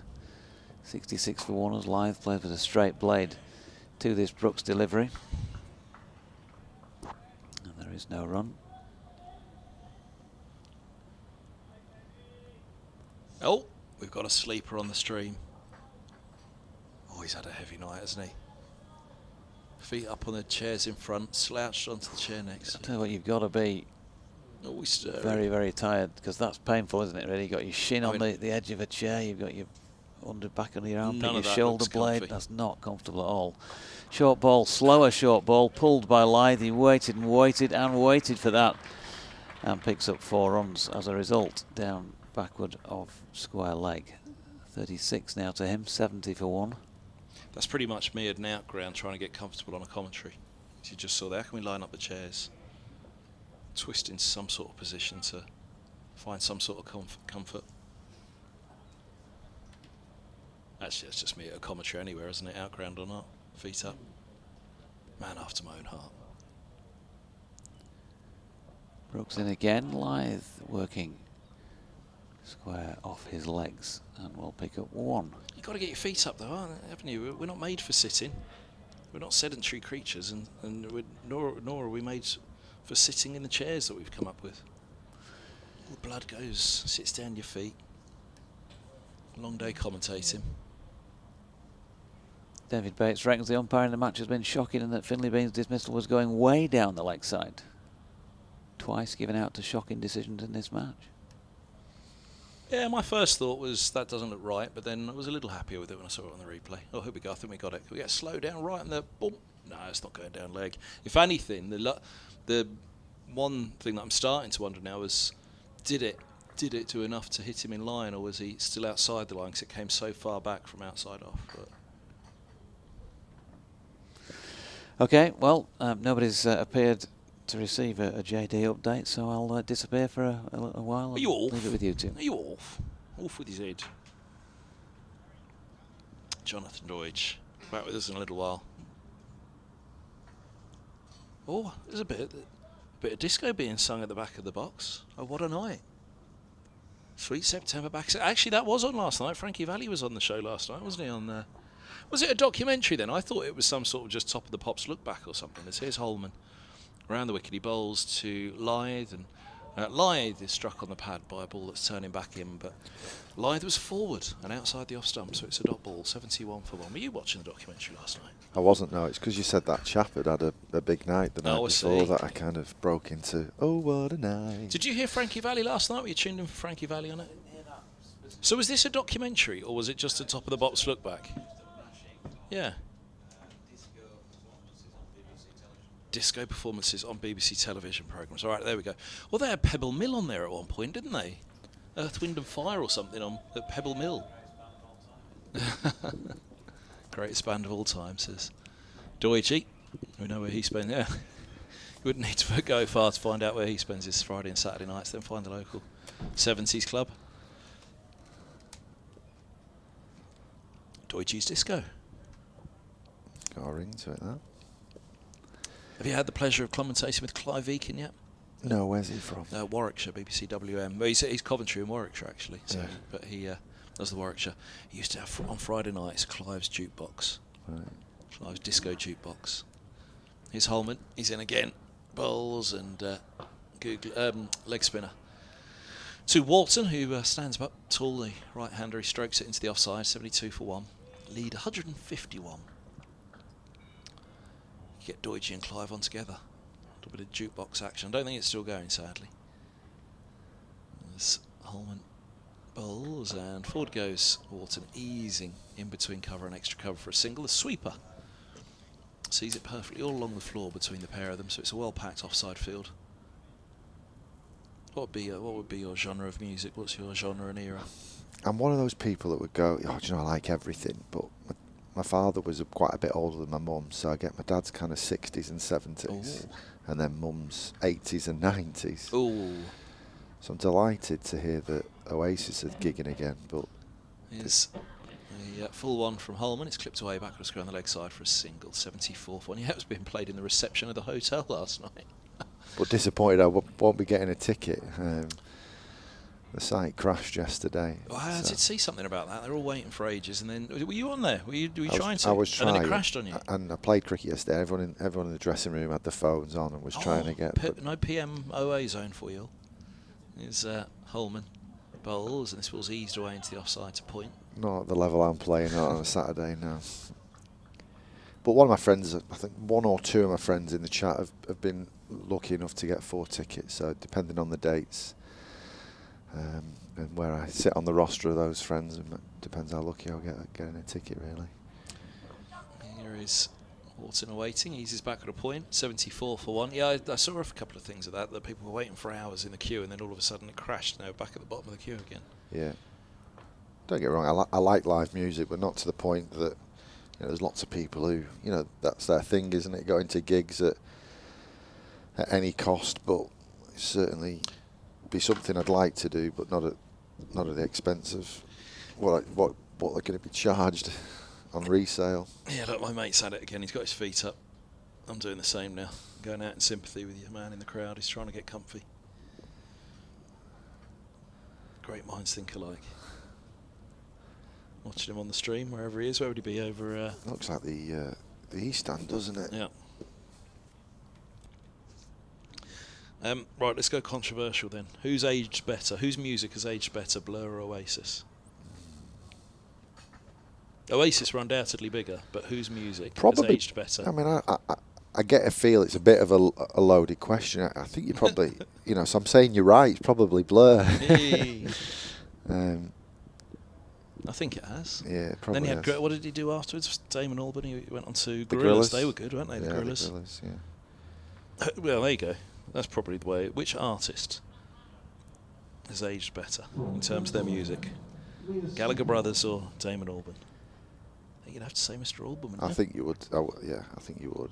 I don't know. I'm on safe ground here because I'm in Yorkshire, not Manchester. So That's true. if I was on the Lancashire commentary right now with Scott Reed, I wouldn't dare bring up this subject.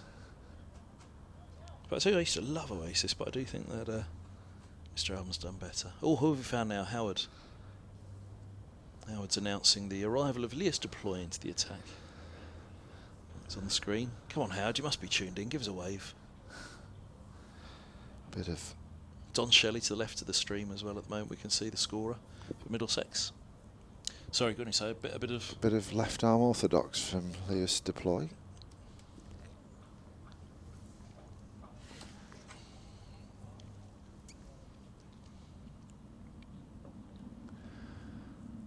One slip in place, backward point, extra cover, mid off. As deploys in now. It's a half volley that's going to be driven through the covers. Backward point's got a lot of work to do, and his footwork has just about done enough to cut it off. Save 2 there. I think he did enough. Look at the replay. Yeah. So 2 more to Lyth. They're going to bring an extra fielder onto the offside now. So we've got a deep backward square leg, or probably a long leg to be fair, and a deep mid wicket.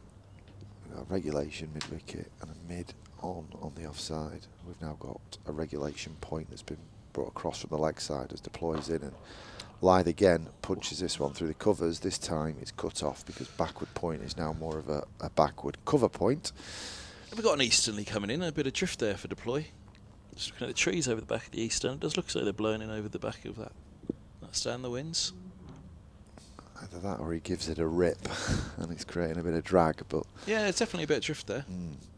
The forecast in terms of the rain was coming kind of from the south and the west, so unless there's a change of direction there. But deploy has got that one to turn about a foot off the straight, and Wharton plays and misses. Yeah, he's a good bowler, deploy. I mean, we did all wonder why it took so long to get him into the attack in the first innings.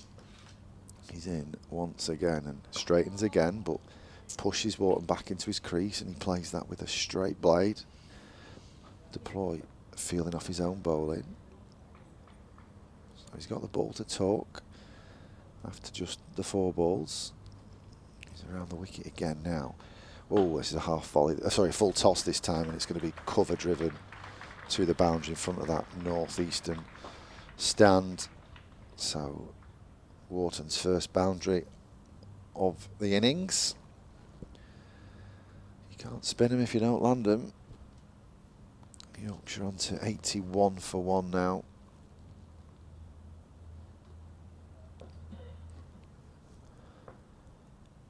Wharton once again on strike, and this one from deploy a little bit short, gets a bit of turn, but gives a bit of width for Wharton, who punches that for 1 to the boundary rider. That's the end of Lewis deploys first over. Yorkshire 82 for 1. Yeah, so now it's T. Only overs remain of the day, 51. T is at 3:40 on the final day, so no bother there. It's time instead of overs. But the one day you want the rain to come in, of course, it doesn't appear. All the days you're blowing it away. Leave us alone, rain. Come on, we've got a great game. And of course, the one day you want it to hose down, it doesn't do it.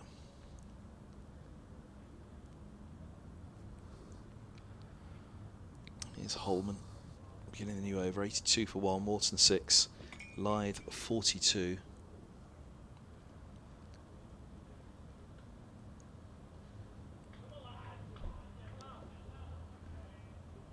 It's a deep mid off, a deep cover, deep mid wicket.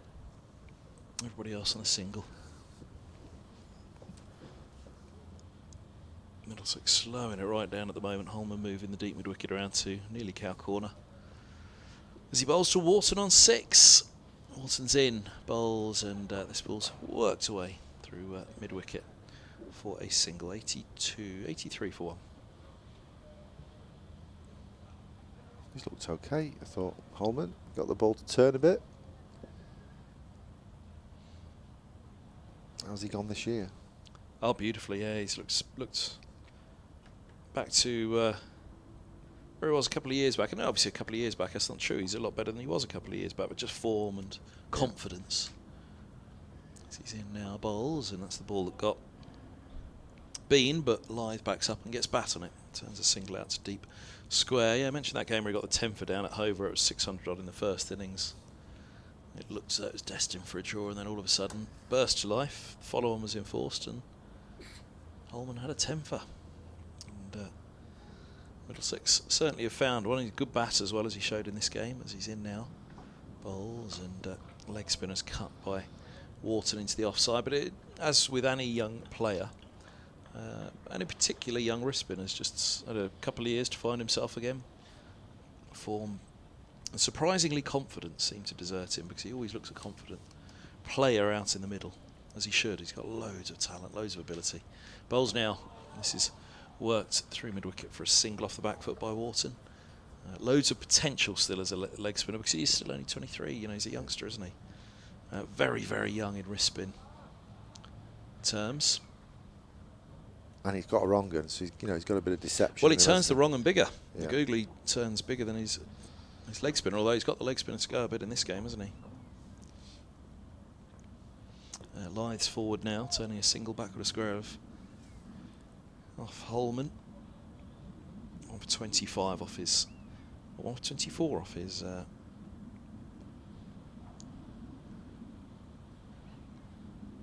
sixth over. One more to come of it.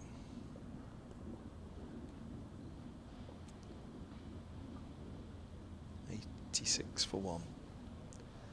As Holman bowls, that slammed up into the air. Now, how far has he got hold of that? He's really thumped it, and he's thumped it for 6. Backing up Wharton over mid-wicket, well over cow corner. Pulled that one, heaved it away from maximum. What have we just seen on the website? Yeah. Ahmed, 16 years old, has got 10 for. Ooh. Wow.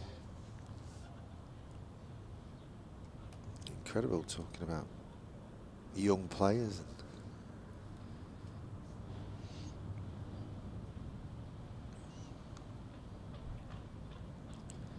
England need 5 more wickets at Lord's.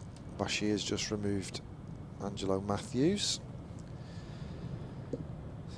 Still, Sri Lanka still need 300 more. England need 5 wickets. Sri Lanka 183 for 5. Chandimal not out 55. De Silva 5 not out.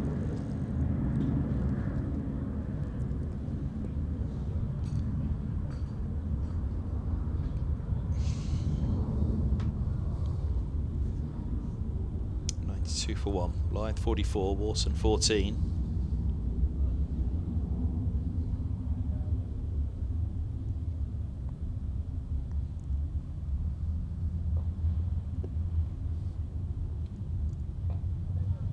Deploy bowls. This one's tickled back with a square on the leg side. Single taken. 93 for 1. Lyth's one's 45. What have you found now? Correction first and foremost. Oh. Ahmed plays for Nottinghamshire, doesn't he? I said Somerset before. Oh, the headline threw you, didn't it? It said afterwards, yes, Somerset right, close on victory, yeah.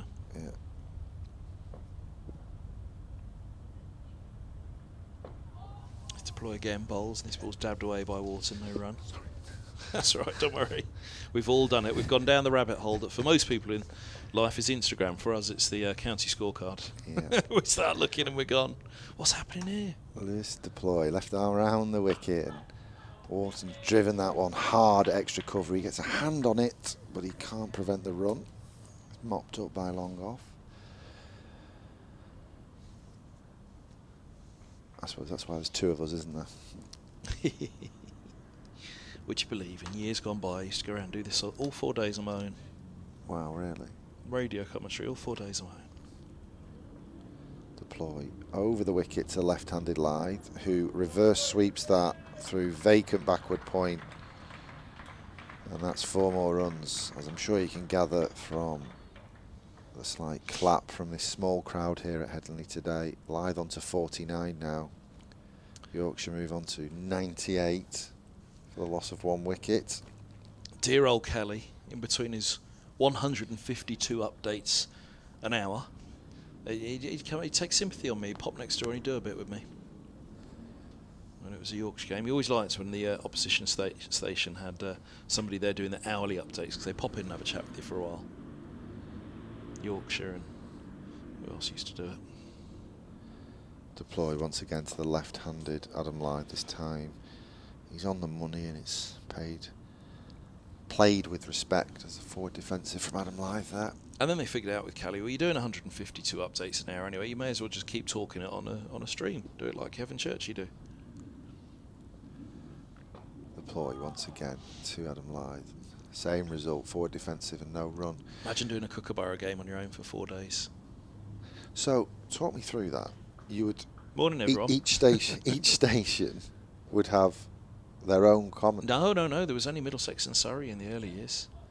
What, doing radio Yeah, commentary? BBC London were the only ones to do it of the championship. So off So we'd go. you'd go home around and the away and country. do it on your own? Yeah. Wow. There were some long away games there, I can tell you. There's some long home games as well, but at least you didn't have the journey home at the end. Somerset, triple century for Langer. It was pretty much a Kookaburra game, to be honest.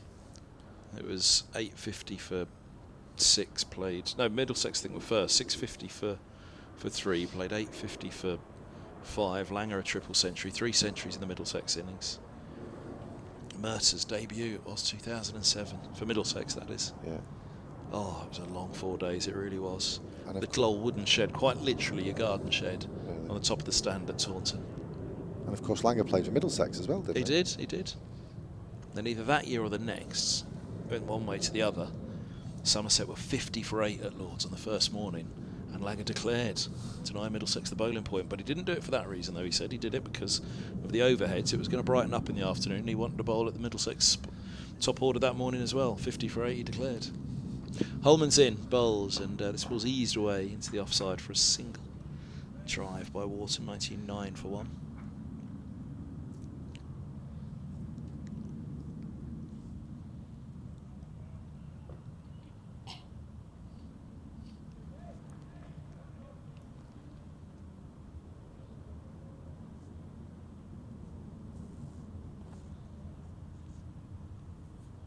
So still, isn't it? Yes. The power of the pause. Very nearly once dropped off on error mine. Very nearly. Here's Holman. Bowls, and this ball's tickled away. Middle inside edge. And down to fine leg it goes. Across the front of the pad, Cornwall with a roll and a tumble, trying to flick that one back in. Why is Luke Holman's dad in the middle of it all on our stream? Pete? Where's your earpiece, Pete? He says he always has his earpiece listening. He lied. 100 up for Yorkshire, 102 for 1. 4 runs off his boy. He wouldn't have liked that, would he? You can't hit my boy for 4 runs. Oh, it's lovely, Pete. As grumpy as Luke is, DT always calls him grumpy. He likes Luke because he says he looks grumpy. Pete's never grumpy. Certainly not this week. Wimbledon fans, the pair of them, they knocked out Ipswich, didn't they, in the Cup? As forward goes Wharton, pushing this back. League 2 Wimbledon, Premier League Ipswich. Yeah. Huge. Can he cheer himself even more this week with a few more wickets? Holman is in now. Bowls, and this ball's pushed back up the track, no run. The lead is 181, we should mention, with 48 overs remaining of the day. How many of them will we see, though? Let's go back to our tin hat theories.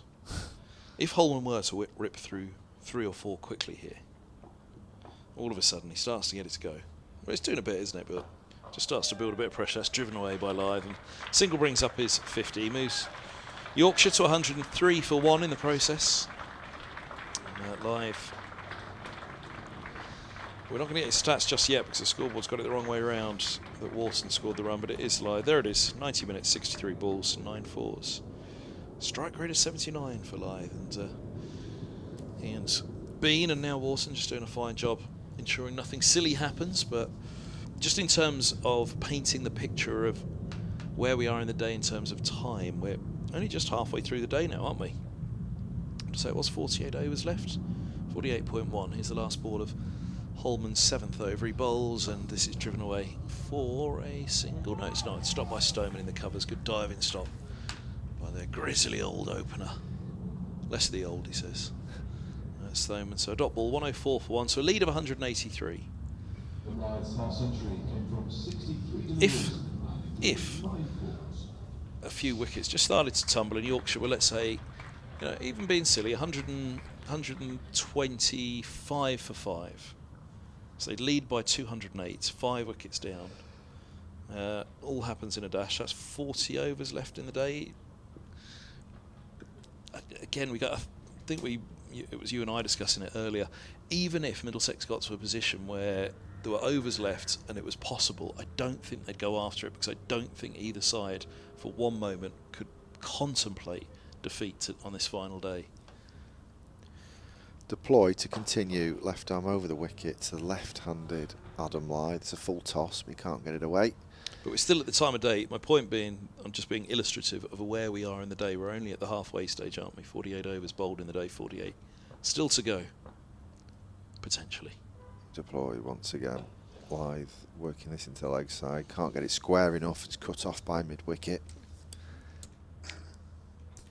Oh, somebody else asleep in... And he's listening to us, that's why. David Kendricks, he's nodded off. Yeah, his head will jolt in a moment. Dickie Bird's yawning as behind. well. He'll be about a ball behind. This ball's pushed back down the ground. Sorry, that was your delivery, wasn't it? Single more for Lyth. They've got to cut back and see. All of a sudden, they'll hear his name. His head will bolt upright. And, oh no, I think he is. He's sleeping, isn't he? That was the twitch of a sleeper from Kendricks. If I say it loud enough, to think, Kendo, wake up! But he will. He'll be 2 balls behind because he'll have it on the BBC stream.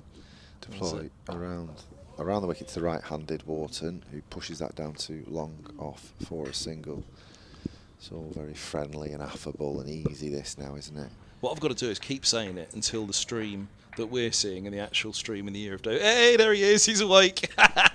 He's pretending he's not listening. He's not seeing it. There's a slight grin on his face, though, isn't there?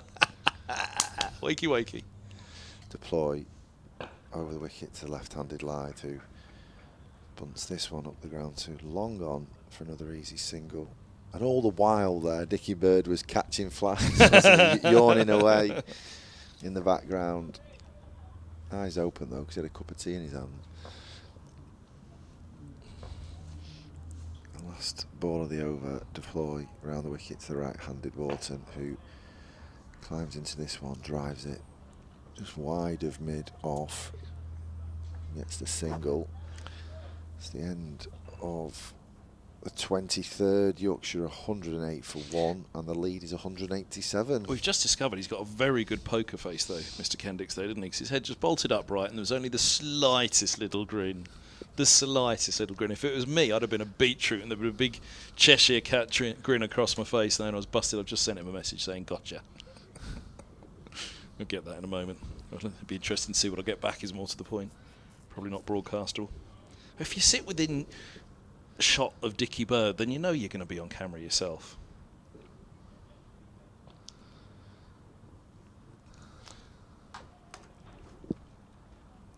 Good man, David Kendricks. Formerly Middlesex scorer in many years gone by. England scorer now as well at the Lord's matches. Here's Holman in bowls. This is clipped away beautifully by Wharton. 4 wide of mid-on. Deep mid-wicket going around. 109 for 1. The lead's 188.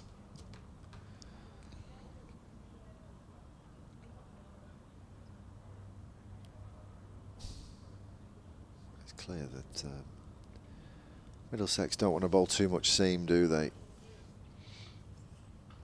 A lot of attritional cricket. No, to happen yet in September. Yeah, they got a week off now, haven't they? So on the bowls, a little short. And this is dragged out to deep mid wicket for a single. Finals day next weekend, isn't it? Yeah. One Day Cup. Is One Day Cup during this week as well? The semi-finals? Or has that been and gone? I've lost touch with that competition, annoyingly. I should have kept up with it. Have a look. Half a chance at one point there was for Middlesex at the end after they lost their first couple of games. Holman, slip in place, got a long on back, deep backward square, deep cover. And padding up outside the off stump is Lyth. Through to the keeper it goes. There's a Blast quarter-final every night, Tuesday, Wednesday, Thursday, Friday.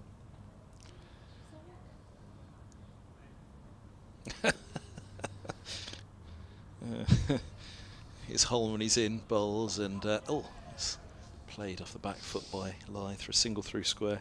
David Kendrick's reply, I'm on holiday, I'm allowed to snooze. You'd be dreaming of me though with an earpiece in though, David. One day. It could be worse, you could have been dreaming of David Townsend.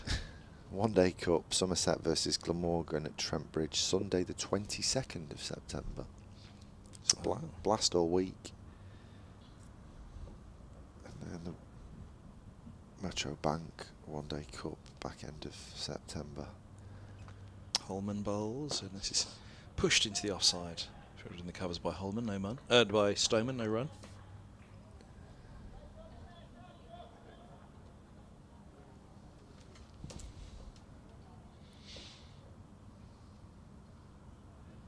Here's Holman again. Down the track comes Wharton, and that's thumped back over the bowler's head, over long on. And mid-on in place. And, sails away. 120 for one. Wharton 29. Lyth 53. And drinks are being taken. Now you got your score. Do you fancy doing the scorecard from elsewhere? Yeah, let's have a look. Update from the test match at Lords. Sri Lanka move on to 194 for 6. So another one's fallen there since we last had a look. Chandimal has fallen for 58. So they're into the tail, albeit it has wagged a little bit, hasn't it, the Sri Lankan tail, in both test matches so far. Pakistan removed Bangladesh for 262, giving them a small lead of 12, but they're 9 for 2 in reply. That's the close of play there.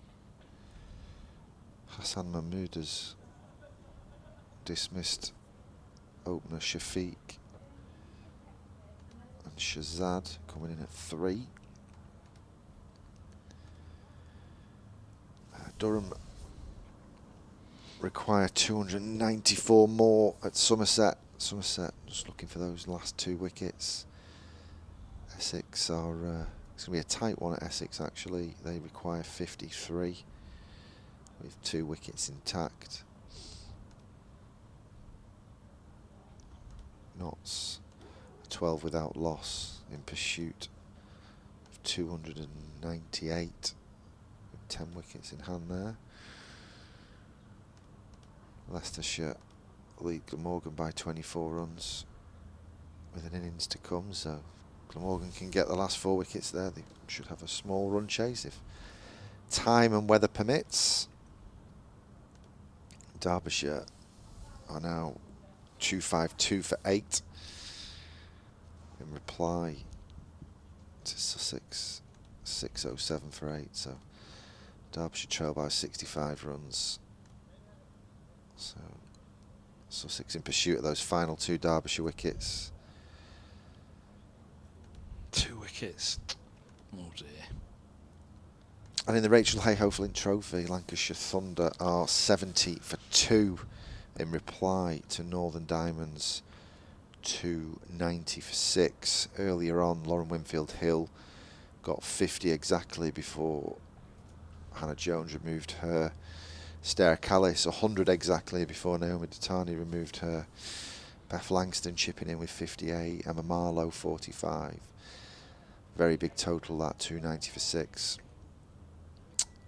Lancashire Thunder at present 70 for 2 off 12 overs. So run rate's good, but I'm sure they will want to keep a few wickets intact in that run chase, as Deploy is in to commence play after that drinks break. A little bit short and wide outside. Lyth's off stump and he's able to dab that down for a single.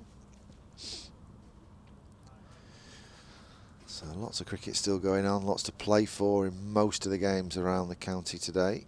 Counties today, should I say. Deploy around the wicket to the right-handed Wharton. Lovely off drive down the ground. It'll be cut off by a wide long off. So just a single. Field pretty much spread now. Slip still in place. Mid-wicket, extra cover. Trying to cut the singles off on the square, but everyone else is pretty much set back. As deploys in and wide outside off stump. Hey, that's not bad. Not offering a shot Lyth on that one. Kicks that one away. That was risky. He's kicked that away with the outside of the pad, if that's the right way to say it. It is the right way to say it. Let's have a look at this one. Boom. Oh, no. It's very difficult to give anyway. That's very wide. Very, very wide. That's not going to hit. Deploy once again to Adam Lyth. He's straighter this time. It turns down the leg side. Well taken by the wicketkeeper. He was lucky it did turn. Otherwise, that had a clipped leg, wouldn't it? Mind you, if it didn't turn, then he'd say he would have clipped it himself. Deploy's enjoying himself. It has just given a little bit of a jolt to proceedings, hasn't it? Deploy once again to the left-handed Lyth. Full toss. I think he looked to play that to the leg side, but it's somehow gone through the offside. Cover point boundary feeder will cut it off. Just a single to Adam Lyth.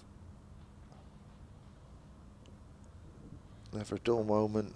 I'll lose Deploy's bowling. And the flag on screen showing that it's quite still at the moment. So Deploy around the wicket to the right-handed James Wharton. He's very full to the right-handed Wharton once again. He meets that on the full. Keeps long off, busy. Umpire hands Deploy's cap. That's another over complete. Yorkshire 124 for 1. Lead up to 203 now. 45 overs remaining in the day. 25 gone in this innings. Run rate a smidgen under 5 at 4.96. Wharton on to 31. Lyth 55. Very proactive Wharton, just 24 balls faced for his 31, 2 4s, 2 6s. Lyth no slouch either, just 73 balls for his 55, and he's had to negate the new ball. I think it just shows how friendly the conditions are here. I know we've seen the odd one seam around and swing around in the end of the Middlesex innings, but it's still very friendly for batters, isn't it? Yeah. No real demons in the pitch. Yeah. Change your bowling though from the Howard stand end. From the Howard stand end, Tom Helm. Tom Helm is back. How long have we got till tea? 34 minutes. Oh, my rain alarm's just gone off. Here's a full ball from Helm, eased into the offside by Wharton. There's no run. Intensity 8 out of 10, but area 0.5 out of 10. Where is it? It's pretty intense wherever it is. It's usually pretty good, this. It gives you the pretty accurate, the rain coming in. Yeah, it's just skimming us. Which app is it? Rain today? Rain alarm. Rain alarm. Yeah. There it goes. Yeah, it's missed us, the rain. We're all right. Don't worry, that's going to be fine. Here's Helm in bowls, and forward goes Wharton, driving into the onside. No run. Manchester's getting it. This was ever thus. Durham's getting it, although Marty Emerson would deny that.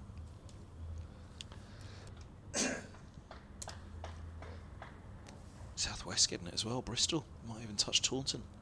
Don't know if there's any games there today, but just going around the country in terms of cricket. London and the southeast are dry today, though. Where do we need it to rain? Sussex. Helm's in, bowls, and this ball's pushed away into the offside. It is at Sussex, not at Derby, isn't it? Or is it Derby? No, it's at Sussex. It's at Sussex, yeah. There's no rain down there, I'm afraid, folks. The county ground at Hove. You mentioned Taunton. That game has concluded since I looked at the scores last. So Durham were all out for 126 in the last innings. So Somerset have won. Helm passes the umpire, he bowls, and this is short, wide, cut away, cut hard into the covers. 125 for one. Wharton's on to 32.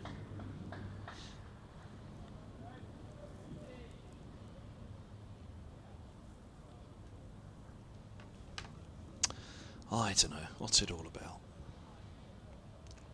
Lights have County kicked in cricket. again, haven't they, here? Yeah, we're fine on the rain front, so we're going to be here for another hour and 40 minutes through until they shake hands. Yorkshire do lead by 204, 44 overs remaining. Little dart now and get themselves promoted today. Helm. Around the wicket comes, bowls, and this is driven away by Lyth into the offside. There's no run.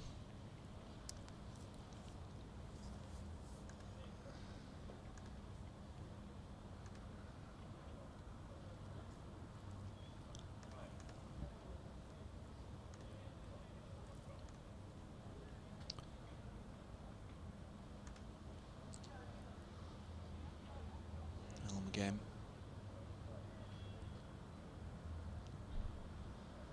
Past the umpire, he bowls and up on his toes. Lyth turns this fine to the mid-wicket fielder for a single. 126 for one.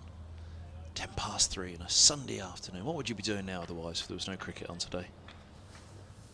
Dare I ask?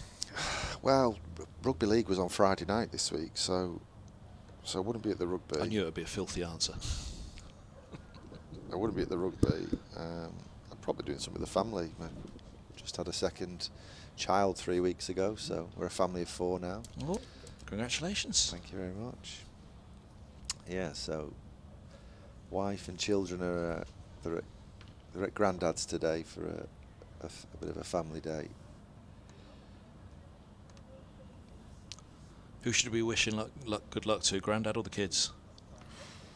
Probably Grandad. Bless him. That's your father-in-law then, you're being polite. My father-in-law. Yeah, exactly. Yeah. If it were your kids, you'd be saying, yeah, good luck, kids. He'll be getting battered and ran ragged by Alice for sure. And What about the kids? Which one's Alice? Alice is a 4.5-year-old going on 24 and a half. Lewis Deploy is going to continue with his left arm orthodox over the wicket to left-handed Lyth, and Lyth bunts that up the ground. It's cut off by mid-wicket, gets round very well there and cuts that off.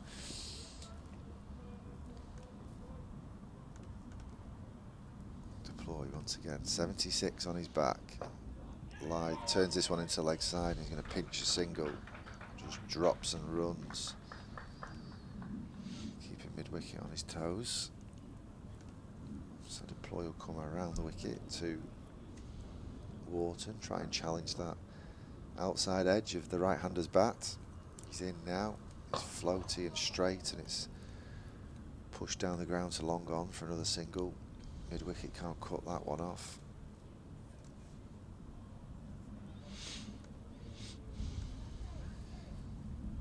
He's over the wicket, he's round the wicket, he's over the wicket. Batter's not letting Deploy settle here as he's over the wicket to the left-handed Lyth. He's full and wide outside off stump, and Lyth opens the blade there and drives it through to the cover boundary fielder for a single. Nothing worse is there than a right-hand, left-hand partnership when you're bowling. So frustrating as a captain and as a bowler.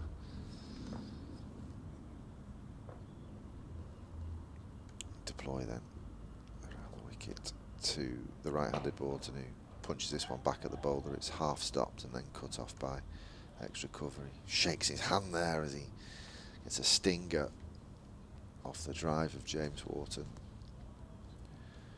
One more to come. A little delay way. Shakes off the sting. Rubs his hand in the dust. What's he got? This delivery, Deploy in. It's back of the length, and he's punched down the ground for another single to long on. 5 from it. Yorkshire 130 for one now. Lead on to 209. Very slow pace to this game now. So you're not a fan of rugby league? More a 15-a-side man? No, I'm neither, to be honest. I was teasing. It was too easy, wasn't it? Fair enough. Too easy. Yeah, I mean, when I was a kid, I used to watch everything. There wasn't a sport I wouldn't watch. If there was sport on TV, I'd watch it. How I ended up doing this, I don't know. People always ask, what did you want to be when you grew up? I think I kind of did want to be a sports broadcaster because I knew I wasn't good enough at anything. Football I was useless at, and by the time I discovered I was only good at cricket, it was too late. I was 15, 16 by then. State school, Irish parents. Snap? Yeah, how'd you get into it then? Free-to-air television as well? Yeah, pretty much, yeah. Mind you, you're younger than me, so it wasn't on free-to-air television then. Here's Helm, he's in, bowls, and this ball's turned to mid-wicket zone. How old are you? 36. Yeah, I see. Yeah. 9 years younger than me. I didn't think you were that much younger. It's the grey hair and the beard. Yeah, I vaguely remember cricket on TV on the BBC, and then obviously Channel 4 got the rights, and I actually think that did a world of wonders for... BBC One, it was Test Match Special on BBC One. Tony Lewis and the gang made me fall in love with cricket. Helm in, bowls, and this ball's driven up to mid-on. No run. I talked about, I think it was Martin Ali Martin of the Guardian, who said the Lord's Test match each year should be like Wimbledon. It should be on free-to-air television. So like one Grand Slam a year, Wimbledon, have Lord's, or pick a test, whichever one. But Lord's, maybe put that one on every year. Should be on free-to-air. So there's one per summer on free-to-air television, which would be a great idea. Helm is past the umpire, he bowls, and this ball's pushed back up the track in his round. Because that was all part of it that made me fall in love with it. The Kirkstall Lane end, the Radcliffe Road end. Then the grounds, and telling us all about it, and the history and the names, the views outside the ground in the distance, all the things that went along with watching it on BBC as a kid. It was wonderful. Here we are now, kookaburras and hybrids.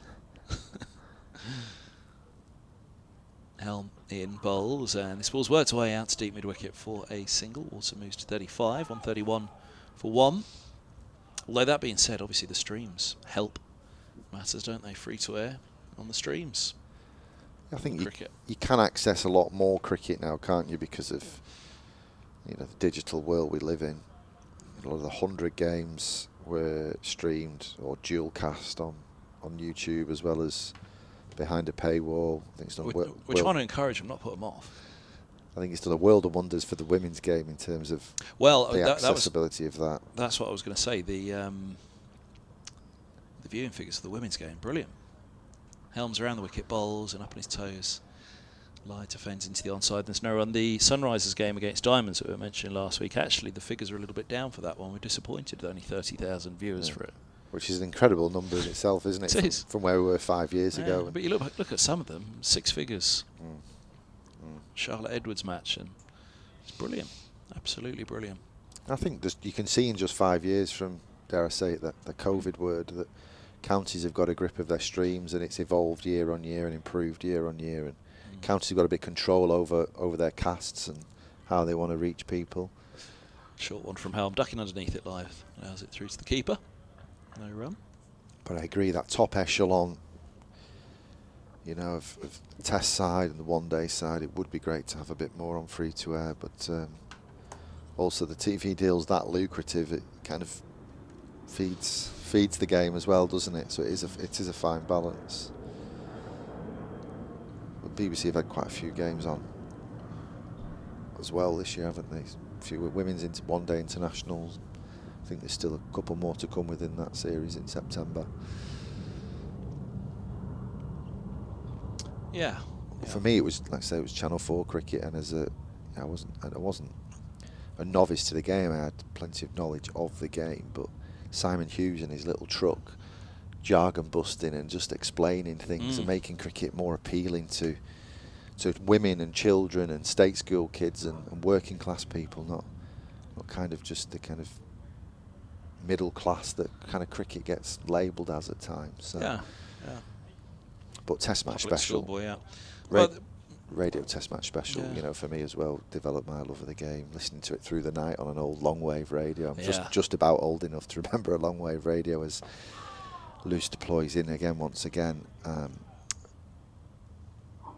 from the pavilion end to James Wharton, who just keeps that one out for no run.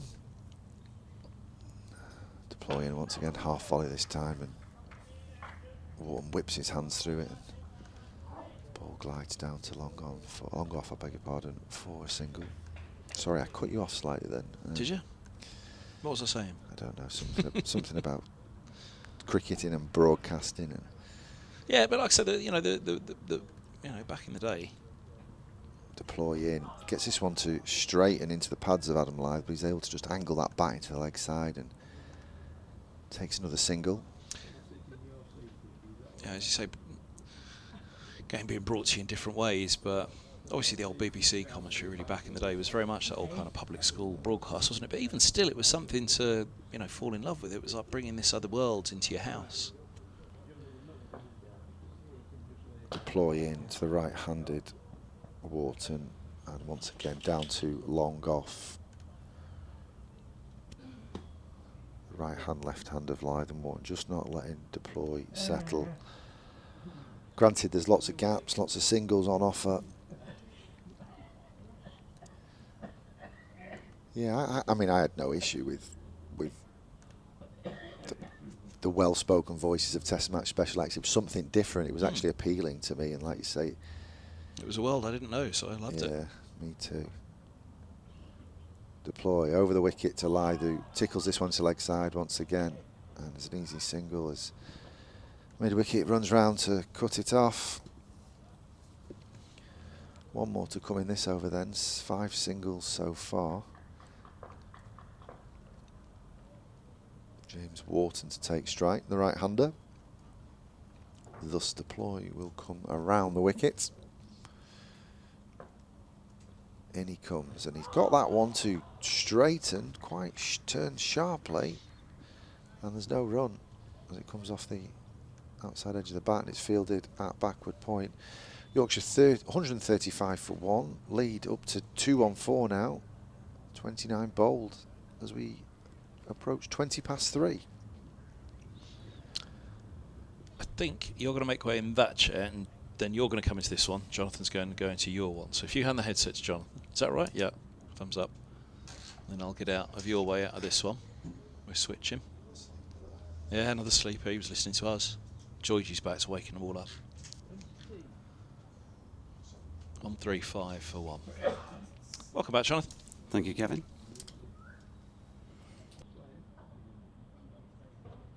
Tom Helm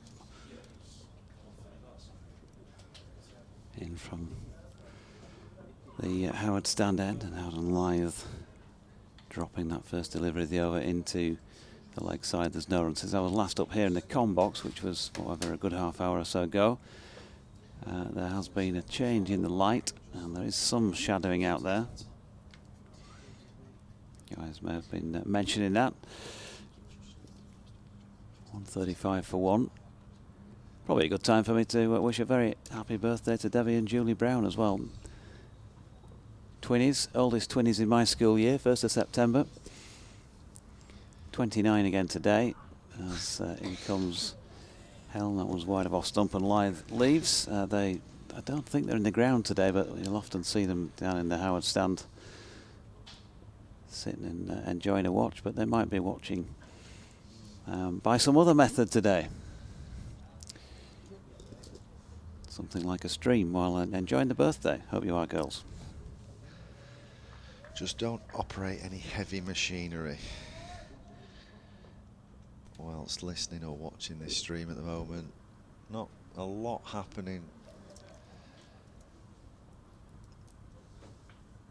Now, this is sort of the type of contest that the circular saw would be taking the entire arm off with, wouldn't it? As Helm is around the wicket to Adam Lyth, and there is no run as he bunts it to backward point.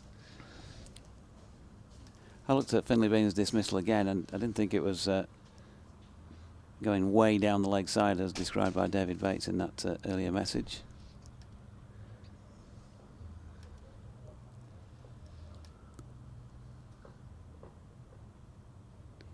Here is Helm once again, halfway through his 7th. He's around the wicket and he banks that one into Adam Lyth. Ducks under it, doesn't get through to the keeper at any pace, and there's a little bit of a fumble. Tells you all you need to know about the pitch. Meanwhile, at Kibworth, you already know that Yorkshire County Cricket Club Academy under-18s made 247 for 8 against Middlesex, who are 38 for 2 in reply. Both wickets going to Sylvester.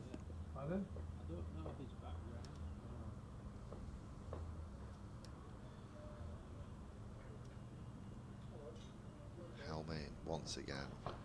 Tucks Adam Lyth up here, but he's able to tickle it into the leg side. It's a very vacant leg side, everyone out on the boundary, so easy single to Lyth, ticks him onto 61. Over at Southport, Thunder 110 for 2 after 18.4, so the Diamonds would want to keep chipping away at the wickets column, you think. Clark made 14 and Lamb 19. Jones not out 35 and Smale 28 not out at the moment. Still needing 176 to win off 31. Helm over the wicket now to the right-handed Wharton, who rides this short one and almost a paddled pull, paddled guide down to the fine leg for a single. That concludes another over. 30 gone. Yorkshire are now 137 for 1.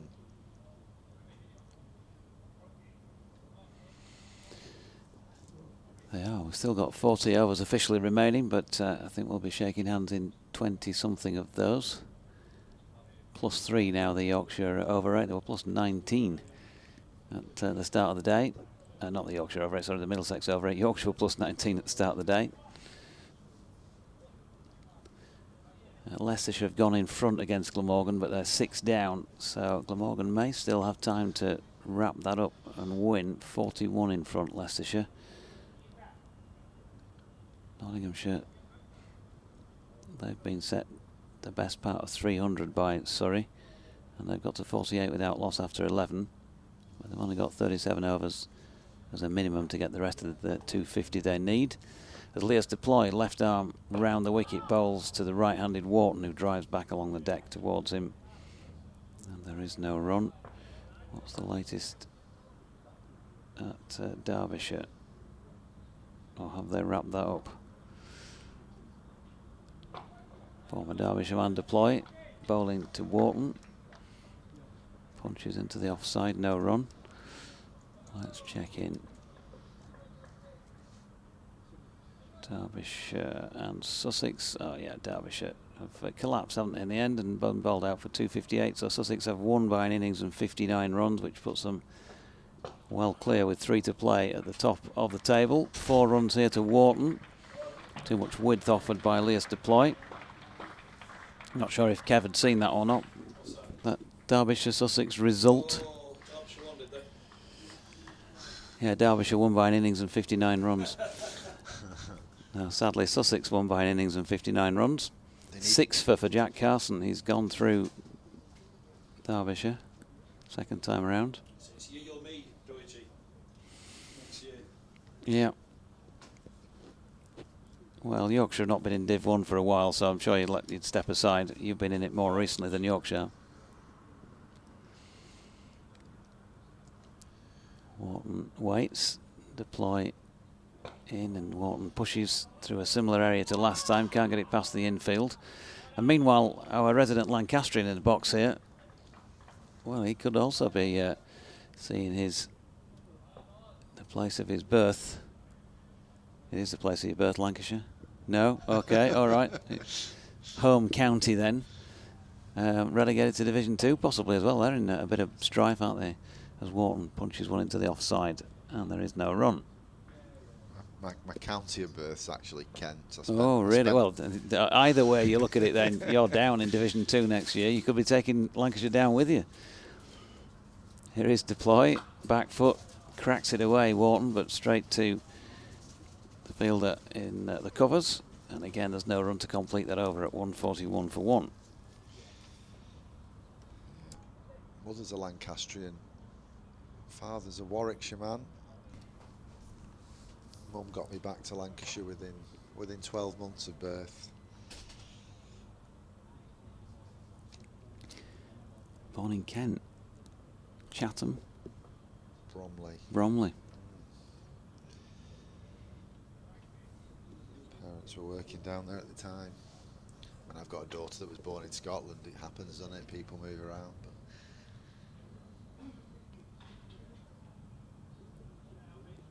so, Tom Helm to continue. He's around the wicket from the Howard stand end to the left-handed Adam Lyth. Tries to cut that one away. And there is no run. He doesn't quite time that. Bit of a bottom edge on it. Bit of air traffic over LS6. Wouldn't mind a bit of winter sun, autumn sun. Any sun at this stage would be nice. Yeah. Yeah. The summer would be nice, wouldn't it?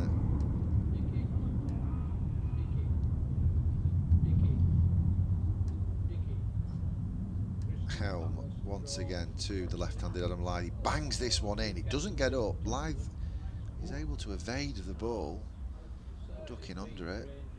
I don't think it carried to the keeper. It didn't get up much at all. No. Attendance today, official attendance by the way. I'm not sure if I get these figures the right way round. 200 and something. It's either 237 or 273. I wouldn't want to, exaggerate things too much.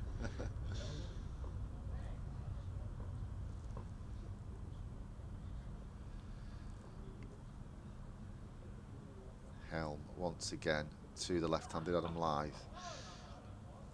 Lyth stands tall, plays a back foot defensive there, fielded by backward point. There'll be more people at numerous league cricket matches round the grounds, round the counties yesterday, and maybe some today as well. That's the sort of sad state of affairs with what we've been faced with here in terms of a contest on this final day. Fewer than 300 people in. Helm once again. Oh, Adam Lyth's left that one. He almost got blindsided by that. It's hit him on the pad and run down. I'll tell you what, he kicked it away. Yeah. It's been given as a dead ball, no shot, so he's not going to get the 4 leg byes. And you can totally understand Tom Helm going up full beam there with his appeal.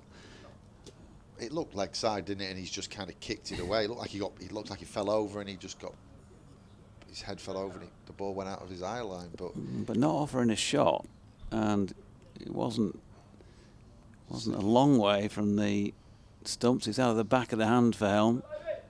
Yeah, it is missing leg, isn't it? I think it hits him probably just outside leg stump as well, and diverts it on its way. It's further away than it first looked.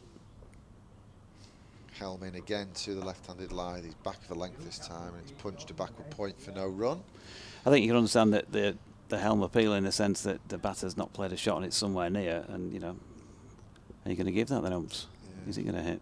I think it probably did hit him in line, but the line of the ball was always going down the leg side. I think you can be suckered into giving it when it hits in line, but not actually tracking the line of the ball, which is very difficult for a human. That's technology shows how difficult it can be now. Helm once again to complete the over, balls to the left-handed Adam Lyth. Lyth stands tall and plays back foot defensive, and there's no run. Yorkshire on to 414 for 1. 8 minutes till the tea interval. Yeah, I'd imagine there's plenty more at Southport. Last day of the summer holidays, families going to try and get some cricket viewing in, watching the. It's not quite a Roses match, is it? Because it's still Thunder versus Diamonds rather than Lancashire versus Yorkshire. Yeah, somebody gave this out as a Roses match a few weeks ago, and for some reason, and I can remember definitely taking exception to that because it's an inclusive 2-county setup, isn't it? Well, I mean, Thunder call themselves Lancashire Thunder, and they will be Lancashire Thunder next year when it becomes a county game. And obviously Durham will become Durham, and Yorkshire will become Yorkshire. But right now it's a regional match. It's a Trans-Pennine. It's a Battle of the North, I guess. So You've sold another 3 tickets on the back of that comment now. People are just rushing down there. It's a Trans-Pennine clash. Let's go see the last 28.2 overs of the Thunder innings. They're 118 for 2. Deploy. Bowling here to Wharton, who strokes one away along the carpet to the sweeper out at cover, and we'll pick up 1.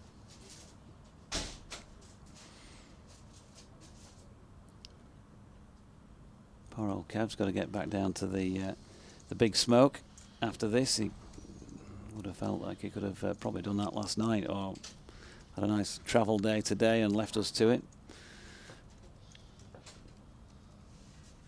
Probably one of the downsides of the job, that you've got to stick around for days like this when you know nothing really is going to happen, as Lyth strokes one along the carpet back to Deploy, who had switched to bowling over the wicket to the left-hander.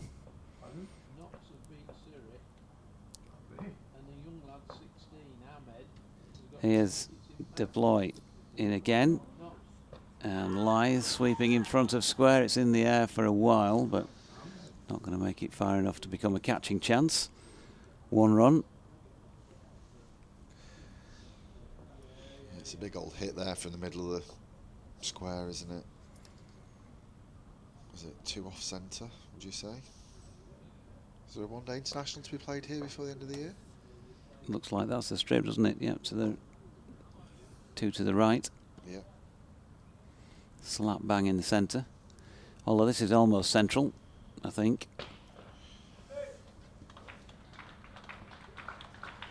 Six. Yep, Deploy. Short ball. Wharton stepping back and hauling that one away over cow corner for a half dozen. Yeah, I messaged Richard Robinson down at ground level yesterday, head groundsman of course, asked him what the boundary dimensions were, because it feels like this is about as big as Headingley really tends to get. They've obviously got to allow a bit of room with the nets over on the western terrace side of the ground, and a bit of sliding room if anybody goes for anything acrobatic in the field. So 65 metres either side approximately, and 62 and 63 straight. So pretty central, this one. It feels like the other one, because of the way the sight screens are set, is the slap bang centre, doesn't it? Yeah. There's another dot ball, and Deploy in for the final ball of the over. Ooh, James Wharton has to be watchful there. He's got quite a long way to get down from that height, but he managed to jab down on it and save his wicket. Yeah, so for a one day or a test match or whatever, the nets, they wouldn't be at the side, would they? They'd be out of the way somewhere because of the viewing paying public. They're not an obstruction over that side. So there might be boundaries, maybe a little bit more scope for another 5 yards or something like that, 6 yards.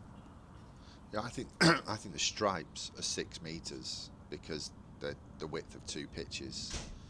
So 1, 2, 3, 4, 5, 6, 7, 8, 9, 10, 60 metres. I think, anyway. I'm not going to argue with that, seriously. We'll go with that if you like. Perhaps 55, yeah. 54 metres on the other side. What did Robbo say, 65? Yep. See, we're all limericked out by the looks of it as well. Right, Tom Helm to continue then from the Howard stand end around the wicket to left-handed Adam Lyth, who stands tall and plays a back foot punch for no run. Said that a few times today. It's just got gloomy again, hasn't it? The lights are kicking in. Not quite got shadows, but it feels like we're under floodlights now, not natural light. 3 minutes till the tea interval.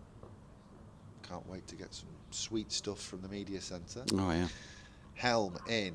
He's fuller and straighter this time, Adam Lyth, who bunts that one back, and it's fielded by Helm off his own bowling. Yorkshire 149 for 1. Partnership of 83. Last wicket fell at 66, so 2 healthy partnerships for the first and the second wicket.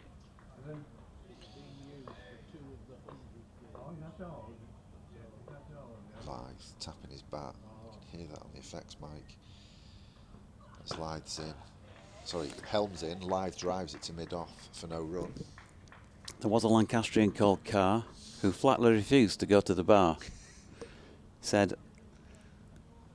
"I'll not take the plunge. Off me you'll not sponge. You Yorkshire lads are all thee and thou." Is that a challenge now? I've got to write one in the... I didn't write it, I just voiced it. You've just got to come up with one. Handy will have the challenge as well between now and the close of this match. Helm in once again to Adam Lyth, who has clothed it to extra cover, and he has to depart just before the interval. Just has a bit of a swing of fresh air with his batting frustration there, Adam Lyth. He's had such beautiful tempo in this innings, and on this occasion his hands have just got out in front of him. Maybe the nature of the slow pitch, the odd one holds in the surface. But Lyth has to depart for 62. 136 minutes at the crease, 9 fours in his innings of 99 balls. Yep, 60 in both innings. No further than that, but that's not a bad result with the bat. But yeah, it was just like catching practice, wasn't it? It was almost like a setup. You know, you just, run up and get yourself loose bowler, and I'll just push one there. And yeah, it was all a bit slow motion and a bit strange. But anyway, it's not going to make much difference apart from it ends Adam Lyth's innings. His average will clearly have been enhanced during this match with a couple of 60s. So he'll not be too disillusioned with that. And we'll be back for a bit more cricket after the break. But Yorkshire 149 for 2 at tea on the final day. James and I and Kev back with you at the other side of tea.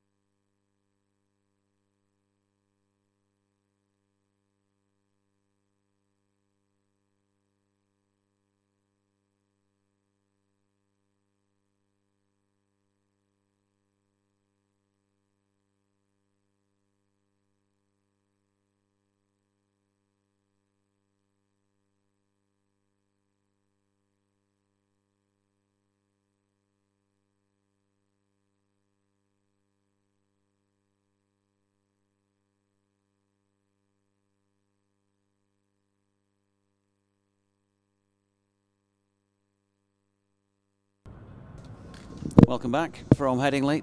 Jonathan Doidge and James Carr with you for the final, well, what remains of the match. Yorkshire 149 for 2. Will Luxton, new man out there in the middle, for the final 2 balls of this Tom Helm over. Helm in, right arm over the wicket to Will Luxton, who just plays a forward prod, and there's no run. That was a noisy one overhead, wasn't it? I think maybe there might be some exaggeration from the clouds or something like that, because it has sounded louder today than it has on the previous 3 days when there's been a relatively cloudless sky. Helm off a short run this time, and Luxton just lets that one go through to the keeper for no run. Yorkshire 149 for 2 from 34 overs, 36 remain in the day. We anticipate a handshake at 5 o'clock, but stranger things have happened at sea. Yeah, there's a fair bit of shadowing out there as well. Not that I'm desperate for bad light, but if this were feeling more meaningful, then you might be a little bit concerned about that. At Lyth's deploy, by the looks of things, he's going to pick up where he left off before the tea break and bowl his left arm spin to the right-handed James Wharton,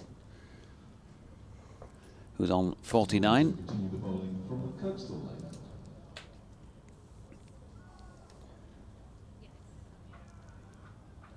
Deploy particularly concerned about his field here, and in trying to get that right, it's just also eking out a few more seconds. Brings a man into extra cover. So 149 for 2. Deploy strides in and then stops. Dusts his hand off in the dirt and then comes in and tries again. And Wharton goes back foot and punches to the man. That Deploy had moved into the offside. That's called bowling to your field. Tumbling, diving stop. No run. Any clapping around the ground, echoing and underlining the lack of atmosphere here as he runs one out wide of slip, which is fielded. So 2 balls into the 35th of this Yorkshire second innings. Ooh, Wharton nearly yorks himself there, and then checks that the bottom of his bat is still intact. Playing pretty much over the top of one, just wide of leg stump.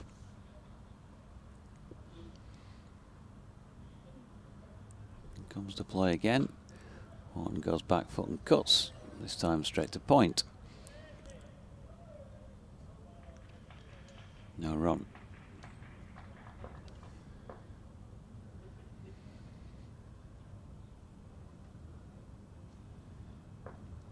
Deploying once more. Wharton drives past him. And down to long off, and that single will bring him to a half century. James Wharton reaching 50 in 55 deliveries, 77 minutes of batting, 3 4s and 3 6s included. It's his 5th first-class half century to go, with that big 188 he made against Derbyshire at Chesterfield earlier in the campaign. Yeah, great knock by Wharton. Lots of tempo, proactive shots all around the ground.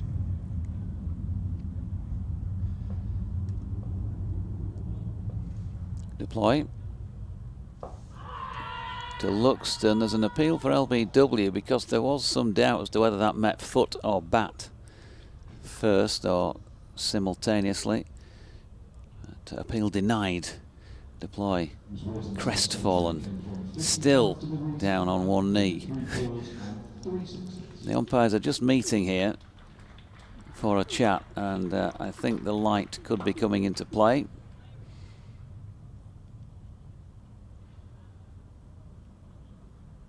And they're going to take him off. Who knows, that may be the last cricket we've seen in this match, and it could be. Could just be James Carr. A merciful release. 150 for 2 Yorkshire in their second innings, and precisely 9 minutes after the resumption following the tea break, they are going off. As I say, no great urgency of anybody to get back out there. James Walton's ticked off the half century. Nice little red inker possibly. Will Luxton, no damage done, not out. Lyth deploy 9 overs for 43. Tom Helm 9 overs, 2 maidens, 1 for 19. 35 overs officially remaining in the day, but of course we're expecting that things would come to an end within the hour. We'll see how that goes, but the umpires are remaining out there in the middle for the moment. And, as you heard from Howard Ferguson there, play suspended due to bad light will also sit things out until if and when they return.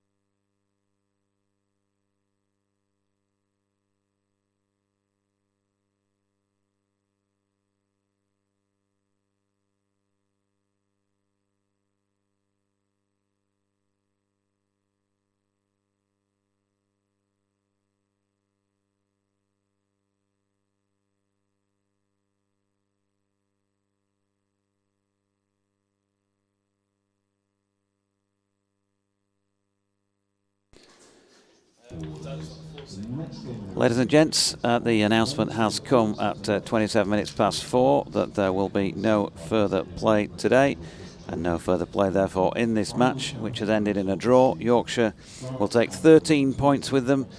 Middlesex will take 11 points and remain one ahead of Yorkshire in the Division 2 County Championship table as a result. For the record, bowling figures: Toby Rowland-Jones, 5 overs, 3 maidens, none for 16. Tom Helm, 9 overs, 2 maidens, 1 for 19. Luke Holman, 8 overs, 1 maiden, 1 for 44. Henry Brooks, 4 overs for 20. Lyth Deploy, 9 overs for 43. There were 4 byes, 4 leg byes for a total of 8 extras, and Yorkshire finished 150 for 2 with Adam Lyth making 62. Finlay Bean, 30. James Wharton not out, 50. And Will Luxton not out on 0. Well, it's not for us to apologise really, but it is with regret that we couldn't bring you a more entertaining tie over the last 4 days. Thanks to my BBC Radio London colleague Kevin Hand. Thanks today to James Carr. Thanks also to David Townsend for his input over the last 4 days. And we will all move on. Middlesex, remind me where you are again next week. Week off and then Lords against Gloucestershire. Lords against Gloucestershire for Kev and new Middlesex supporters a week on Monday.